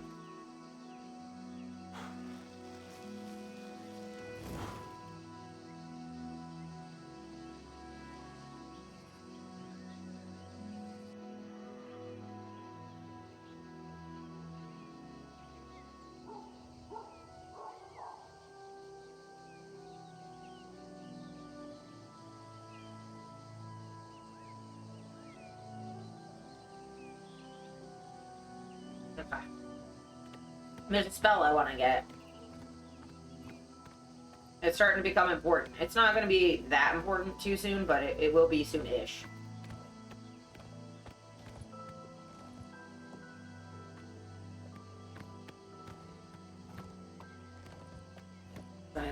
The xylobone? Oh my god. So funny.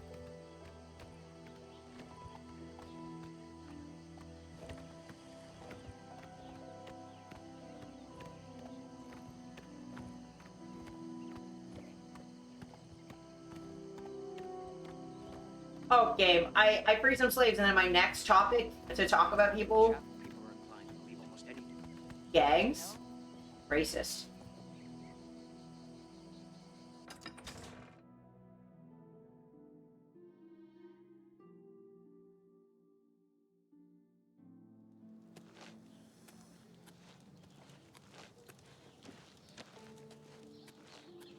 I know I'm over encumbered. Let me sell all this shit.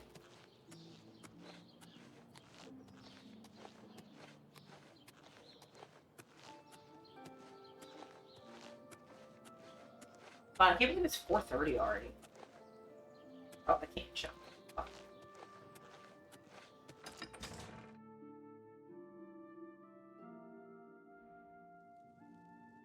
It's you. Hi. Well met.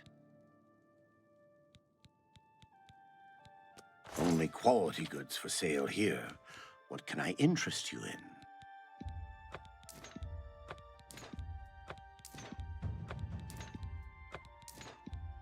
You've made a good bit of gold. An Yeah, I excellent have. bargain. I do actually have a An decent amount excellent. now.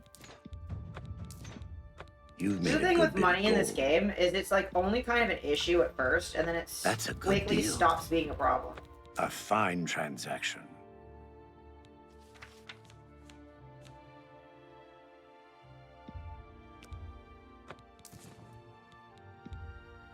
You've made a good bit of... Come back and see me again. Be seeing you.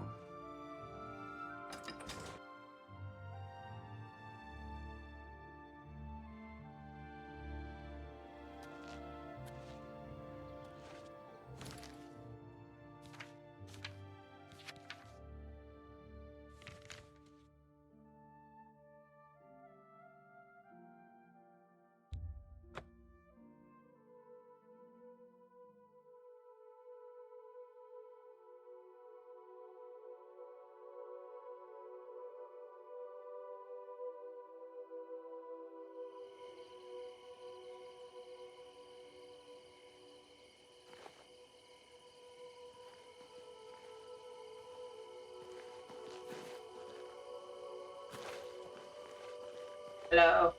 Good job. No one owns ogres but me!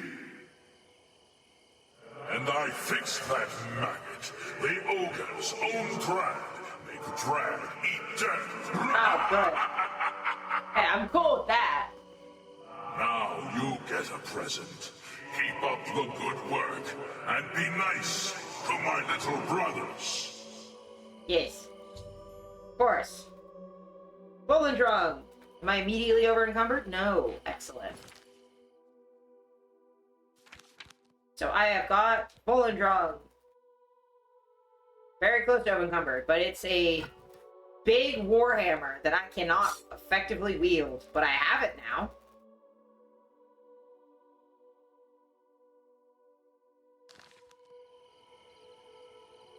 Malakath likes you. You don't look very foul or ugly, but just keep doing ugly stuff, and you'll be fine. Yes, I Good did fortune, ugly. Volendrung. Thank you. I did an ugly thing like yeah. I do have the bonk hammer. But I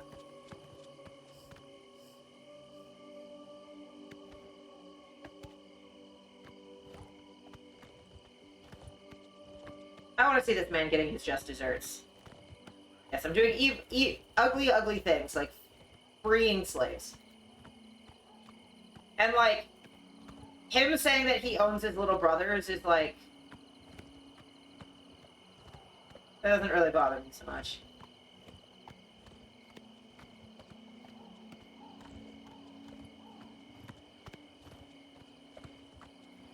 Because he is a god, so, like... Owning in that sense is, like, slightly different. Hi, y'all!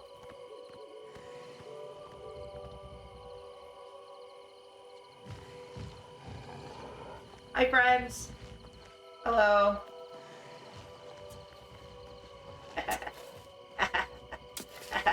Oh, you're still immortal, but... Now my poor husband is the slave and the ogres are his masters. They haven't harmed us, but he's never worked so hard in his life. Oh yeah, they haven't harmed you. You treated them so much worse than they're treating you. Fuck you. Please, I've got to get to work. If I don't, who knows what those ogres will do to me. Nothing as bad as what you did to them, you piece of shit.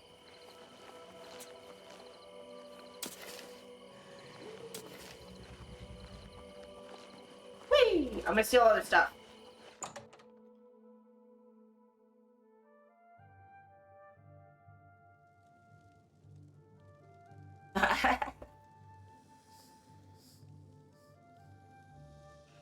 No, you're good. You're good. It's just auto mod. You're fine.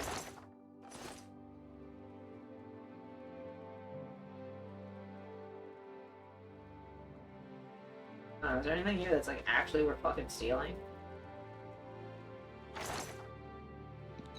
Ooh, I can take the wine.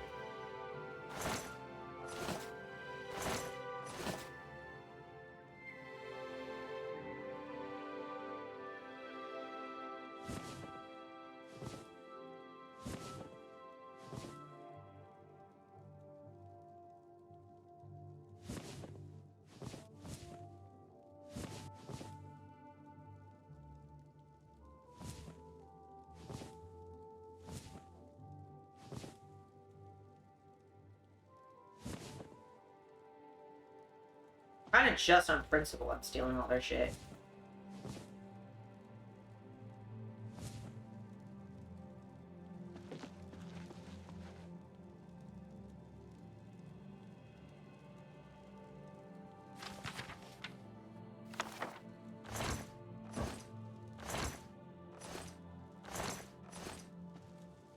Y'all don't really have anything that fucking expensive, but Lord knows if I'm not gonna steal everything that's even kind of worth a couple gold.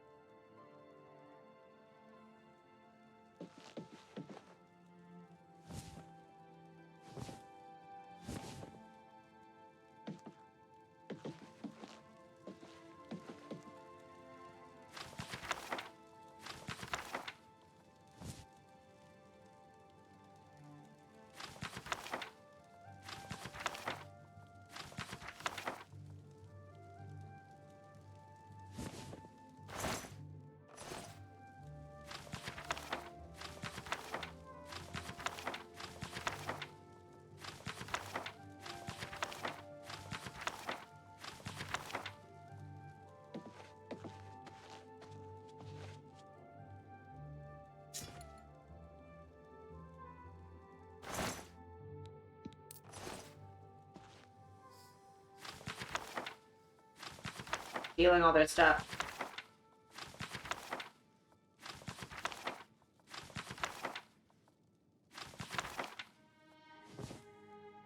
That's not even worth anything. It's fine.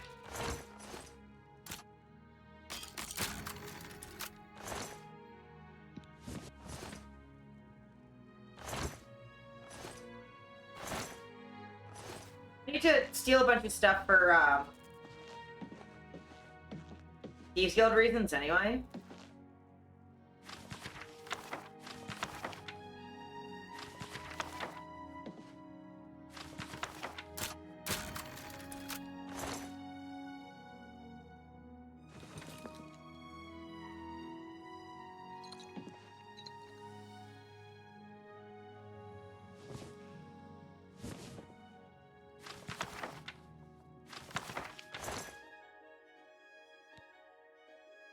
Sure, I'll take all that.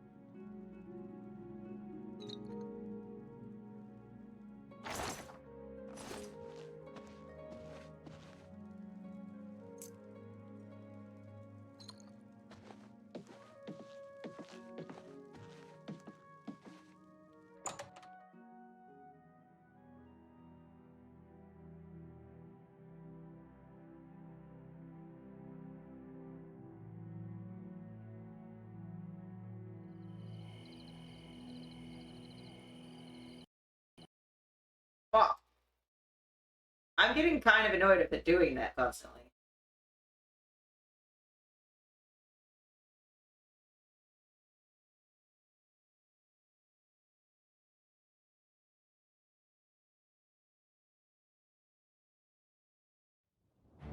Come on, game.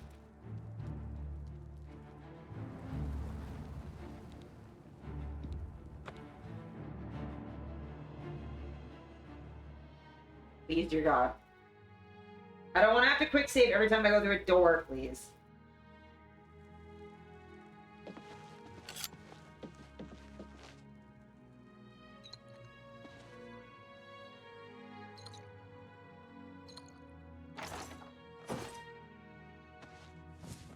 I'm gonna try and do this faster.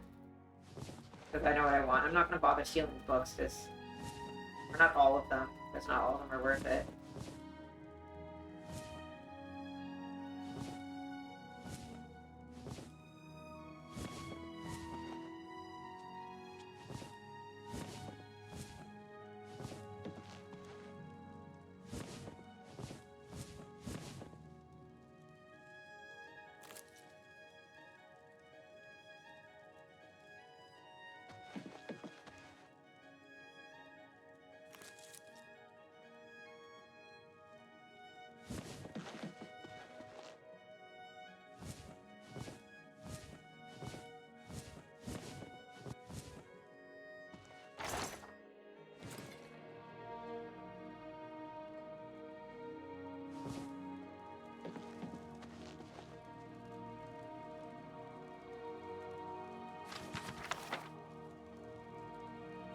Yeah, I'm just trying to protect, all of the vampires. And all of the werewolves.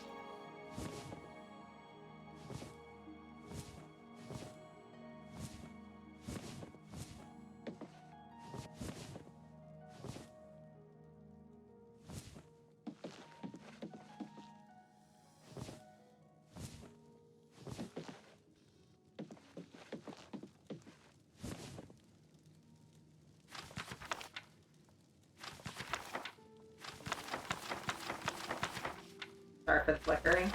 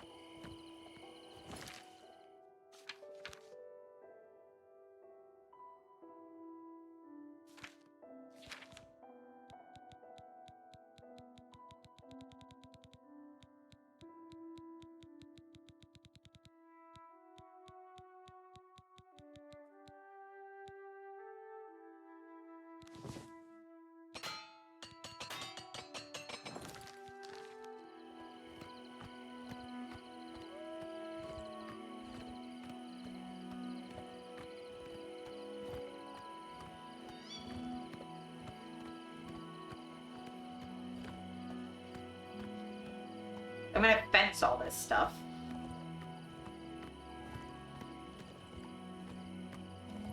And then I might move everything from one house to the other off stream, just so you guys don't have to fucking sit and watch me do that.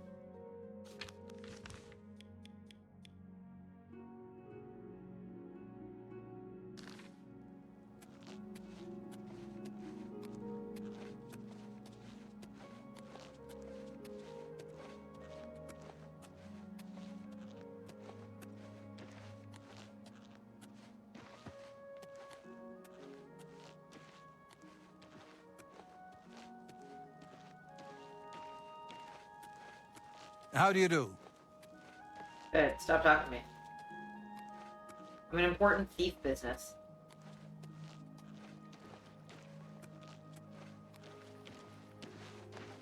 Good to see you. Thanks.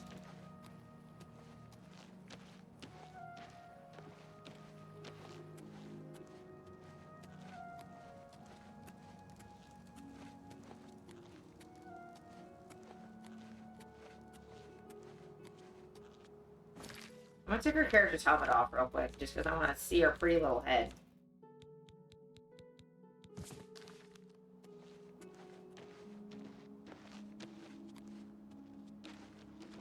Just look at him, he's fucking handsome.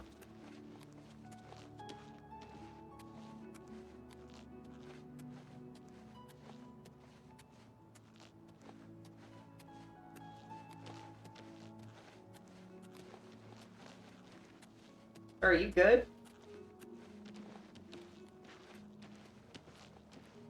No? Okay, cool. Sick.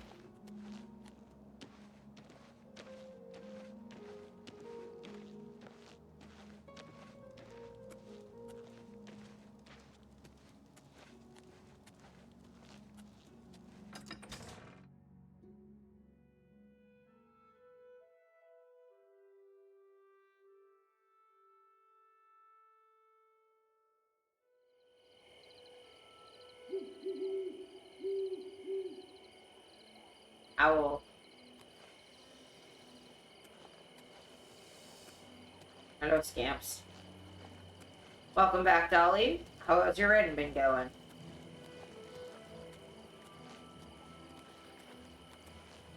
Hello there. Hello. Hello, hello.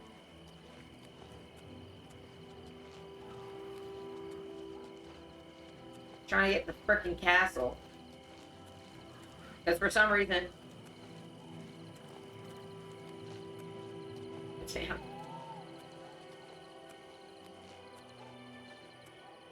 Apparently the fucking Thieves Guild fence is in here, which is a weird place to be, but that's fine. Hi! Hi! How'd you do, dude?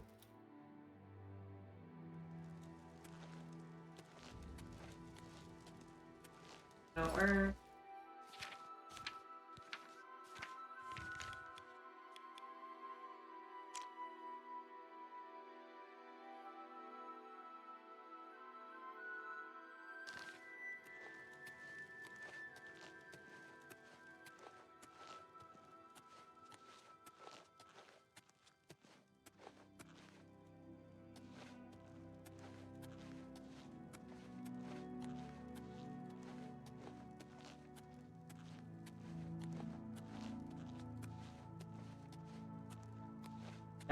Gotcha.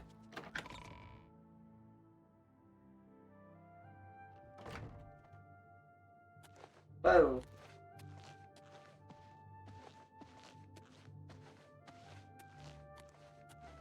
That's where I'm going.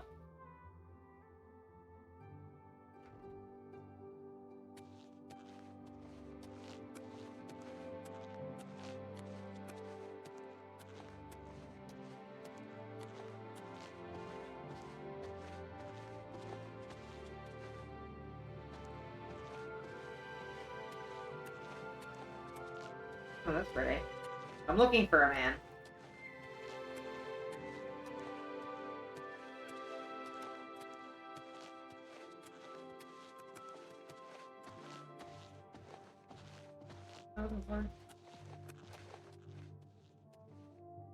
Or let's see.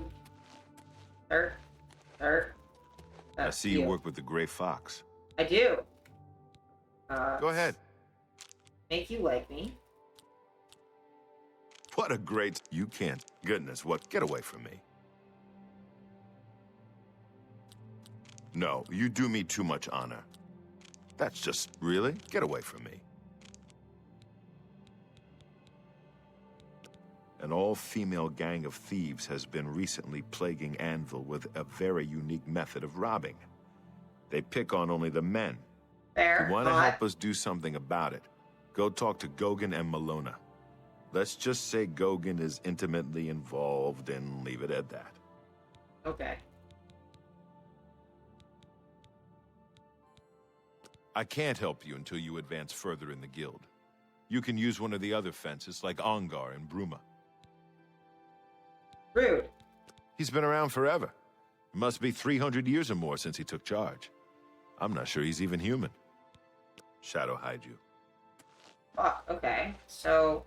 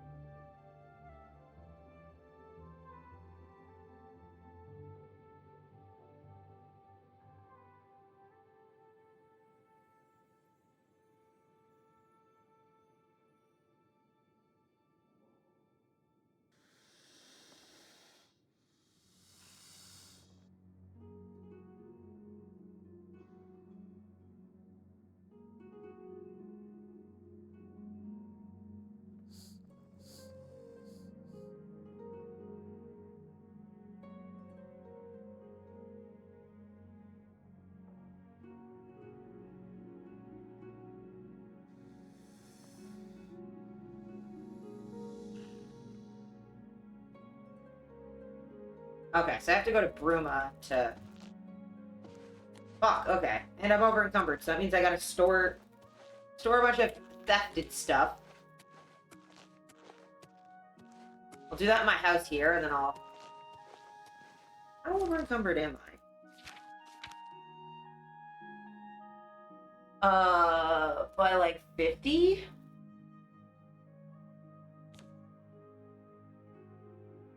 Oh yeah, if I just put Golden Drum down, I can fucking fast travel. So just go to my house. Yeah, people can imagine the rest.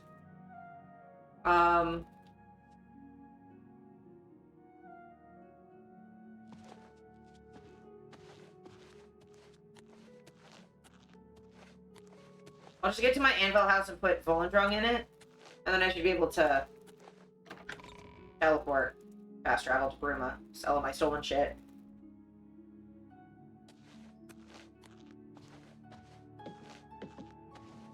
Sorry, I'm slow walking everywhere.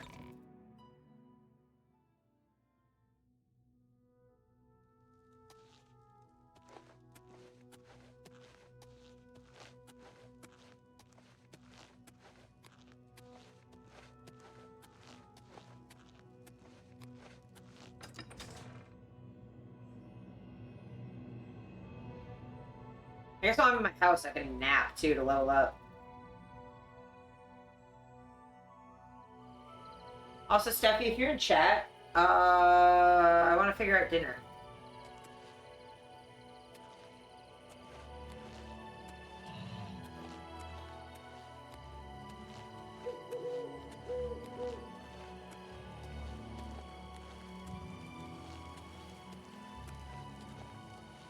Food walking.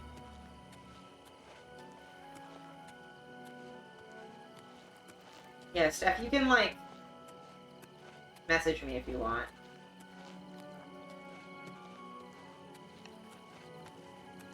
You do Katie? Oh, yeah, that works too. Evening.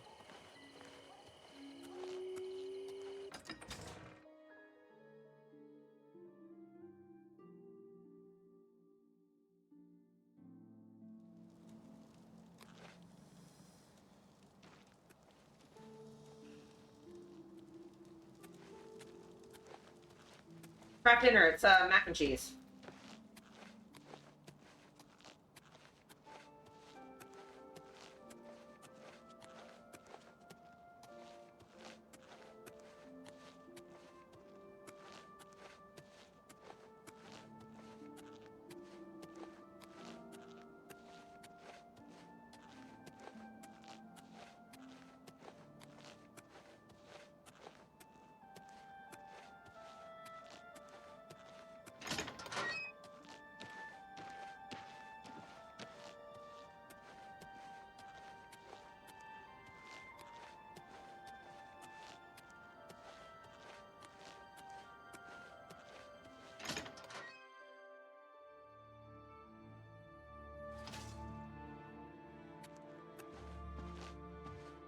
Guys, we're deeply in my way.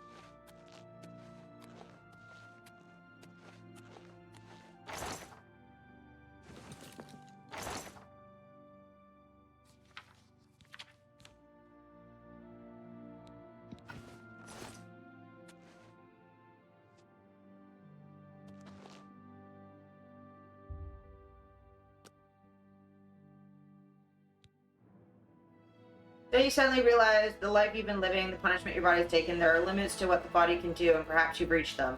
You've wondered what it's like to grow old. Well, now you know. That's mean.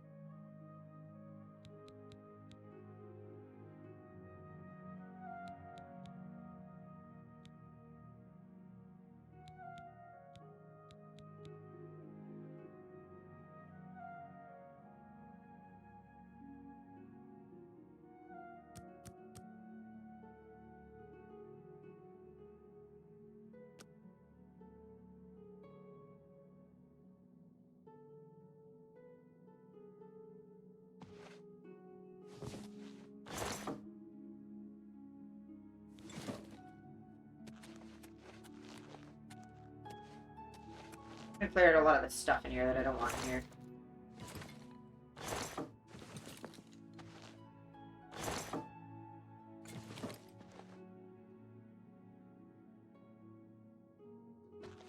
Stuff just sitting out is fine.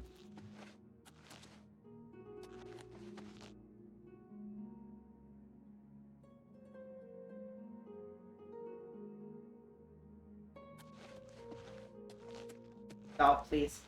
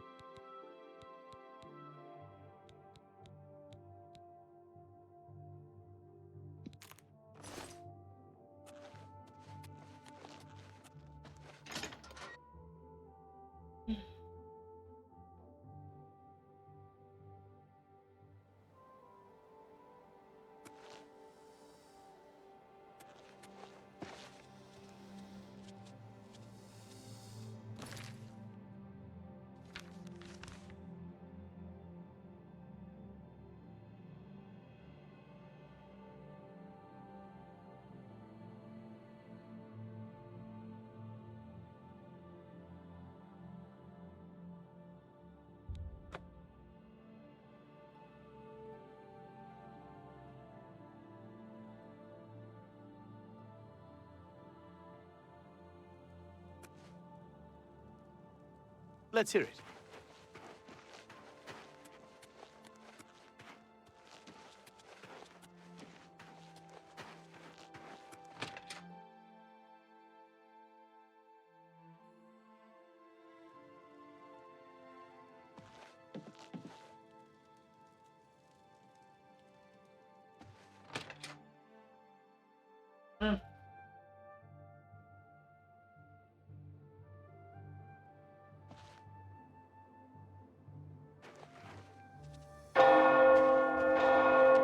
Jeebus.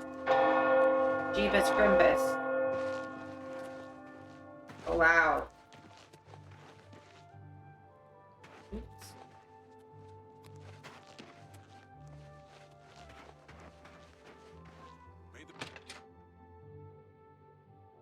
Hey, Ongar, buy all my stolen shit.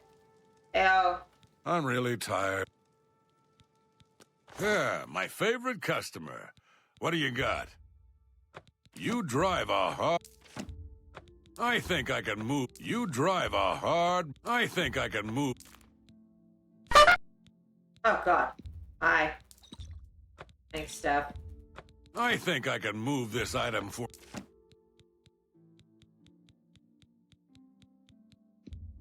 I think I can move this item for you at that price. Got anything else? I think I can move this. I think I can move this item for you at that price. Got anything? I think I can move. That's a fair deal. I think I can move this item. That's more than I'd usually pay. An excellent bargain. I think I can move this item. You've made a good... I think I can move this. You got a great deal there.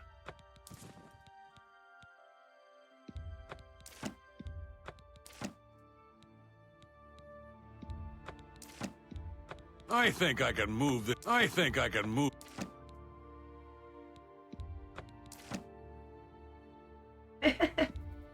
Look.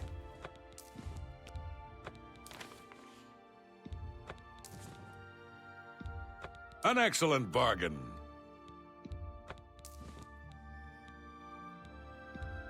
I think I can move this item for... I think I can move this item for... You got a great deal there. I think I can move this item for... An excellent bargain. I think I can move this item for you. I think I can move this item for you at that... So many forks and knives and shit. I think I can move this item for you. I think I can move this item for you at that price. That's more than I'd usually pay. I think I can move this item for you at that price. A good price. That's a good deal. I think I can...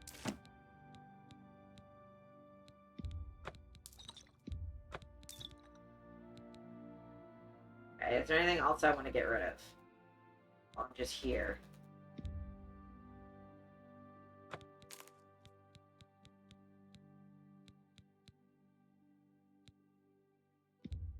You've made a good bit of gold.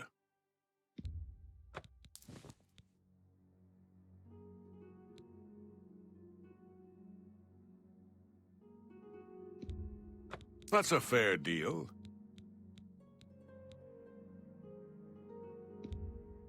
That seems a fair price.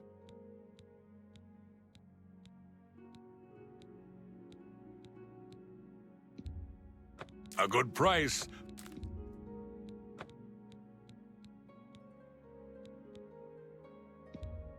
I think I can move this item for you at that price. Got anything else? Okay, I think that's a lot. I've made so much gold. I'm very not encumbered anymore. He can move he can move the item at that price, yeah.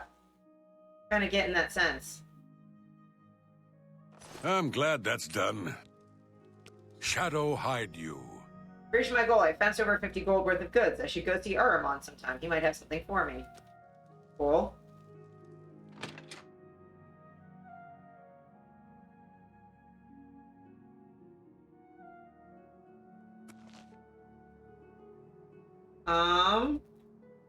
Let's see.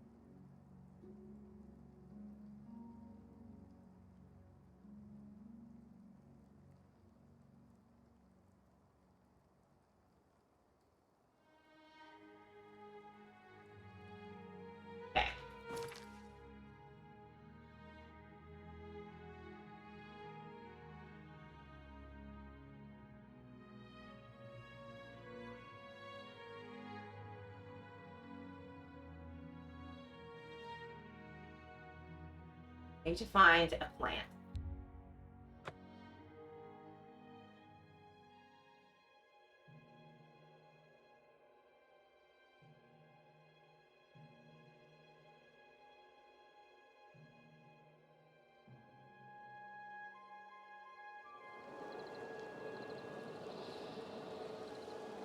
Who's there?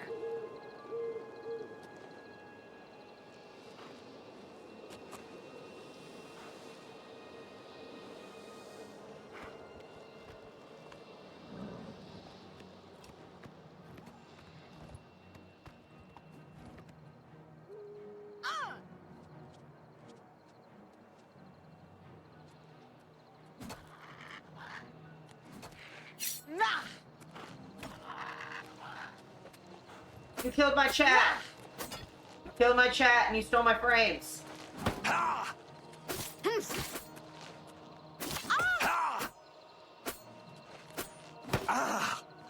Okay, chat, you got back up. Chat, you are undying. Give me my frames back and then die.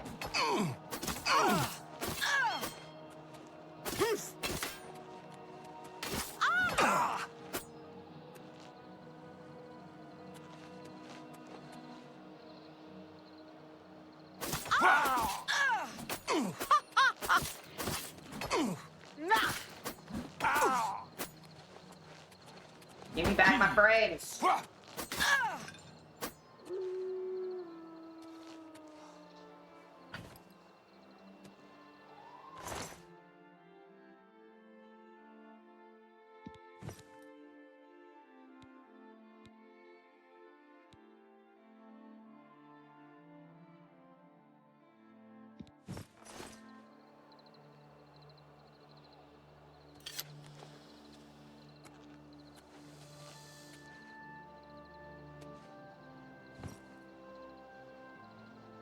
The chat manatee, yeah. Hey, look, you're all fine. You're all fine. Even Korok is fine. Jeebus. Okay. I need it to be daytime so I fucking see. I'm looking for a plant.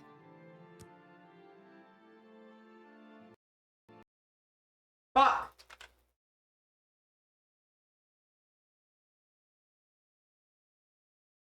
Fix your damn game! Bethesda! Stop being Bethesda!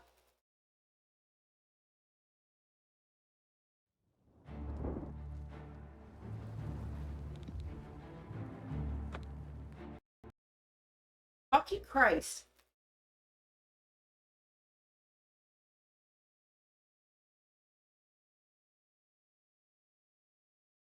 Yeah, I've changed my mind. I think trying to find this is going to take way too long.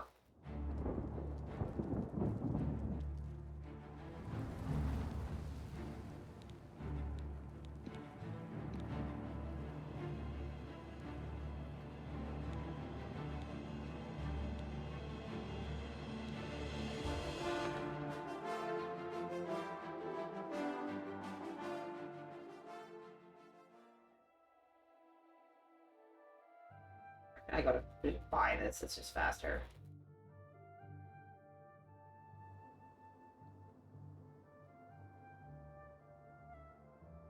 Let's just do that. That's just faster.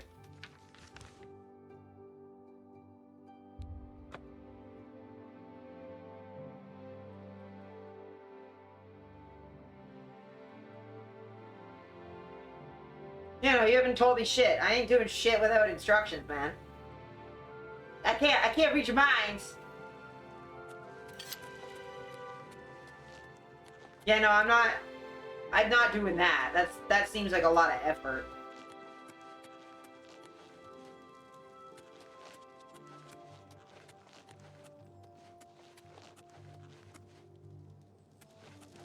Ranting about the end of the world. No. Without question. The Fighters Guild is recruiting again. Not a bad way to make some money. If you've got the stones.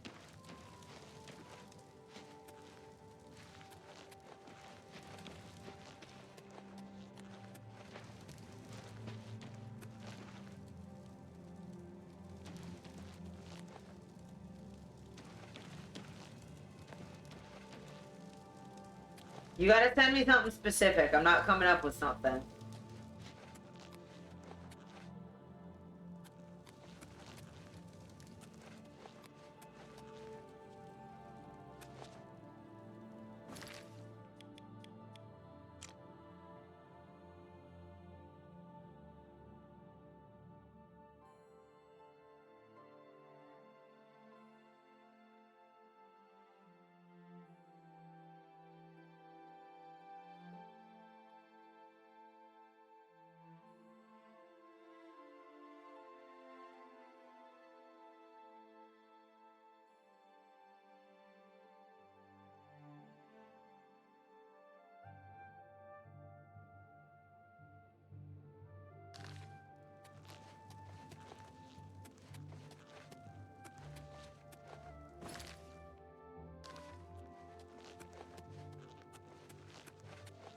DM me on Discord or like tell me what you want.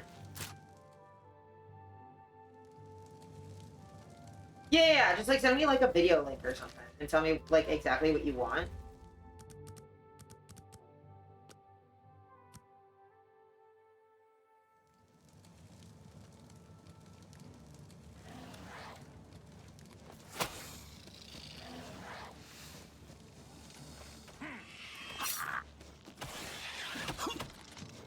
Die, girl!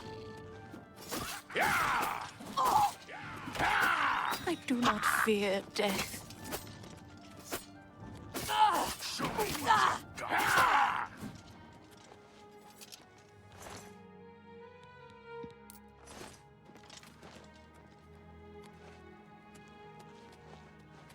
All right.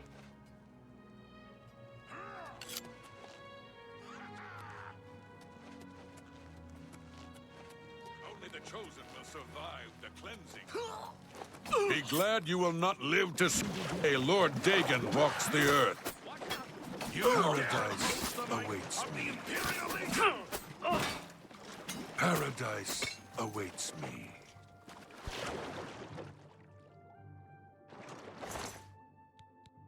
Yeah.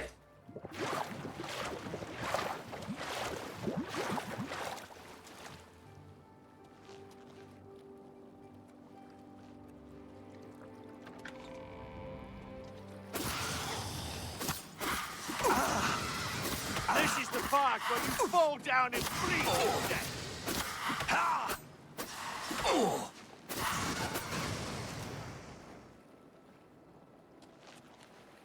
Anyway, we good?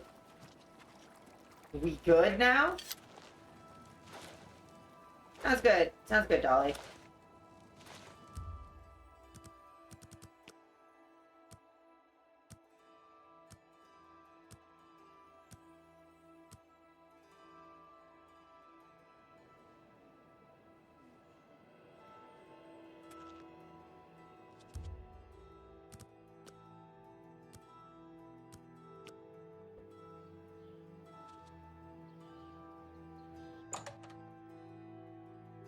Because I just want to do one last Daedra quest before we end. We got through less than I thought we were gonna, but that's fine.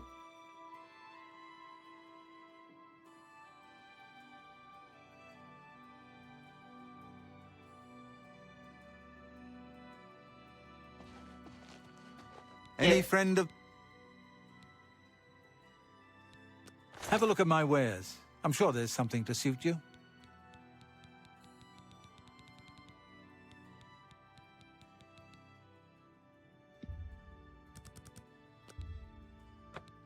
A pleasure to serve you.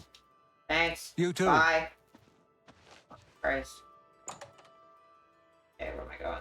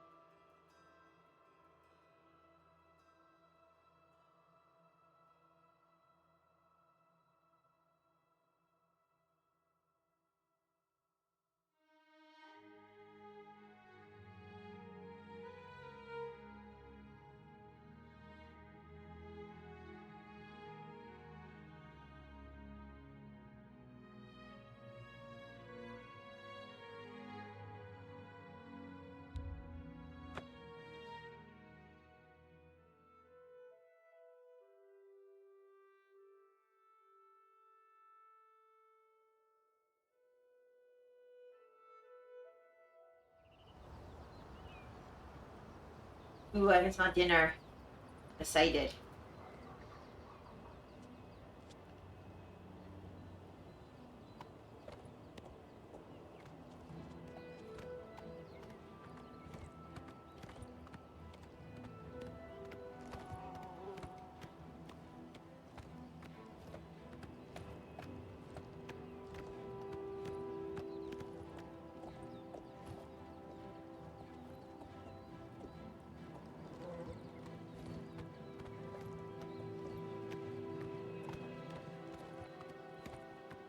Instead of...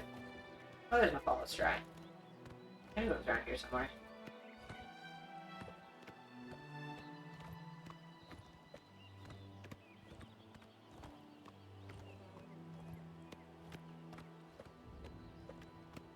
Hanky.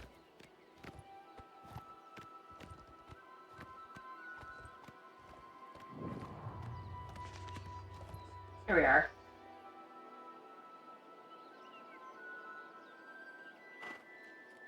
I don't remember if it's west. Remember we gotta do. I am only a supplicant. Speak to the dark elf wearing the robes. Okay.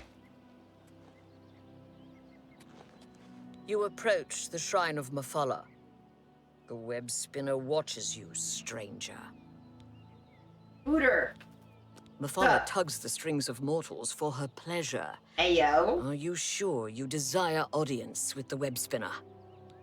Yeah, she can pull my my strings if she wants. Leave Mafala an offering of nightshade at the shrine between midnight and dawn, and the web spinner may grant you an audience.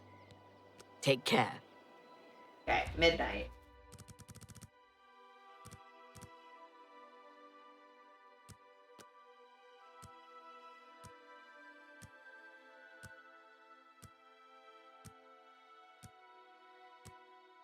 She can tug on my strings till I web spinner. Web spinner? I hardly even know her. I need to stop talking forever.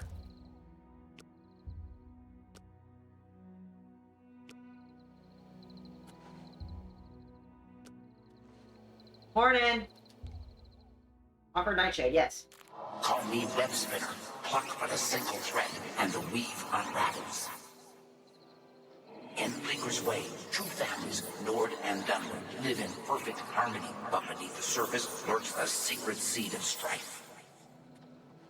Kill the leaders of the two families, plant evidence to implicate the other family as the killer. And don't get caught. Be cunning. Don't spoil my schemes, and don't die. That would spoil everything. Okay. My father told me about the settlement of Bleaker's Way. She would like me to kill the leaders of the two families and leave evidence the murders were done by the other family. I want to allow no one to see me commit the crimes. Sick. I can do that.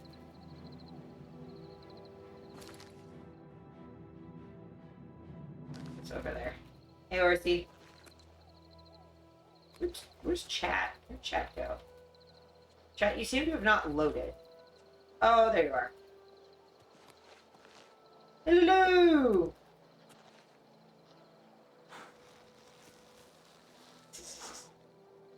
Look, alright?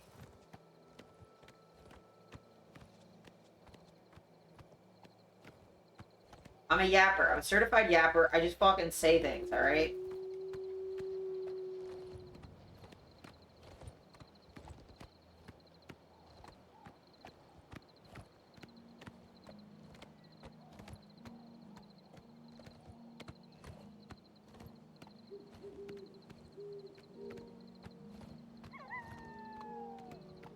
Hello.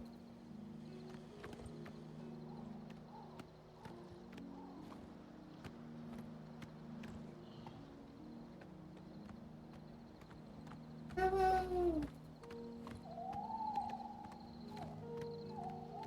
We love you for that. Thank you. I appreciate it.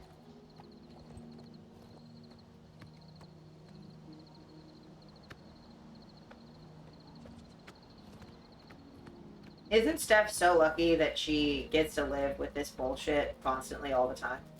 Forever?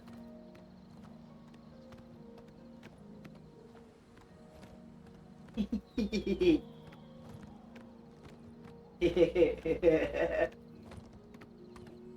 guys didn't see her. She was off the side, out to the side, just giving me a fucking irritated look. It was really funny. So congrats, Dolly.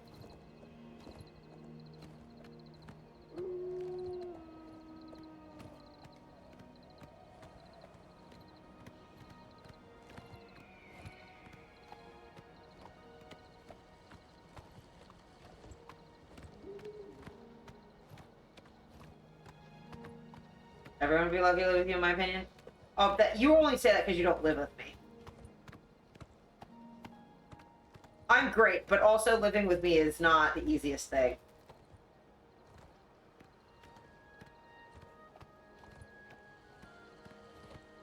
The amount of quiet that I demand. And the amount of late night pestering that I subject Steph to is pretty funny.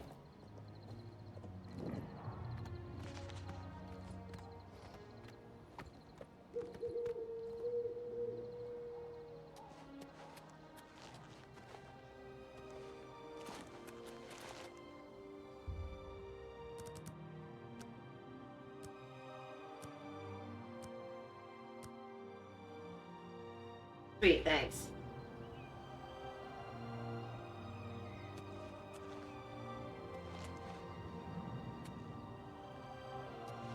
Chat, you're somewhere.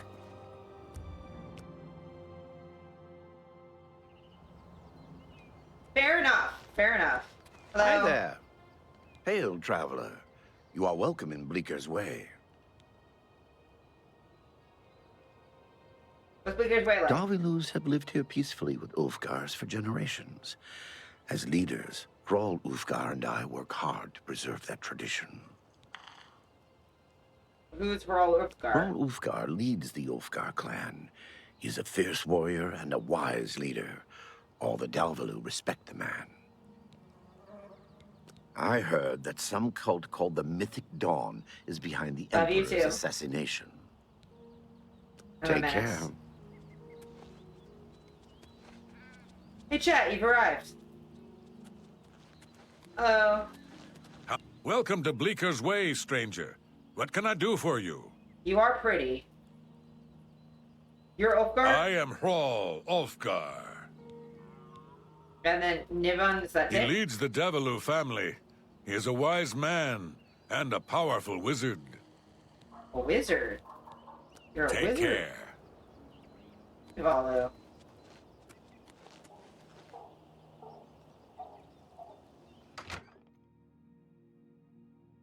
That was nice. We were both equally menaces. Hello? Welcome to Bleeker's Way, stranger. What can I do for you? He leads the Ulfgar clan. He is slow to anger, but fierce with his axe. All the clan values his leadership and judgment. Farewell. Welcome to Bleeker's Way, stranger. What can I do for you? Farewell.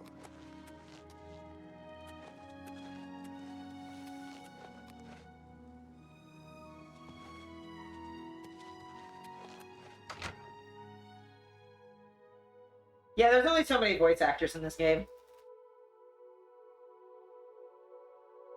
Pretty sure I just have to find Bro's axe and the other dude. I just have to kill them both. And frame the other. Well, thanks, game. Come on, man.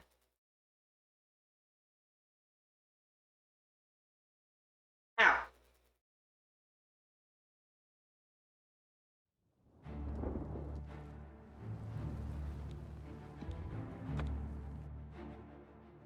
Plebes. Plebes and thank you. Plebes and thank you. May the wind...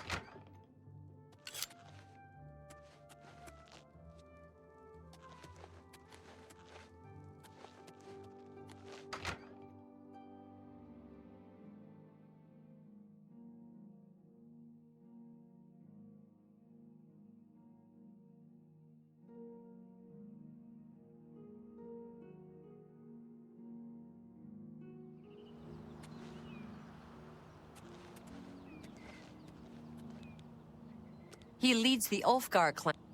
Bye.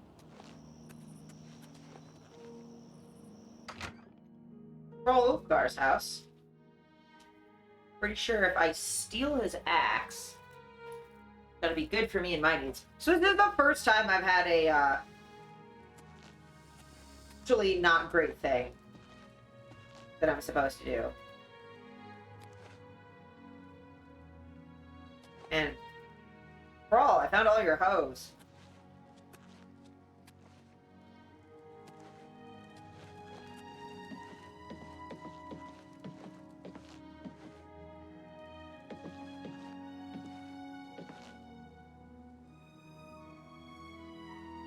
You have a lot of random fucking knives.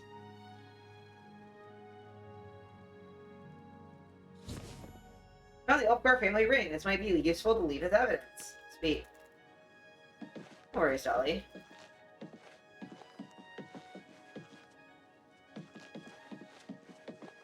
Hey, chat.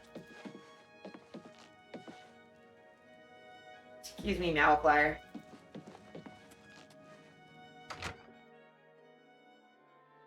So I need to find the other dude's house.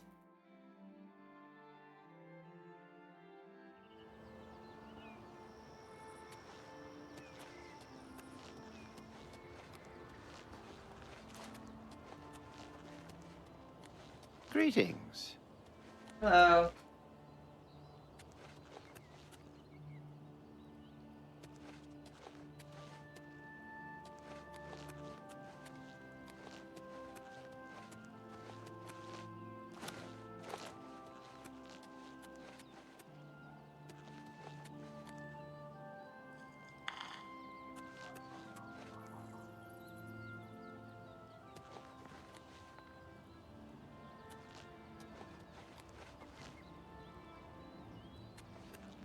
Good morning. Watch for minotaurs in the forests. Aggressive beasts. They'll tear right through your armor, too. Interesting. Okay.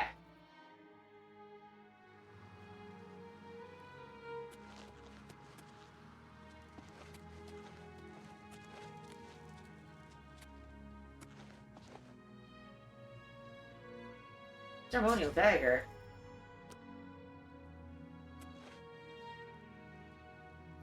Okay, cool. So what I'm gonna do is I'm gonna wait until the night and then stab them in their sleep. Presumably, they sleep alone.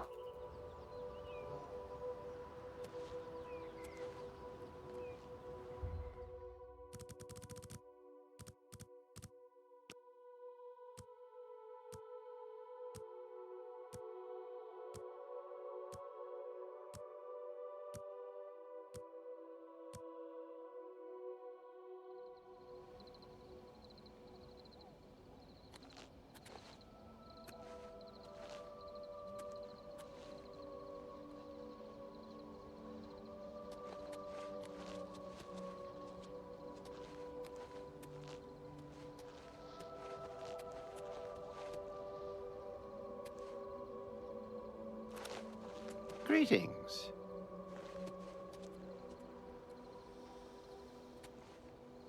Good to see you. They say that Oblivion gates have opened outside cities all across Tamriel.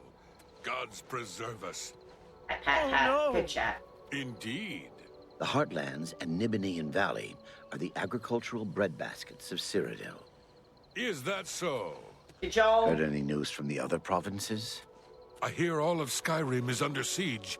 The Daedra lay waste to the old holds, and there is little to do to stop it. It seems it is a dire situation throughout all of Tamriel. Goodbye. How goes it? Fantastic. Thanks for asking.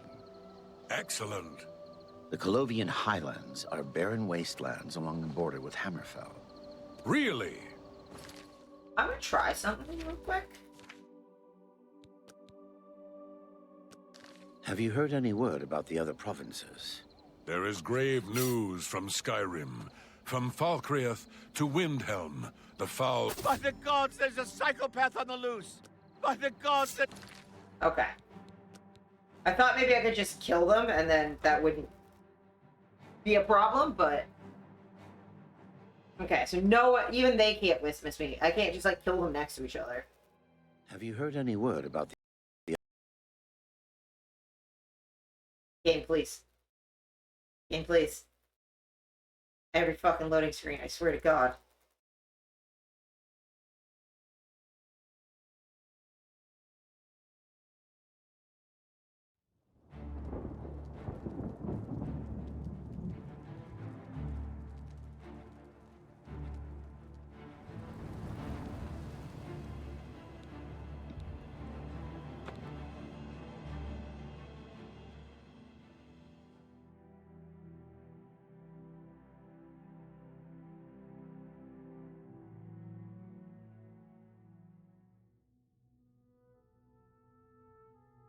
Now, these The two brave yappers. news from Skyrim, from Falkreath to Windhelm.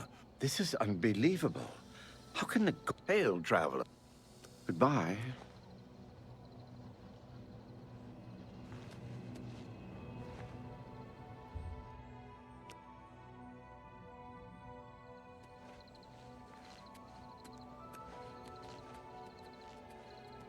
Can you respectively go to bed?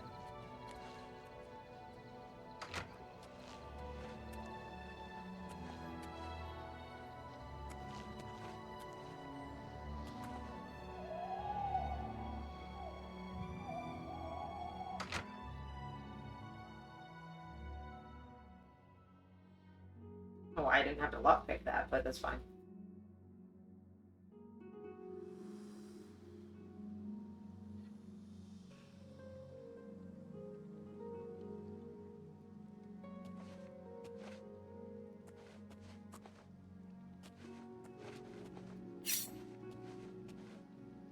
Oh, what's going on?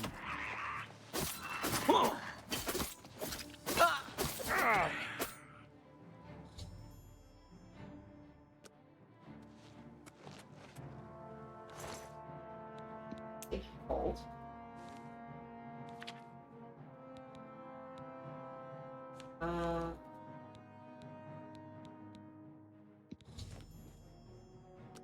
Okay.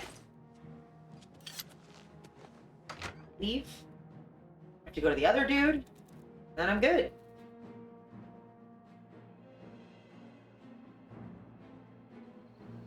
I love that for some reason all of them suspect each other rather than the weird stranger who just showed up.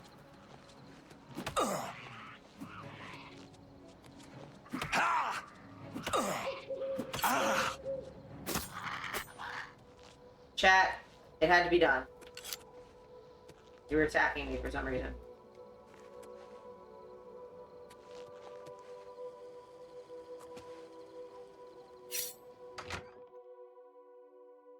Sorry, chat.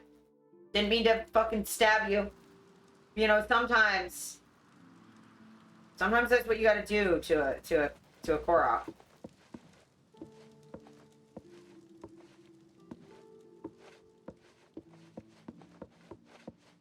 By the non-divine, assault! Assault! You're out now, elf. Am I?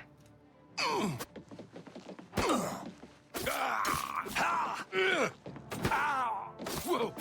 Whoa! Yeah! Oh! Not the best you can do.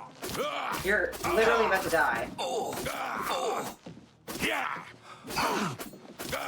Ooh!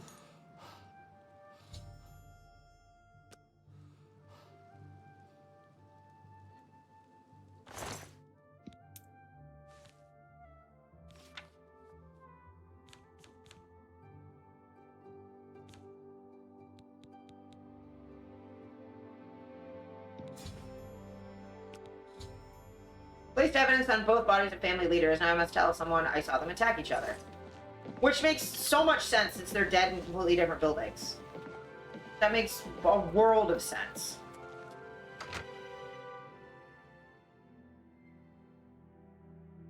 That super duper makes sense. Oh, I saw Brawl attack Diwali and then run away and then died of his wounds. Something. Thank you, honey.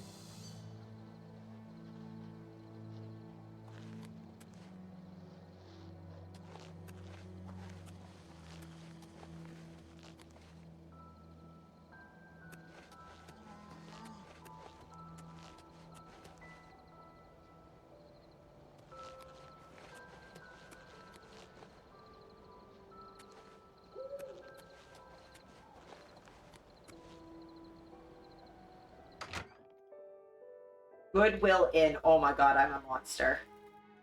But you know what? How are you? These are troubled times in Bleaker's Way. What do you want? I saw Hrol attack. Hrol Ulfgar has been murdered, and the Dalvalu are responsible. They will pay for their treachery, the wretched Dunmer. Well, Dalvalu has been murdered, and we have been accused of the crime. Bastard elves. That they would dishonor us in this way. Take care. Oh, you're racist. Oh, God. Hi, I'm not involved. I know I'm a dark elf, but I'm not involved. Bye.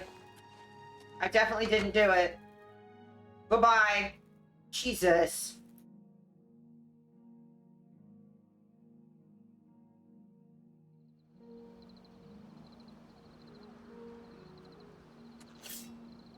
I hope you know what you're doing. Oh, this is fun. Take that! Show me what you got! Show me what you got.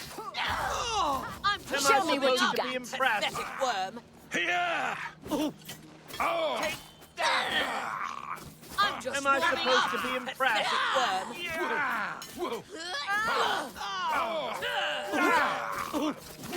Die! Watching Am NPCs I fight in this supposed game to is be really impressed? funny. This is the part where you fall down and bleed to death.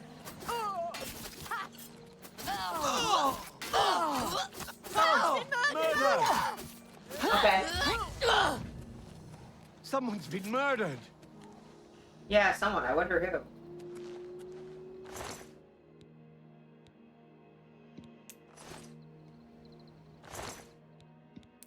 Yoink.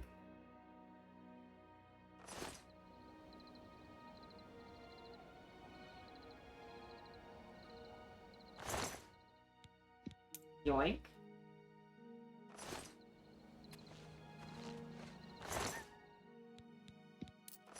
Yoink.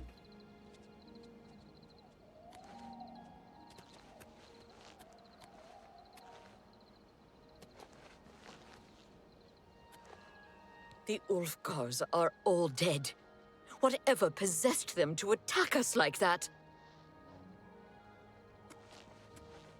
The Ulfgars are all dead. Yeah, my elves won. What's of it? Cool. Go talk to our demon queen. And definitely not flirt, because that's not what we're gonna do.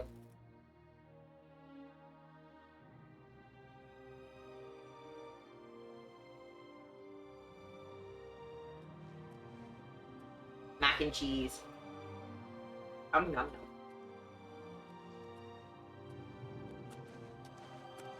Our Lady has given you a task.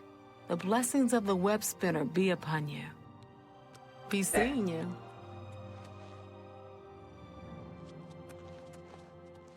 Our Lady has given you a task. Farewell. Yes, she has. Anyway, I finished it. You happy? Well done, little web spinner. Is there a prettier sight than friends at war? Take pleasure in the strife you have caused, mortal. Have a good night. Thank you. Yes. May your blade show the way.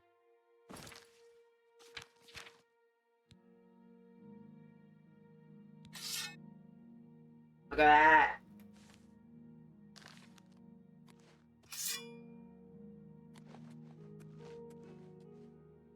Look at that. Oh, nice.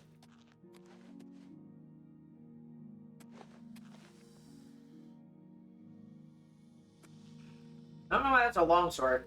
Or not a short sword. Oh, look, I have a funky blade. Look at that.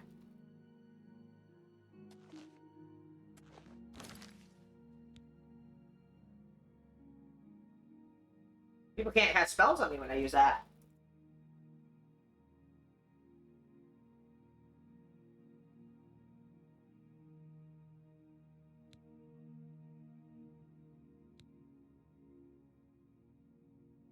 I got a sick knife. I'm trying to see what the next Daedric quest is.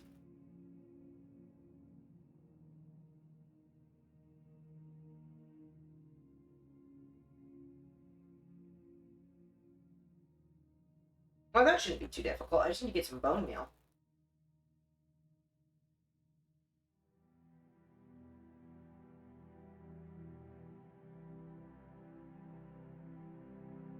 Should I do one more?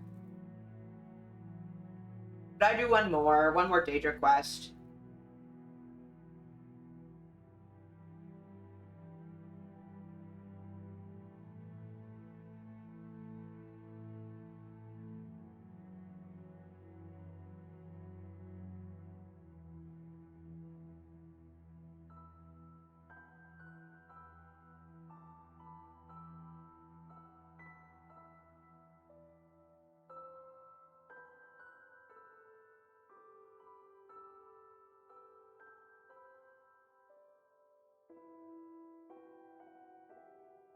Yeah, I kind of want to.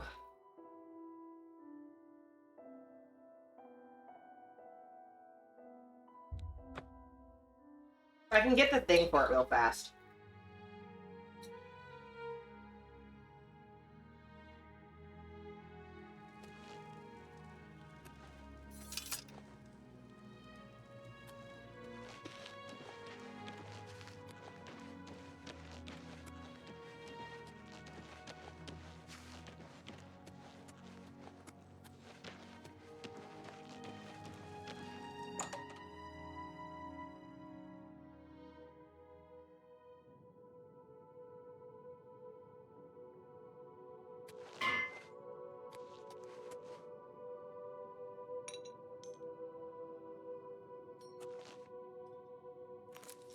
That's all I needed.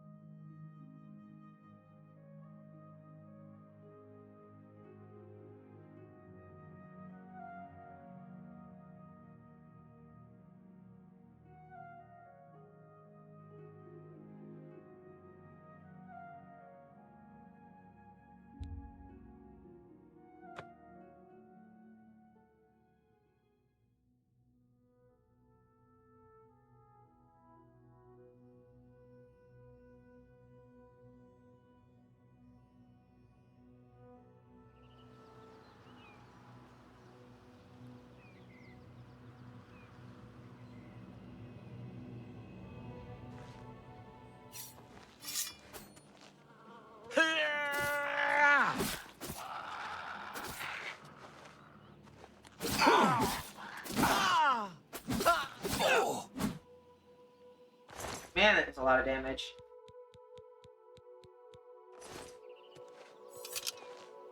Sorry, chat. I know you're all dead. It's fine. See, you come back. See, you just come back. You're fine. See, chat, you're back. You're good.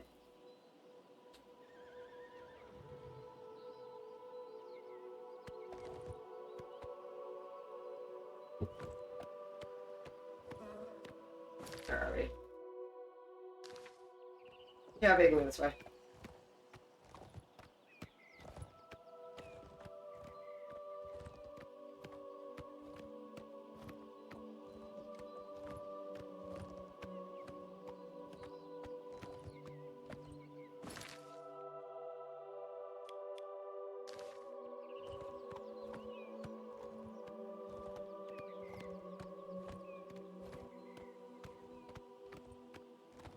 There we go, found it.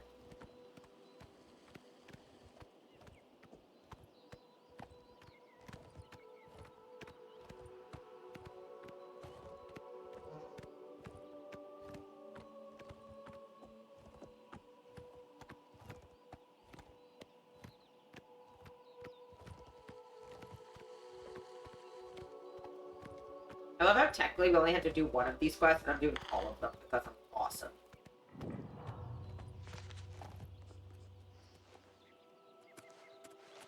Yo. What business do you have with Meridia, Lady of Infinite Energies? What's she The like? spark of life is within you, and you are welcome here at Meridia's shrine. It is possible she will speak to you under certain conditions. Leave an offering at this shrine. Meridia demands tribute in the form of the remains of her enemies, the undead. I'll be here. Ooh, Morning Glory. She seems nice. Oh, she's pretty. Look at her. Yeah. By the detritus of the profane, I am brought forth. Ooh, I love her And accent. by your offering, you have made the profane your interest mortal. The undead are foul, unnatural things. Some of my rivals take pleasure in these abominations. Not Meridia. I wish these creatures destroyed.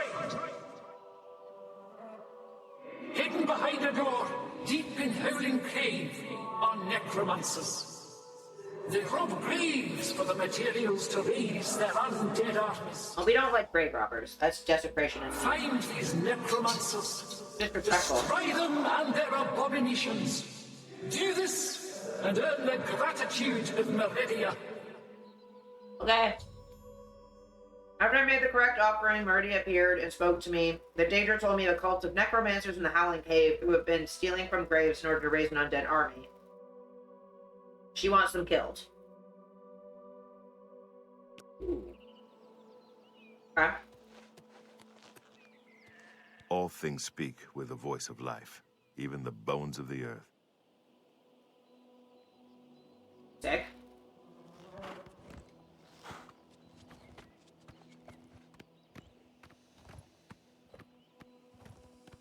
I love that her shrine is just like this beautiful hilltop meadow.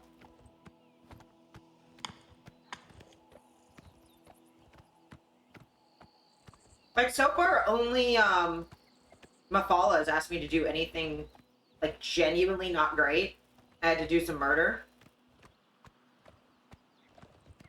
And sure, Sheogorath just kind of trolled some folks, which is, you know, understandable.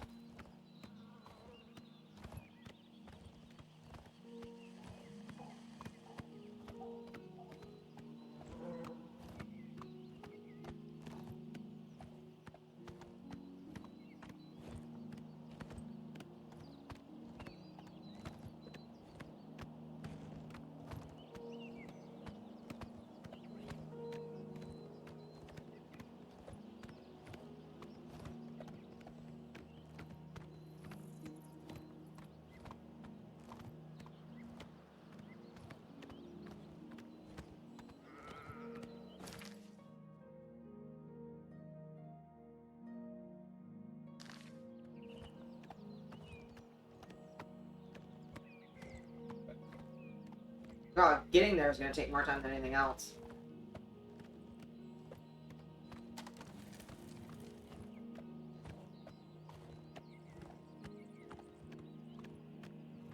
Okay, while I'm doing this, how many more of these do we have to do?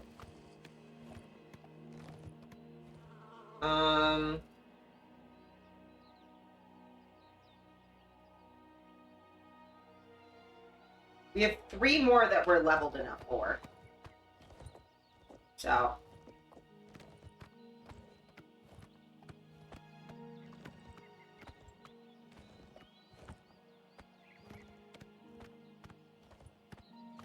And I think we need like level 17 for one of them, and then level 20 for a bunch.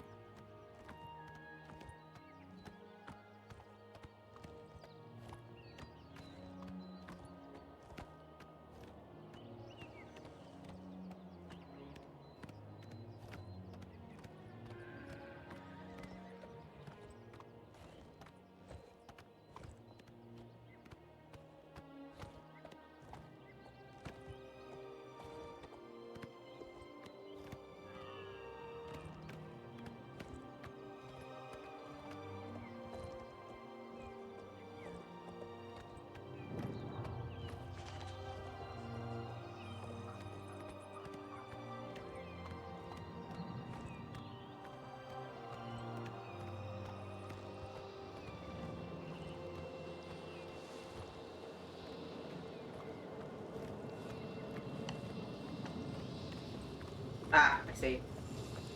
Like, what the fuck sound is that? Oblivion. I suppose every noise in this game is technically Oblivion.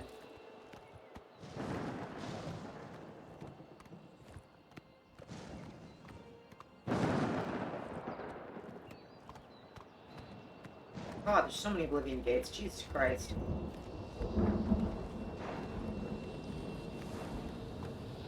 I'm gonna have to start, like, actively trying to close them.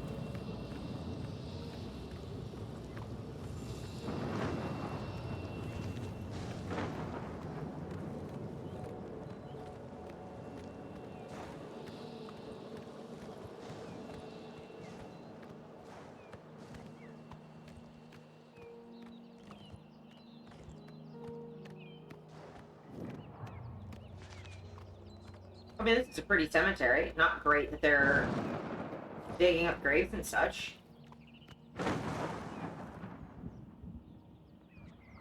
You don't want to damage graves, and you don't want to, defile dead bodies and stuff. That's not cool.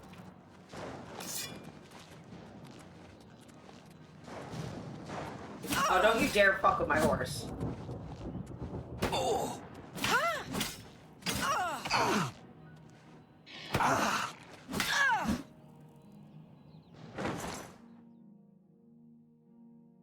Get dead. You can kill Chap, but you can't kill my horse.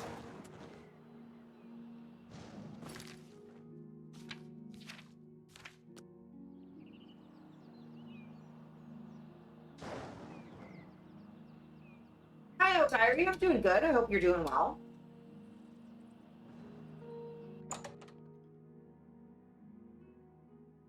Appreciate the lurk. Hope the studying's going well. Hey, chat. Chat. Chat. Excuse me. Excuse me.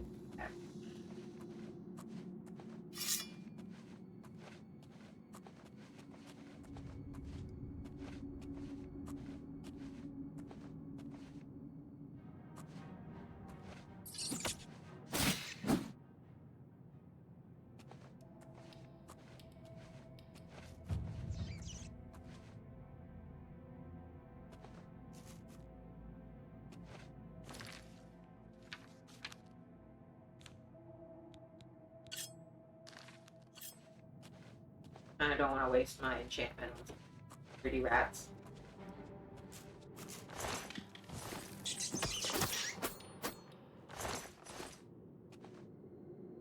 Bye, Steph. I'll see you soon.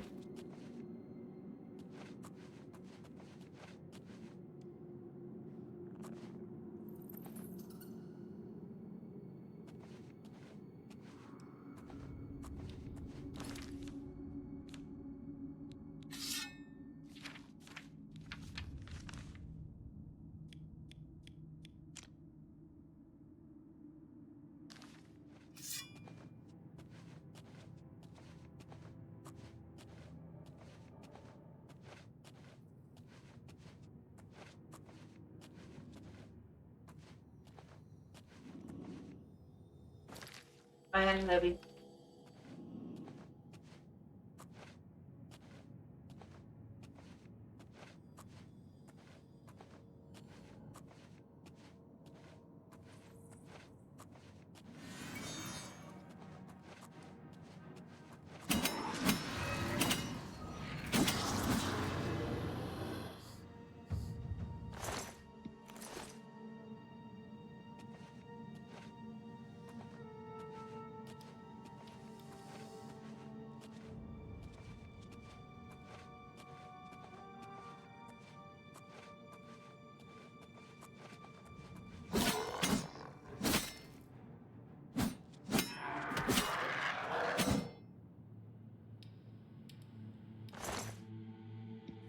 Stop attacking my zombie. Or my chat.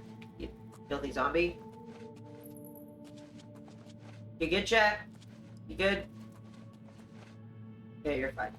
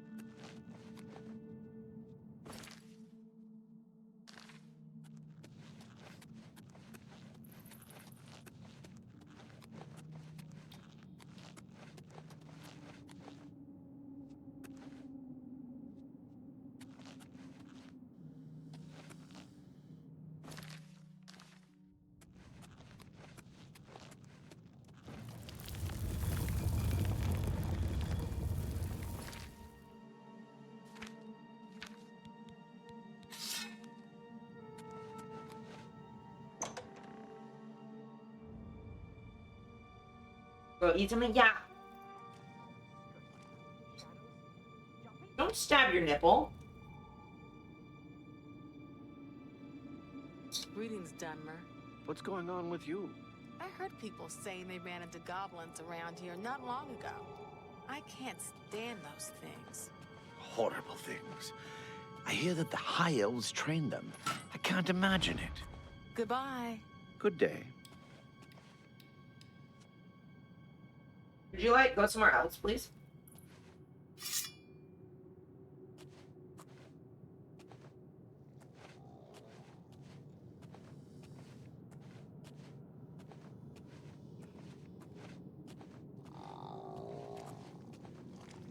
Whoa!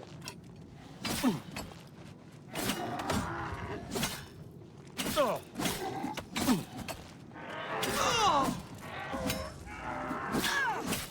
The best you can do? You'll never take me down. Be impressed.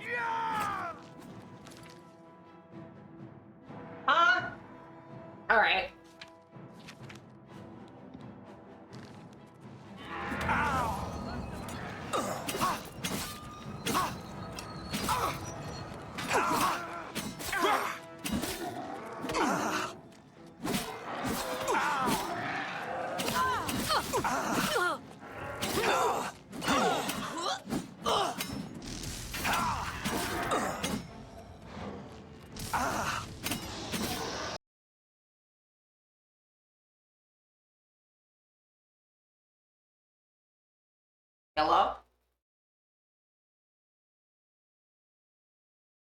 Hello?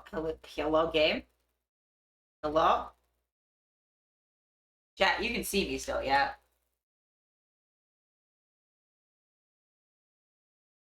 Well... that doesn't seem good. 1 second.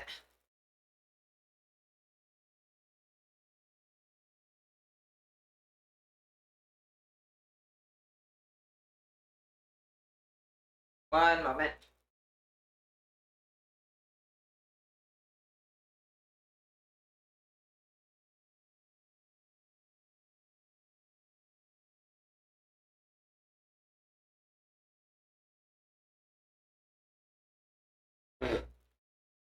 That was a new way to crash.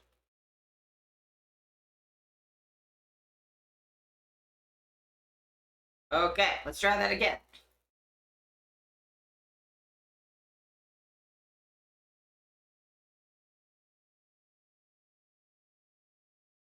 So I gotta be sneakier than that.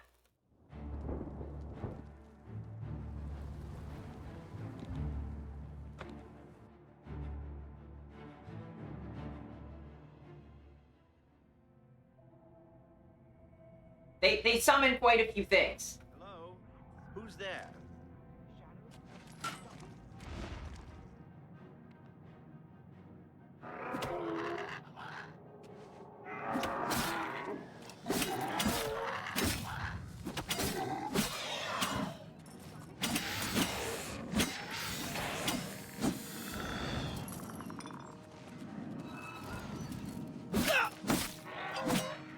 You do realize I've been holding back.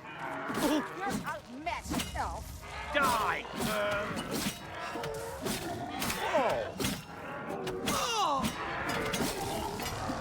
Die, cur! Die, damn you!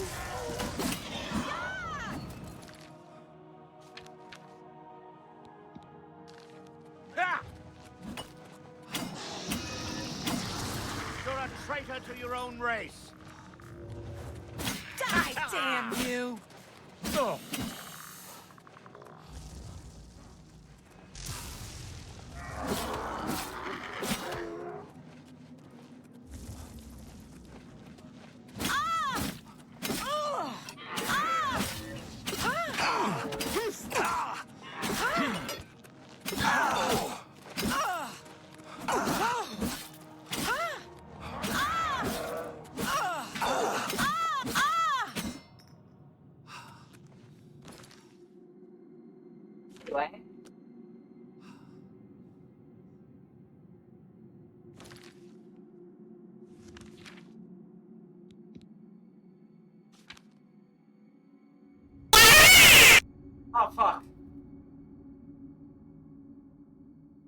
finished. No, you should be fine. Thank you, Pint. Jesus Christ.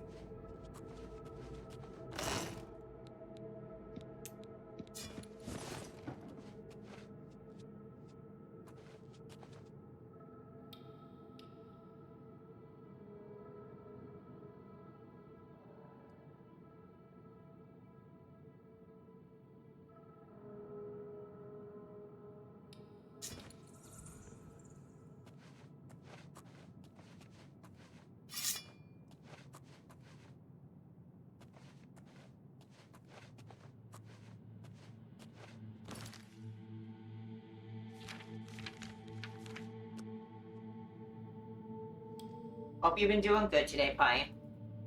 Okay.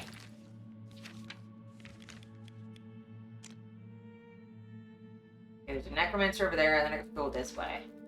So, I should be able to finish this off.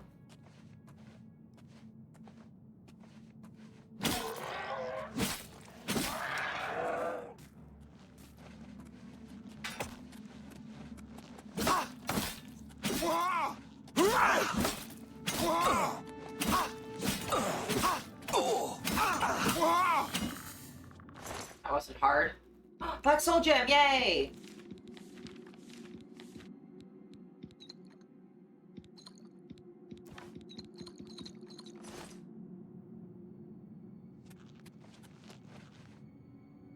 How the fuck?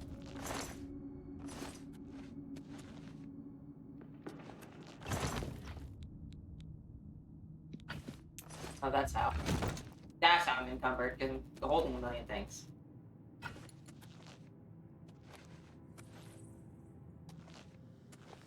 You know, the usual way.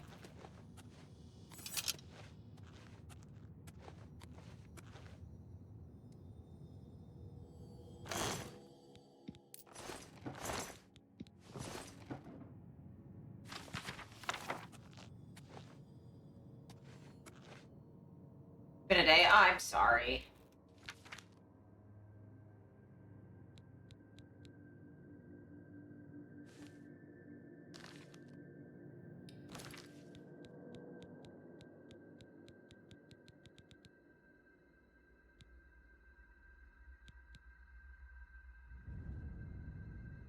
Oh, I'm like major over encumbered, but I think they did drain strength too, which doesn't help me any.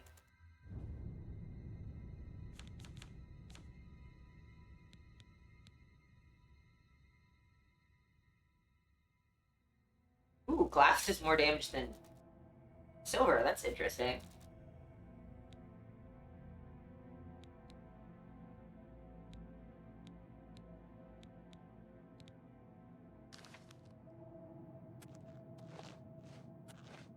It should be illegal. That is absolutely true. I can fully agree with that one. Also, headaches are like the only thing for which I'm like a fucking little bitch baby. I can handle pretty much any other kind of pain and I'm totally fine. But you give me a little bitty headache and I'm like, oh nope, baby time. Baby time for babies.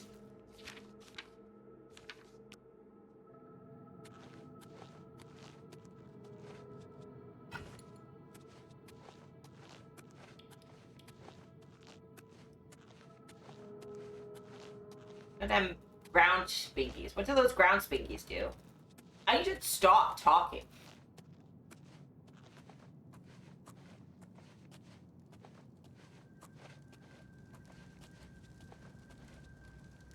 Bones.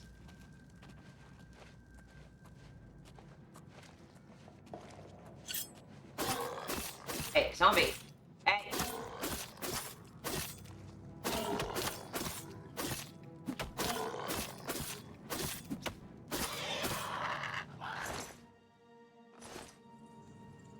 Dad, I'm sorry I killed you that one time.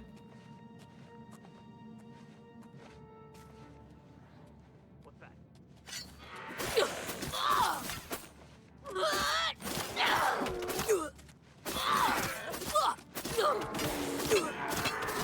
Holly wobbles. What fucking British nonsense is that? Alright, well, I did just save. Mr. EMT man shake his head at us. Well, technically, the ground is the most flared base there is. Can't be any more flared than the entire ground. But you're not wrong, Pine. You're not wrong.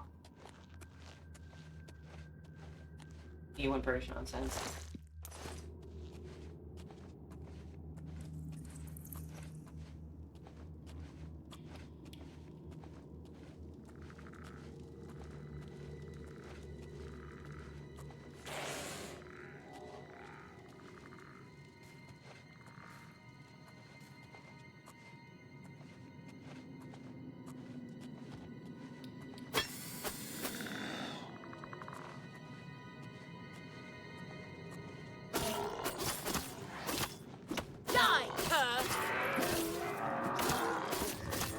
Show me what you've got!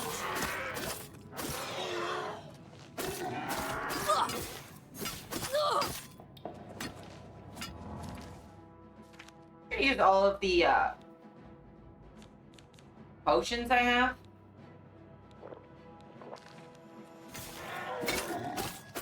Take that!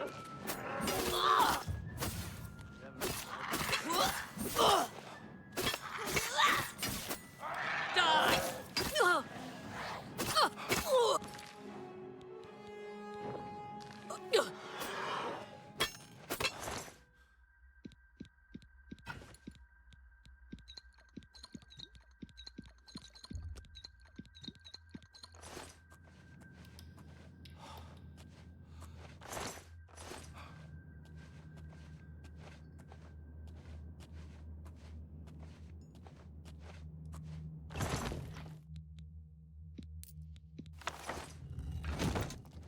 Way too much of a pervert compared to the first time I played this game, where I'm like, oh, this looks like a fun room. What's wrong with me? Look, Azura, you don't need to be horny about everything always. You can actually chill out.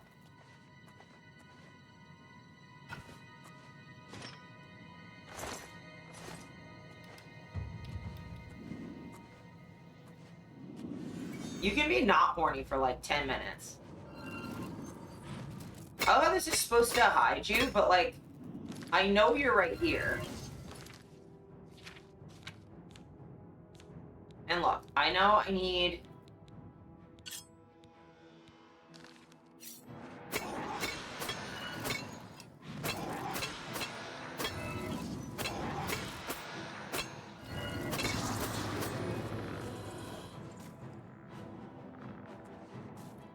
Show me what you've got!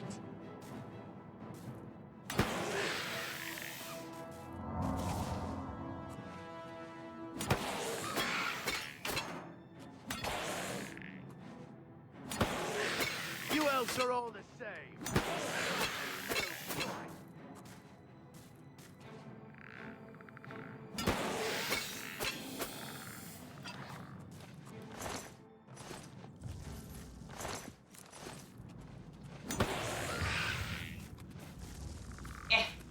past, you piece of shit.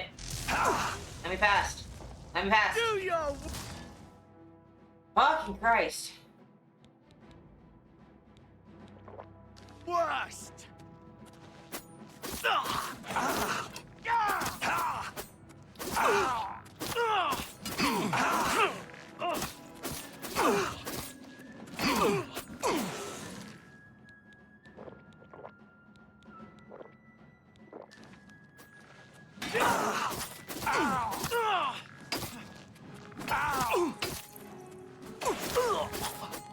I fought mud crabs more fearsome than you. Can you stop healing, please? Okay.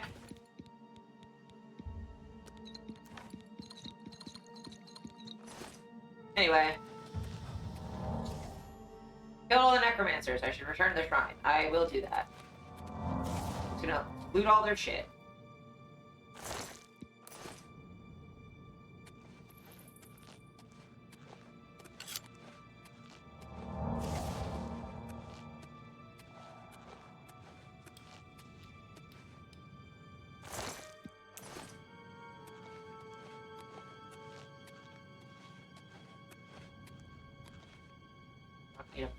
Fucking $4 site. But I will take like 3 gold. As if that's magically different. Getting my emails are up. Genuinely, it's a problem. Genuinely, there's something wrong with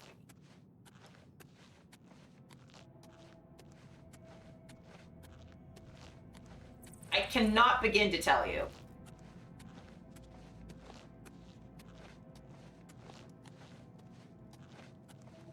Problem, yeah. It's filthy in here.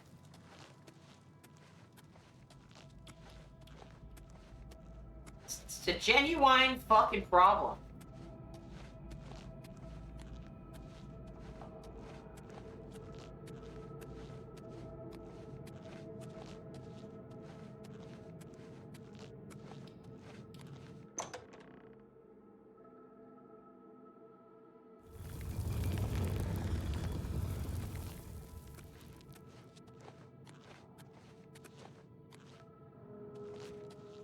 Alright.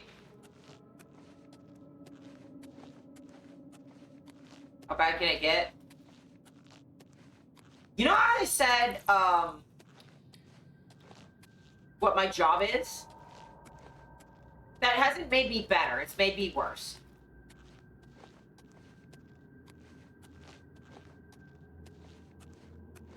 Because all it does is give me, like, no sense of, like, scale anymore. Genuinely couldn't tell you.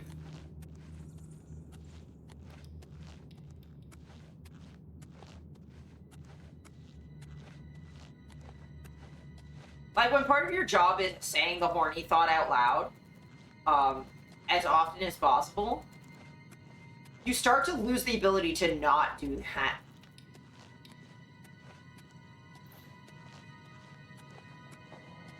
Though I do try really, really hard to not, like, harass people. You're always relaxed. That is true.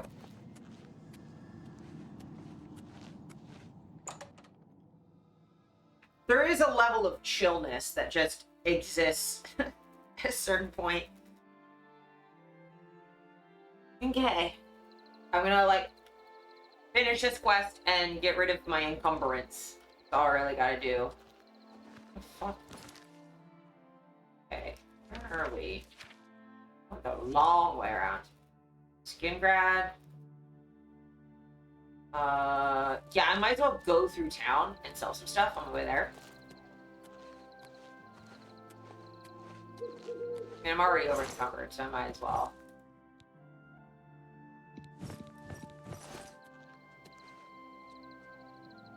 Okay, horse.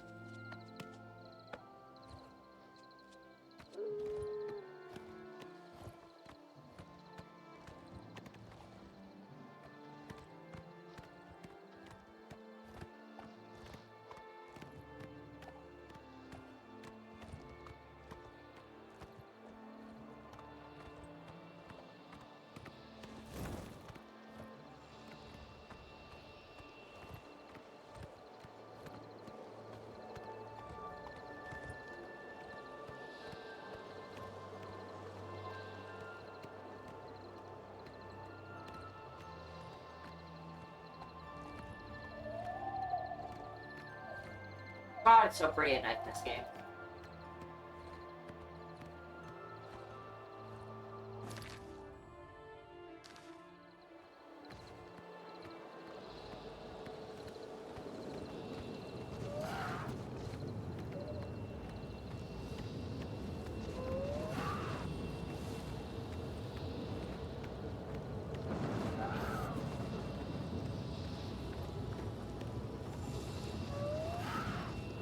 Nah. Not interested. Nah, I'm good. Whatever thing's attacking me right now could just not, actually. Nah, I'm good. Like, I'm okay, actually.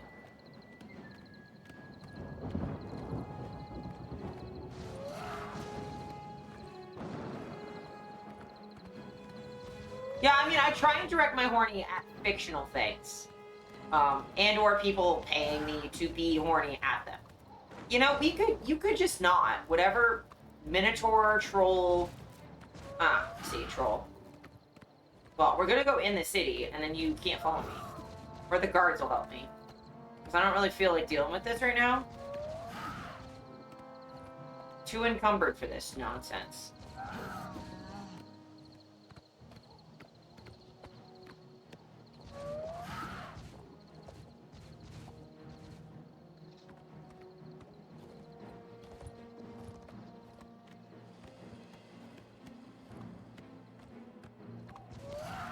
I do try. I do try.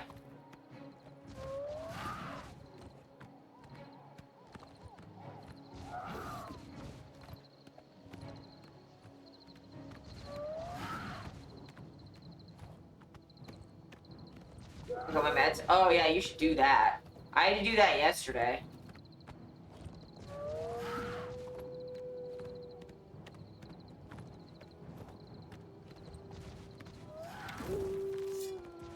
I thought mud crabs more fearsome than you.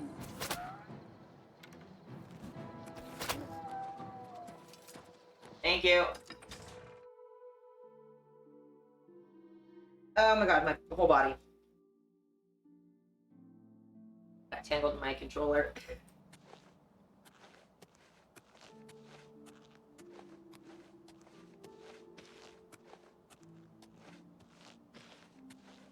I appreciate that. Yeah, definitely let me know if there's ever, like, an issue.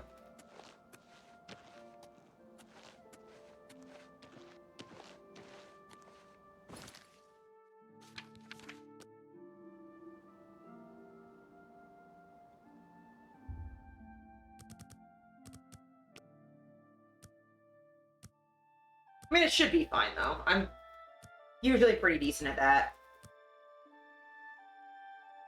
Especially with, like, chatters, I just try not to, like, cross that boundary.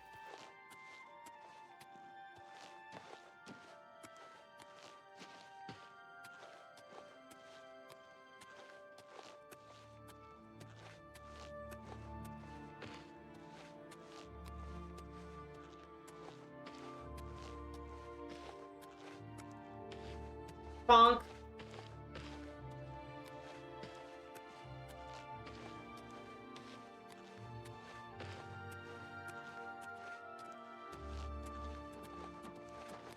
Yes? Did I ask you? I don't think I did.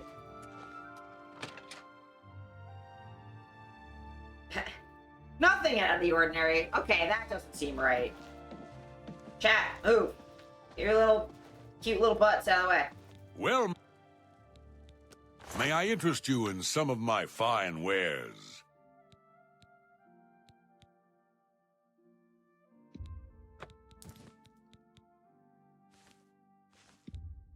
You drive a hard bargain.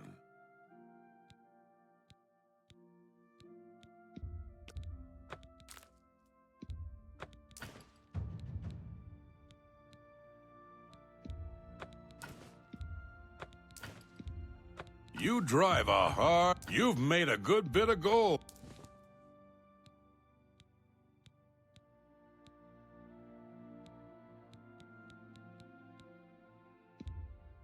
An excellent bargain. You got a great deal there. That's a good deal.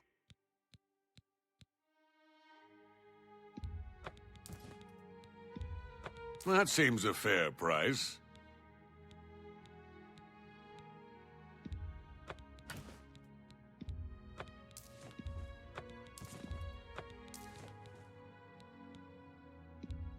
That's more than I'd usually pay. That's a fair deal.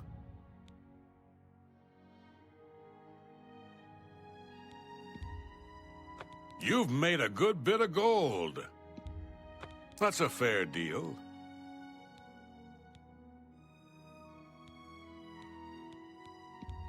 That's a fair deal.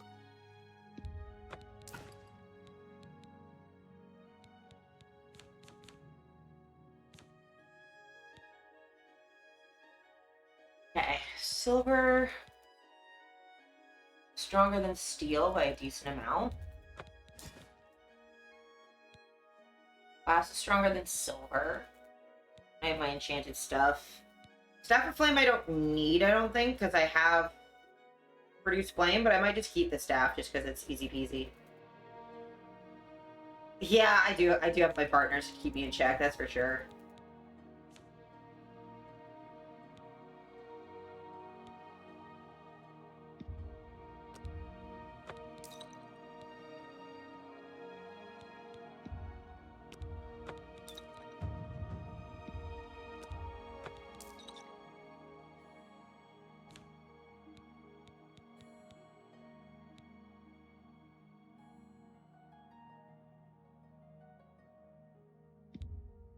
A good price for a good...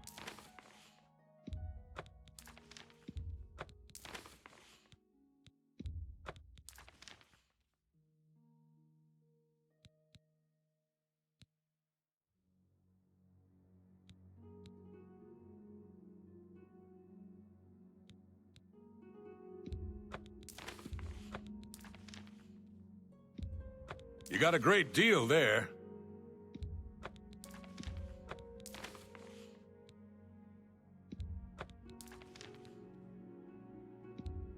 You've made a good bit.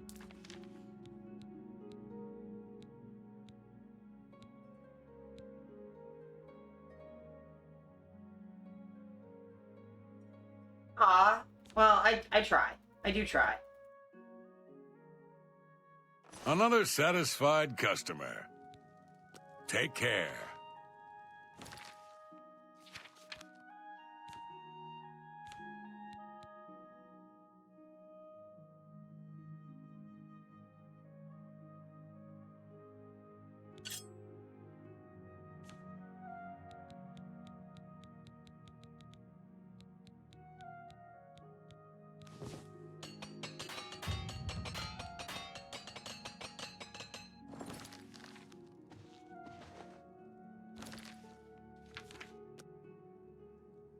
Okay. So I say we turn in this quest, and then I save and we raid out. So I have to have a shower and get ready to head to a thing.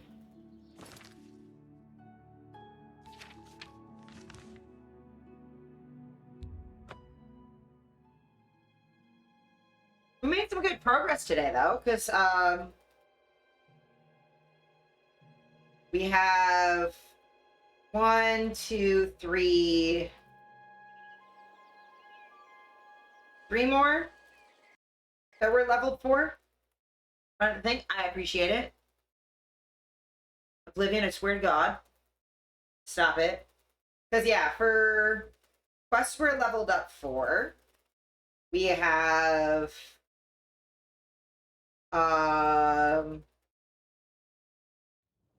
Harryite, Sanguine, and Vermina. We have... I think we have pretty much everything for all of those quests, so...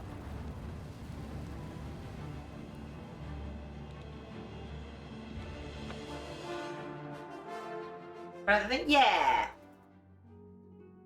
It's gonna be karaoke. But I just have to have a shower first because my hair is kind of stinky. It's not... It doesn't... It smells fine. It's just a little oily at the top. Because I was expecting to have a hair appointment today, which would have, the grease on my head would have been protective, but instead, I'm going out, so I want to be clean. And I have a photo shoot tomorrow. And I'll try and move everything into the haunted house tomorrow, too. It's just pop Oblivion open just to... Alright, Karaoke, thank you. Hey. Hey, hot stuff.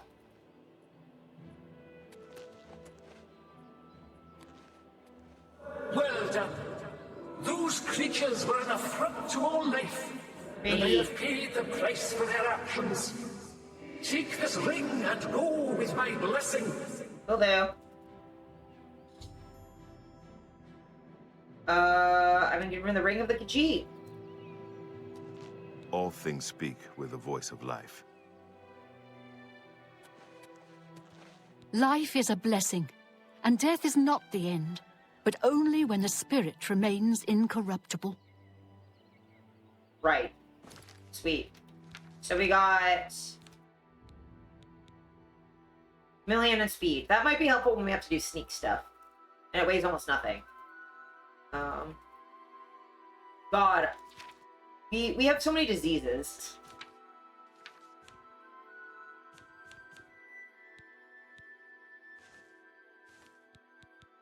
Yeah, I should probably, before we end, go fix that.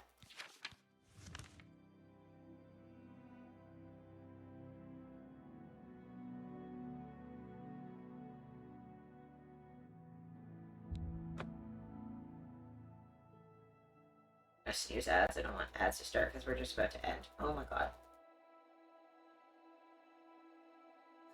Go away, ads. I'm gonna go to the chapel and get rid of my stinky. Looks like you're handy with a blade. So much shit left to do. I mean, it's Oblivion. It's endless shit. How do you do? I love hanging out with you too. Or do you mean for the wedding? Because that also. This is...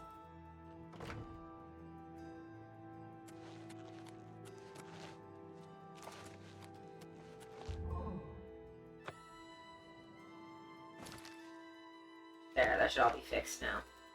Yeah. This is just from the scamps.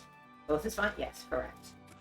So we will save game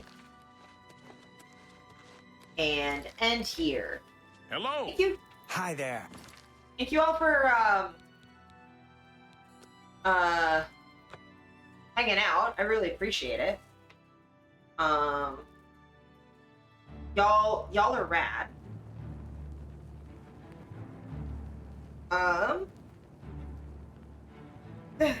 Yeah, I have to have a shower, do a bunch of stuff. So it's time to raid out. Oh my god. Everything's loading and I don't want it to. Stop. Stop. Exit game. My computer's like, what if we loaded every fucking window possible at the same time?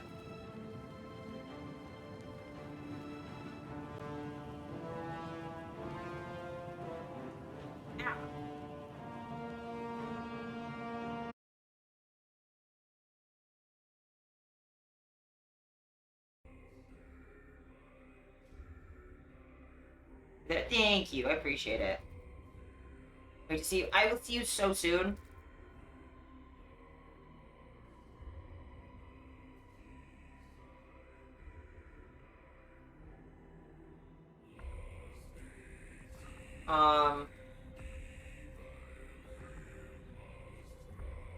Okay. Raid.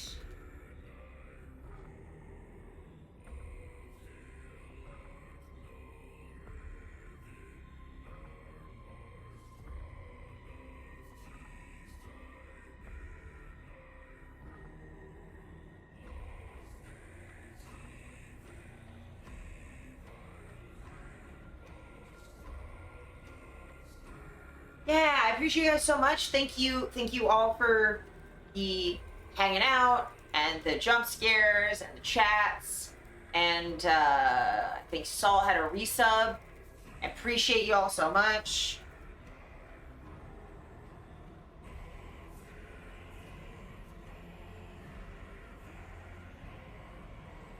Here's our raid message if you want one. I appreciate you a lot. I will be streaming not this Thursday, but next Thursday, because I'll be gone until then. And I probably won't have time for a bonus stream because I have too much packing and prep to do. But I appreciate y'all so much. And I will see you soon. And yeah, I love you lots. Bye. Be good to yourselves. Eat something. Drink some water or beverage. And take your meds. And like sleep. Okay, bye.